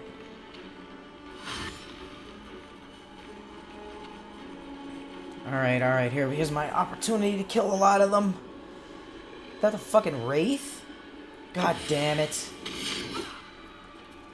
Alright, I'm actually in perfect position to kill all of them. Or at least most of them. Oh, fuck. Halcyon Remain comes back in 2 turns. Fuck, man. 8 to 20 for level 2. I'll do that.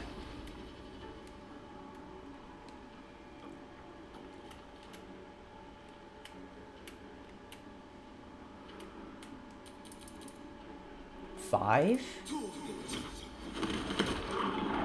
Jesus Christ. Nice damage. I should have used a hunter's mark. Fuck, I'm dumb.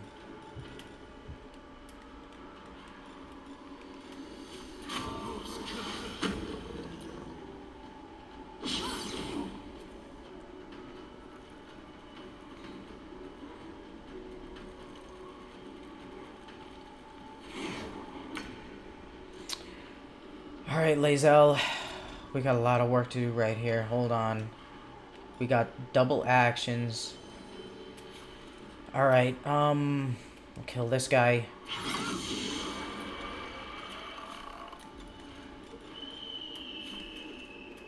And we gotta kill this fucking Wraith.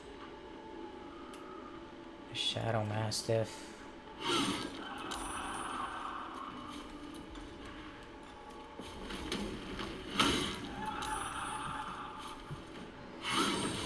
Good shit.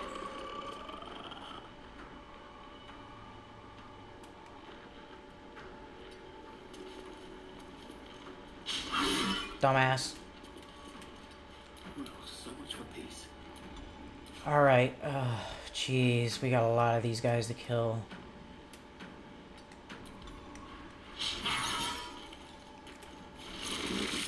Lightning bolt. Gotta take out the crossbow guys. Where are they at? Over here. Yeah, I gotta take you boys out. Yeah, one more crossbow guy over there. God damn it. Oh.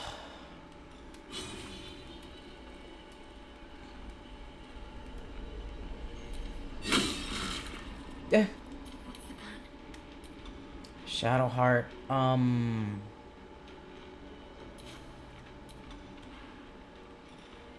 Direct Lae'zel to attack. Oh, wait, no.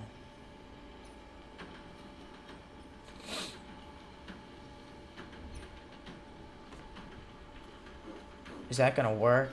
Since it already passed Lae'zel's turn, or she already has 2 actions? Oh, fuck!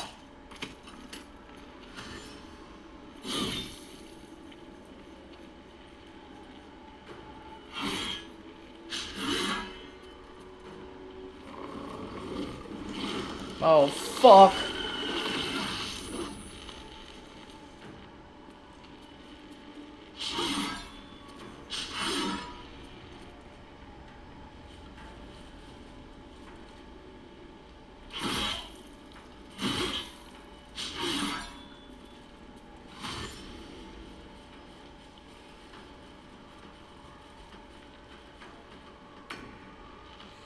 Oh, fuck. I'm gonna kill this arrow guy. Fuck.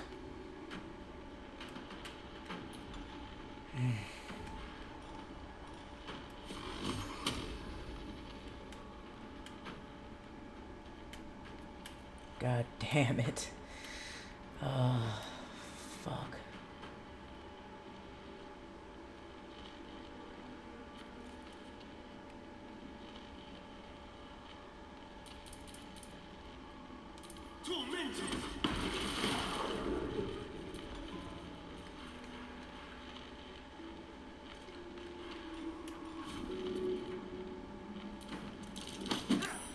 Fuck.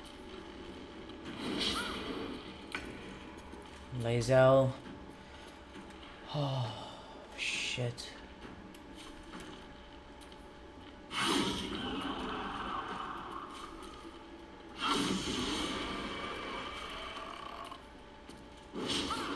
Asshole.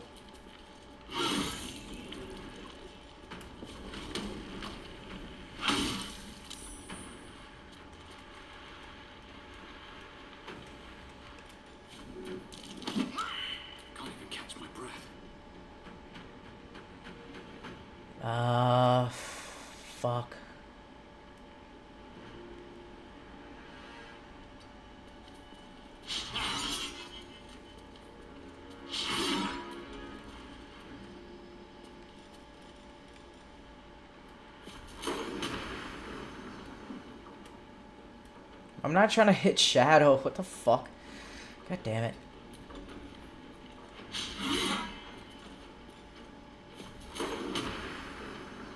There we go. Ooh.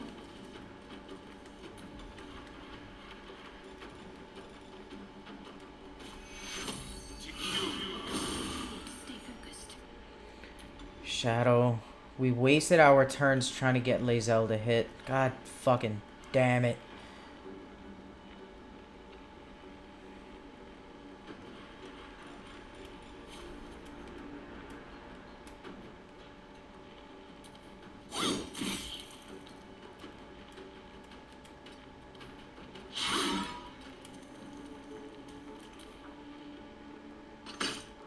You fucking asshole.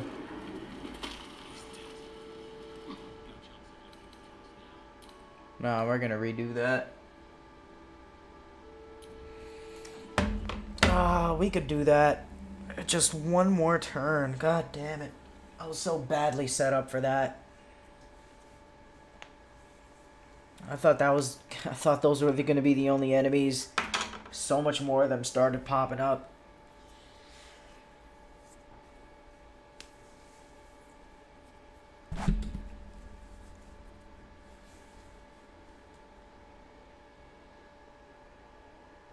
Oh, shit.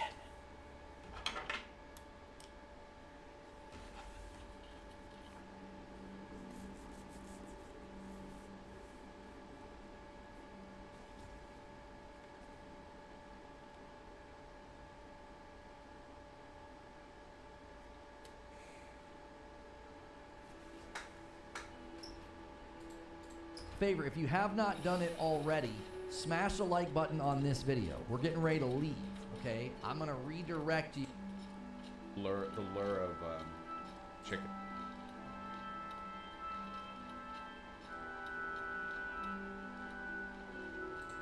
Honorable representatives, your children and grandchildren will proudly tell their friends that their parent or grandparent helped to pass this law to protect their innocence. Honorable senators, please protect our students and teachers from being forced to live in an alternative universe created by cultural confusion and adolescent fantasies.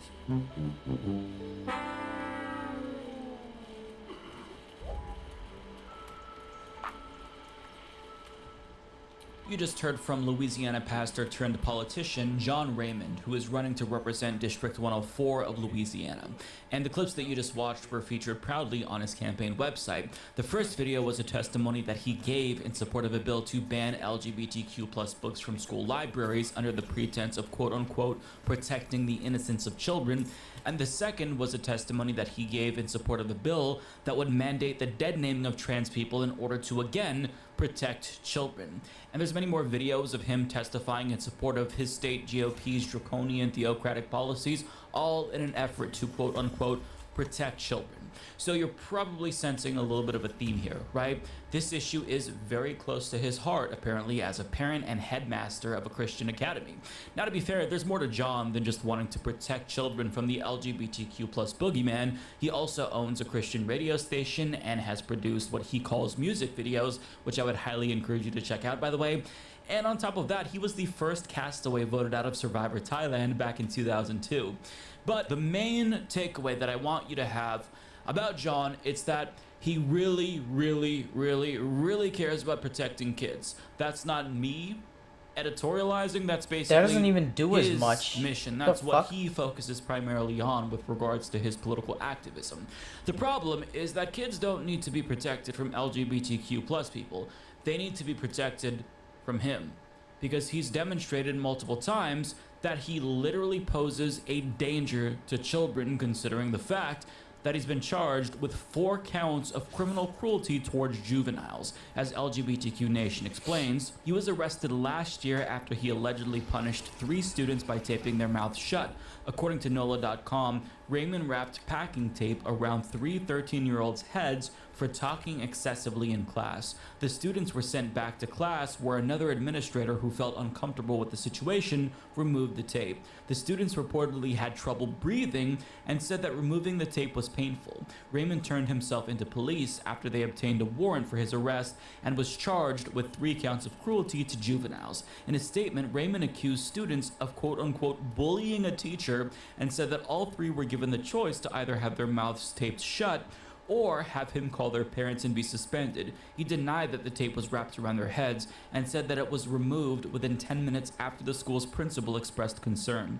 Raymond was arrested again in May of 2022, this time for allegedly holding a 4-year-old boy upside down by the ankles. Raymond was accused of whipping the child's buttocks, and in a separate incident, he was accused of covering the boy's mouth and nose with his hand to stop a tantrum, according to the Lafayette Daily Advertiser. Witnesses said the boy could not breathe and went limp, remaining out of it and lethargic. So we're not talking about a one-off situation. He can't say, look, I lost my temper, I had a lapse in judgment, and I overreacted, because that would be bad in and of itself, right? But we are talking about an alleged serial child abuser here who poses a real danger to children that he's around seemingly all the time, given that he is the headmaster of a Christian academy. But yet, in May, he told USA Today that he's completely innocent. Oh, fuck, I don't called need the it for him. allegations preposterous, but at the same time, in April, he released a statement after the story broke, admitting that he taped the boy's mouth shut, but it was only for 10 minutes. Like, we saw that in the article. But at the same time, we know that he's also lying about that because a local CBS affiliate stated that it was about 45 minutes. The arrest by Slidell police Thursday came after a complaint about March 18th school discipline he administered that was investigated by the Office of Children and Family Services.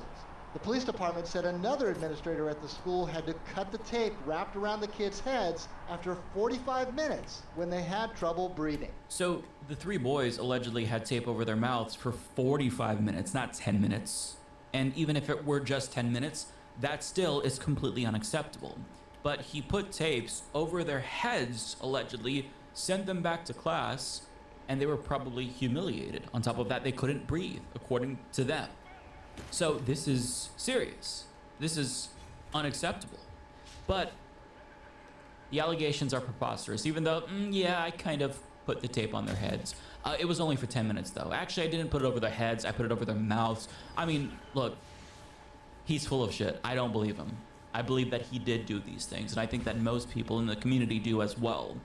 But when you consider that allegation from the 3 boys, along with the other allegations that we heard of, right? Physically assaulting these children. He'd go to jail if he did that to an adult, but he spanked them. He held a 4-year-old upside down allegedly by the ankles and nearly suffocated a kid to stop a tantrum. I mean, it's evident that this man is a clear danger to children and should not be around any child. But yet, this man wants you to believe that he cares about protecting children, and it's his #1 issue. Yeah, kids don't need to be protected from LGBTQ plus people, John. They need to be protected from abusers like you, alleged abusers, I should say. So, once again, we have another instance where an accusation from a Republican politician turns out to be a confession. Because as we all know, every accusation is a confession. Everything that they say about other groups of people is usually them projecting, because they're the ones who pose the danger that they say queer people pose to children. But I mean, the hypocrisy doesn't just stop there. At the time that he was arrested and charged with child cruelty, he was also a member of the executive committee for the Louisiana Republican Party. He's well known in right-wing circles in his state.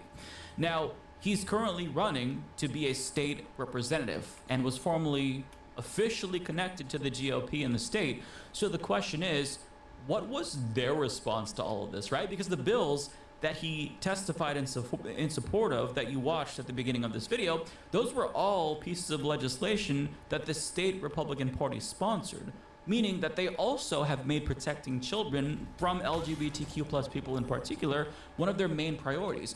So the question is, what are they going to do? I mean, naturally, it seems like their only option is to denounce and distance themselves from this man, since he was literally charged with child cruelty. So that way, I don't know, people believe them when they say they care about protecting children. But that's not what happened. They have not distanced themselves from him. In fact, the state party has endorsed his campaign. I am not making this up. At the top of his website, you can see the state party's emblem and an image that says that he was endorsed by the Louisiana Republican Party. So I just want to pause right there to take this all in. The Republican Party of Louisiana, who has dedicated a lot of time, on the taxpayers' dollars, mind you, to protecting children, is choosing to endorse somebody who is charged with child cruelty. Make it make sense, because it doesn't.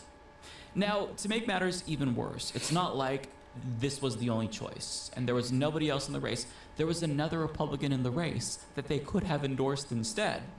But they didn't do that. Even though, if you go to the opponent's website, the opponent of John Raymond, to be clear, it's one of the first things you see when you look at his issues page is that he wants to protect children. So the state party literally has another option who says clearly that I too want to protect children, presumably from the LGBTQ plus boogeyman. And the Louisiana Republican Party said, sorry man, we're going to go with the guy who was charged with child cruelty instead. It just is so outrageous that you have to assume this is a mistake, right? Perhaps he took it upon himself to pretend like he was endorsed, and he put that on his website when they didn't actually endorse him. This wouldn't be the first time that this has happened, right? We've seen politicians in the past pretend like they were endorsed or imply heavily that they were endorsed when they didn't actually get that endorsement. So perhaps he is lying, or he assumed that they would endorse him since he has a long-time association with the party. But no, that's not actually right either. The Shreveport Times reached out to the state Republican Party and asked them, did you really endorse the alleged child abuser after your whole thing has been protecting kids? And the response was, yeah, of course we did. They explain, Louisiana Republican Party Chairman Louis Gerbich confirmed in a text that the executive committee endorsed Raymond. Raymond's opponent in the race for the House District 104 seat, fellow Republican Jay Gall of Manville, said he was shocked by the endorsement. I bet. As a lifelong Republican, it's an embarrassment, said Gall, while acknowledging Raymond's right to the presumption of innocence. Quote, the party puts itself out there as a protector of children, said Gall, a former Marine and businessman who now manages his family's real estate portfolio.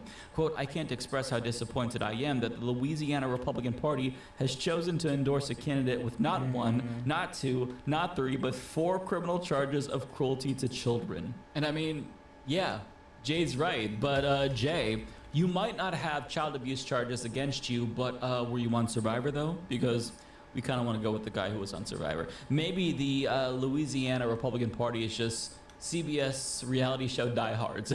They're like, nope, that guy, he was on Survivor, so we want that clout, I guess. It's going to help us with the younger demographics, the kids who are still watching Survivor in 2023. I mean, I don't know what to say. I would say that this is extremely embarrassing, not just for the Louisiana Republican Party, but Republicans everywhere.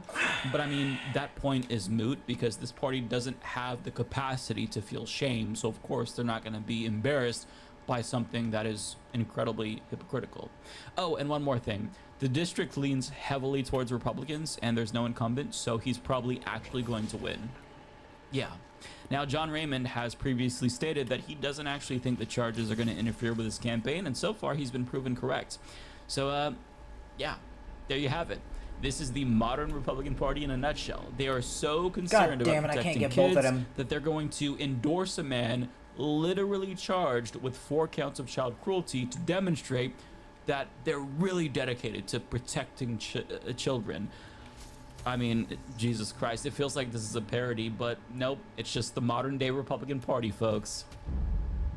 Play stupid games, win stupid prizes. Play stupid games, win stupid prizes. Play stupid games, win stupid prizes. Play stupid games. F around and find out. Play stupid games, win stupid prizes. Play stupid games, win stupid prizes. Play stupid games, win stupid prizes. Play stupid game. Pride. Trans rights are human rights. It is necessary to push trans on the kid. Pride.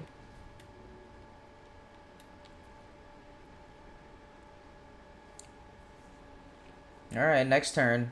You guys fucking suck. God damn.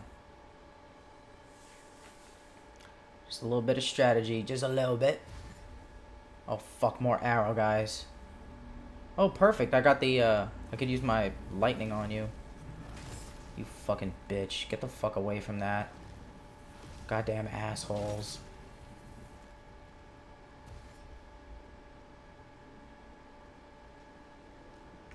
Come on, gather up, boy. They're fucking swimming in? What is this? Oh, what is this? Holy shit. Holy shit. Alright, Astarion, we got a... Oh, boy. We got two guys here.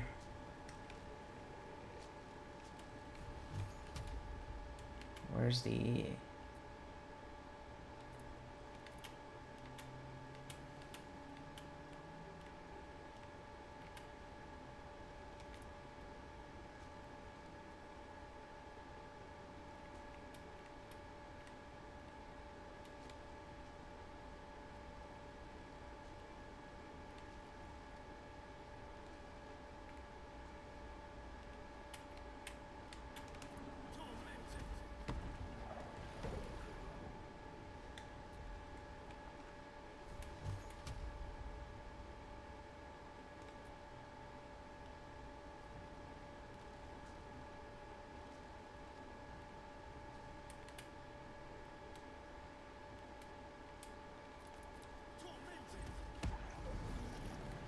Alright, good shit.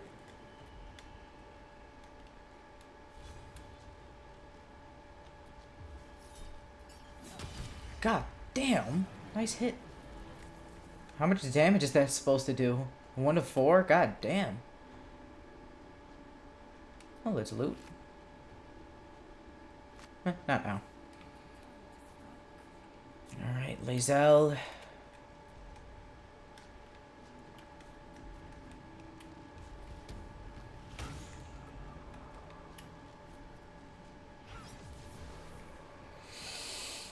Oh, shit.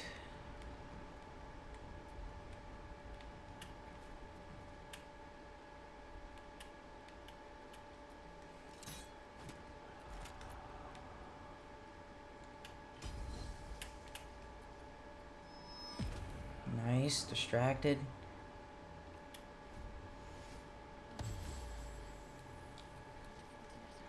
Shadow.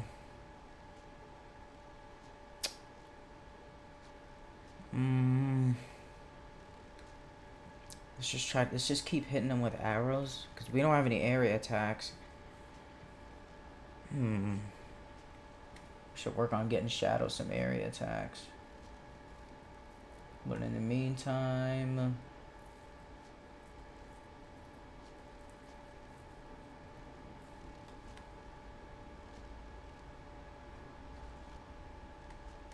yeah, we'll use an arrow. Get these fucking arrow guys over here.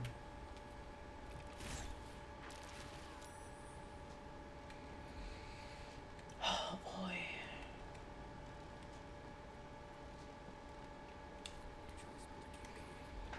Alright, Adam. This is where you shine. Gotta get that other fucking guy over there. God damn, there's so many of them.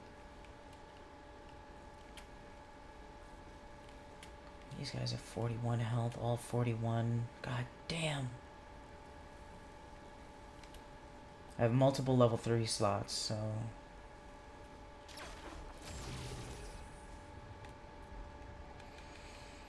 Oh, shit.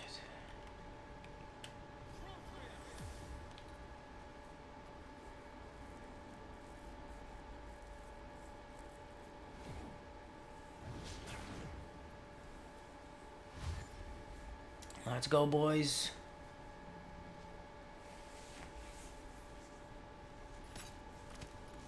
Damn, he's hitting that fucking portal. Gotta kill that one arrow guy. He's fucking everything up.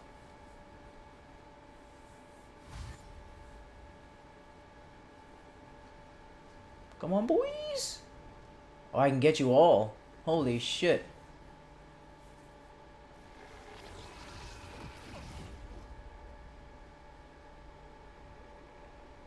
I gotta see if I have Scroll of Misty Step. I can hit all of them in a nice line. That'd be so nice. Please don't hit the portal. Come on, boys, join the party. Yup. Come on. Alright, Astarion, we gotta kill that fucking arrow guy. He's pissing me off.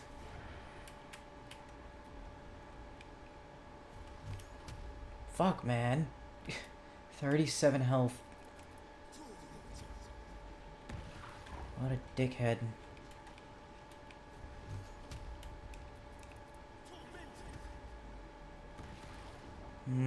Not quite there yet.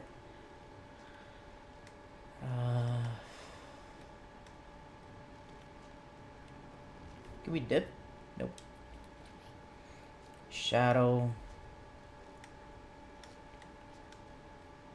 Yeah, keep hitting them with that alchemist fire. Oh.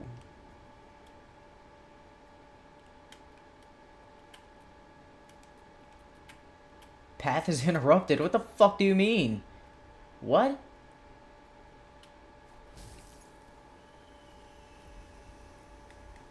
That's amazing.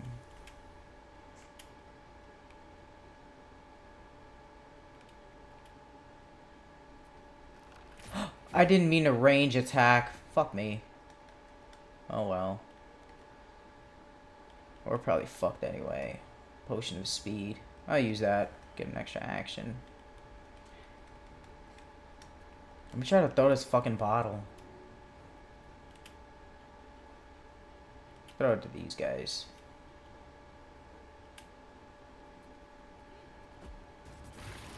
Good shit.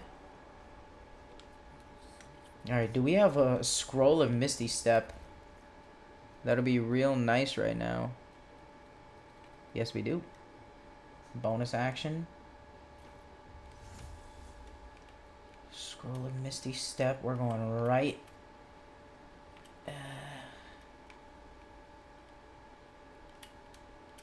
Right. Here. And lightning bolt all of them. You fucking pussies. Let me make sure I'm not gonna... Oh, I'm gonna hit shadow. There we go. Let's go. Oh.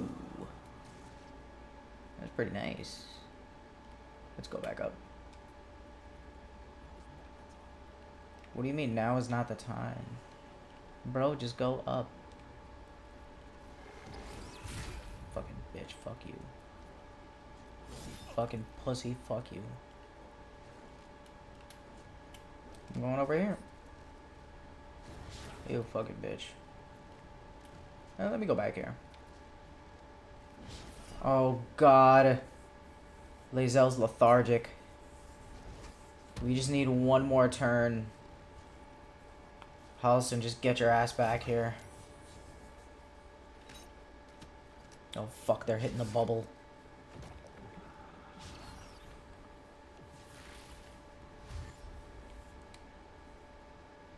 Oh no!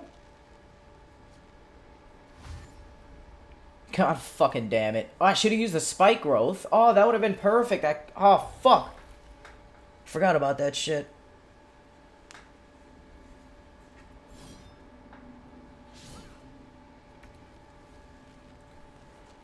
Alright.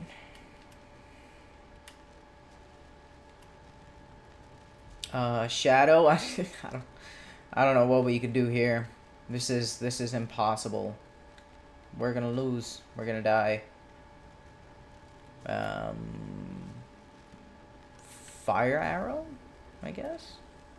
These two guys. All right. Oh, we got him. Nice. We got one more. I'm gonna direct Lae'zel to attack. Where is she? Right here. Lae'zel, please battle for me.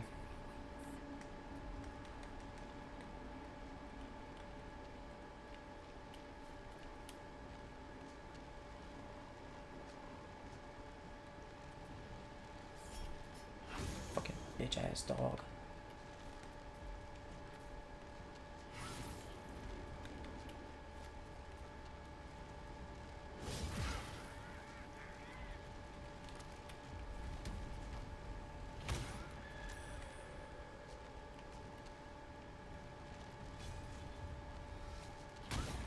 Good shit. Alright, Adam. Can we hit him with one more lightning bolt?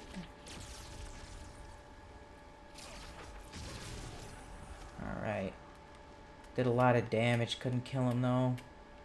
Fuck. Do I have a potion of speed? Let me drink one. Flying. Alright, we're gonna need to look at potions, guys. Potion of speed. I need one. None of you have one. Fucking hog them, all of you. Flying. Fucking assholes. Whatever.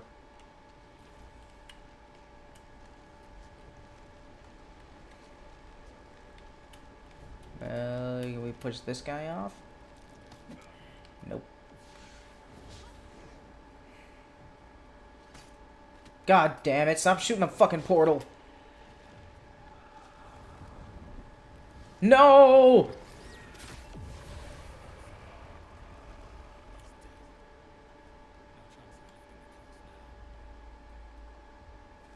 Man.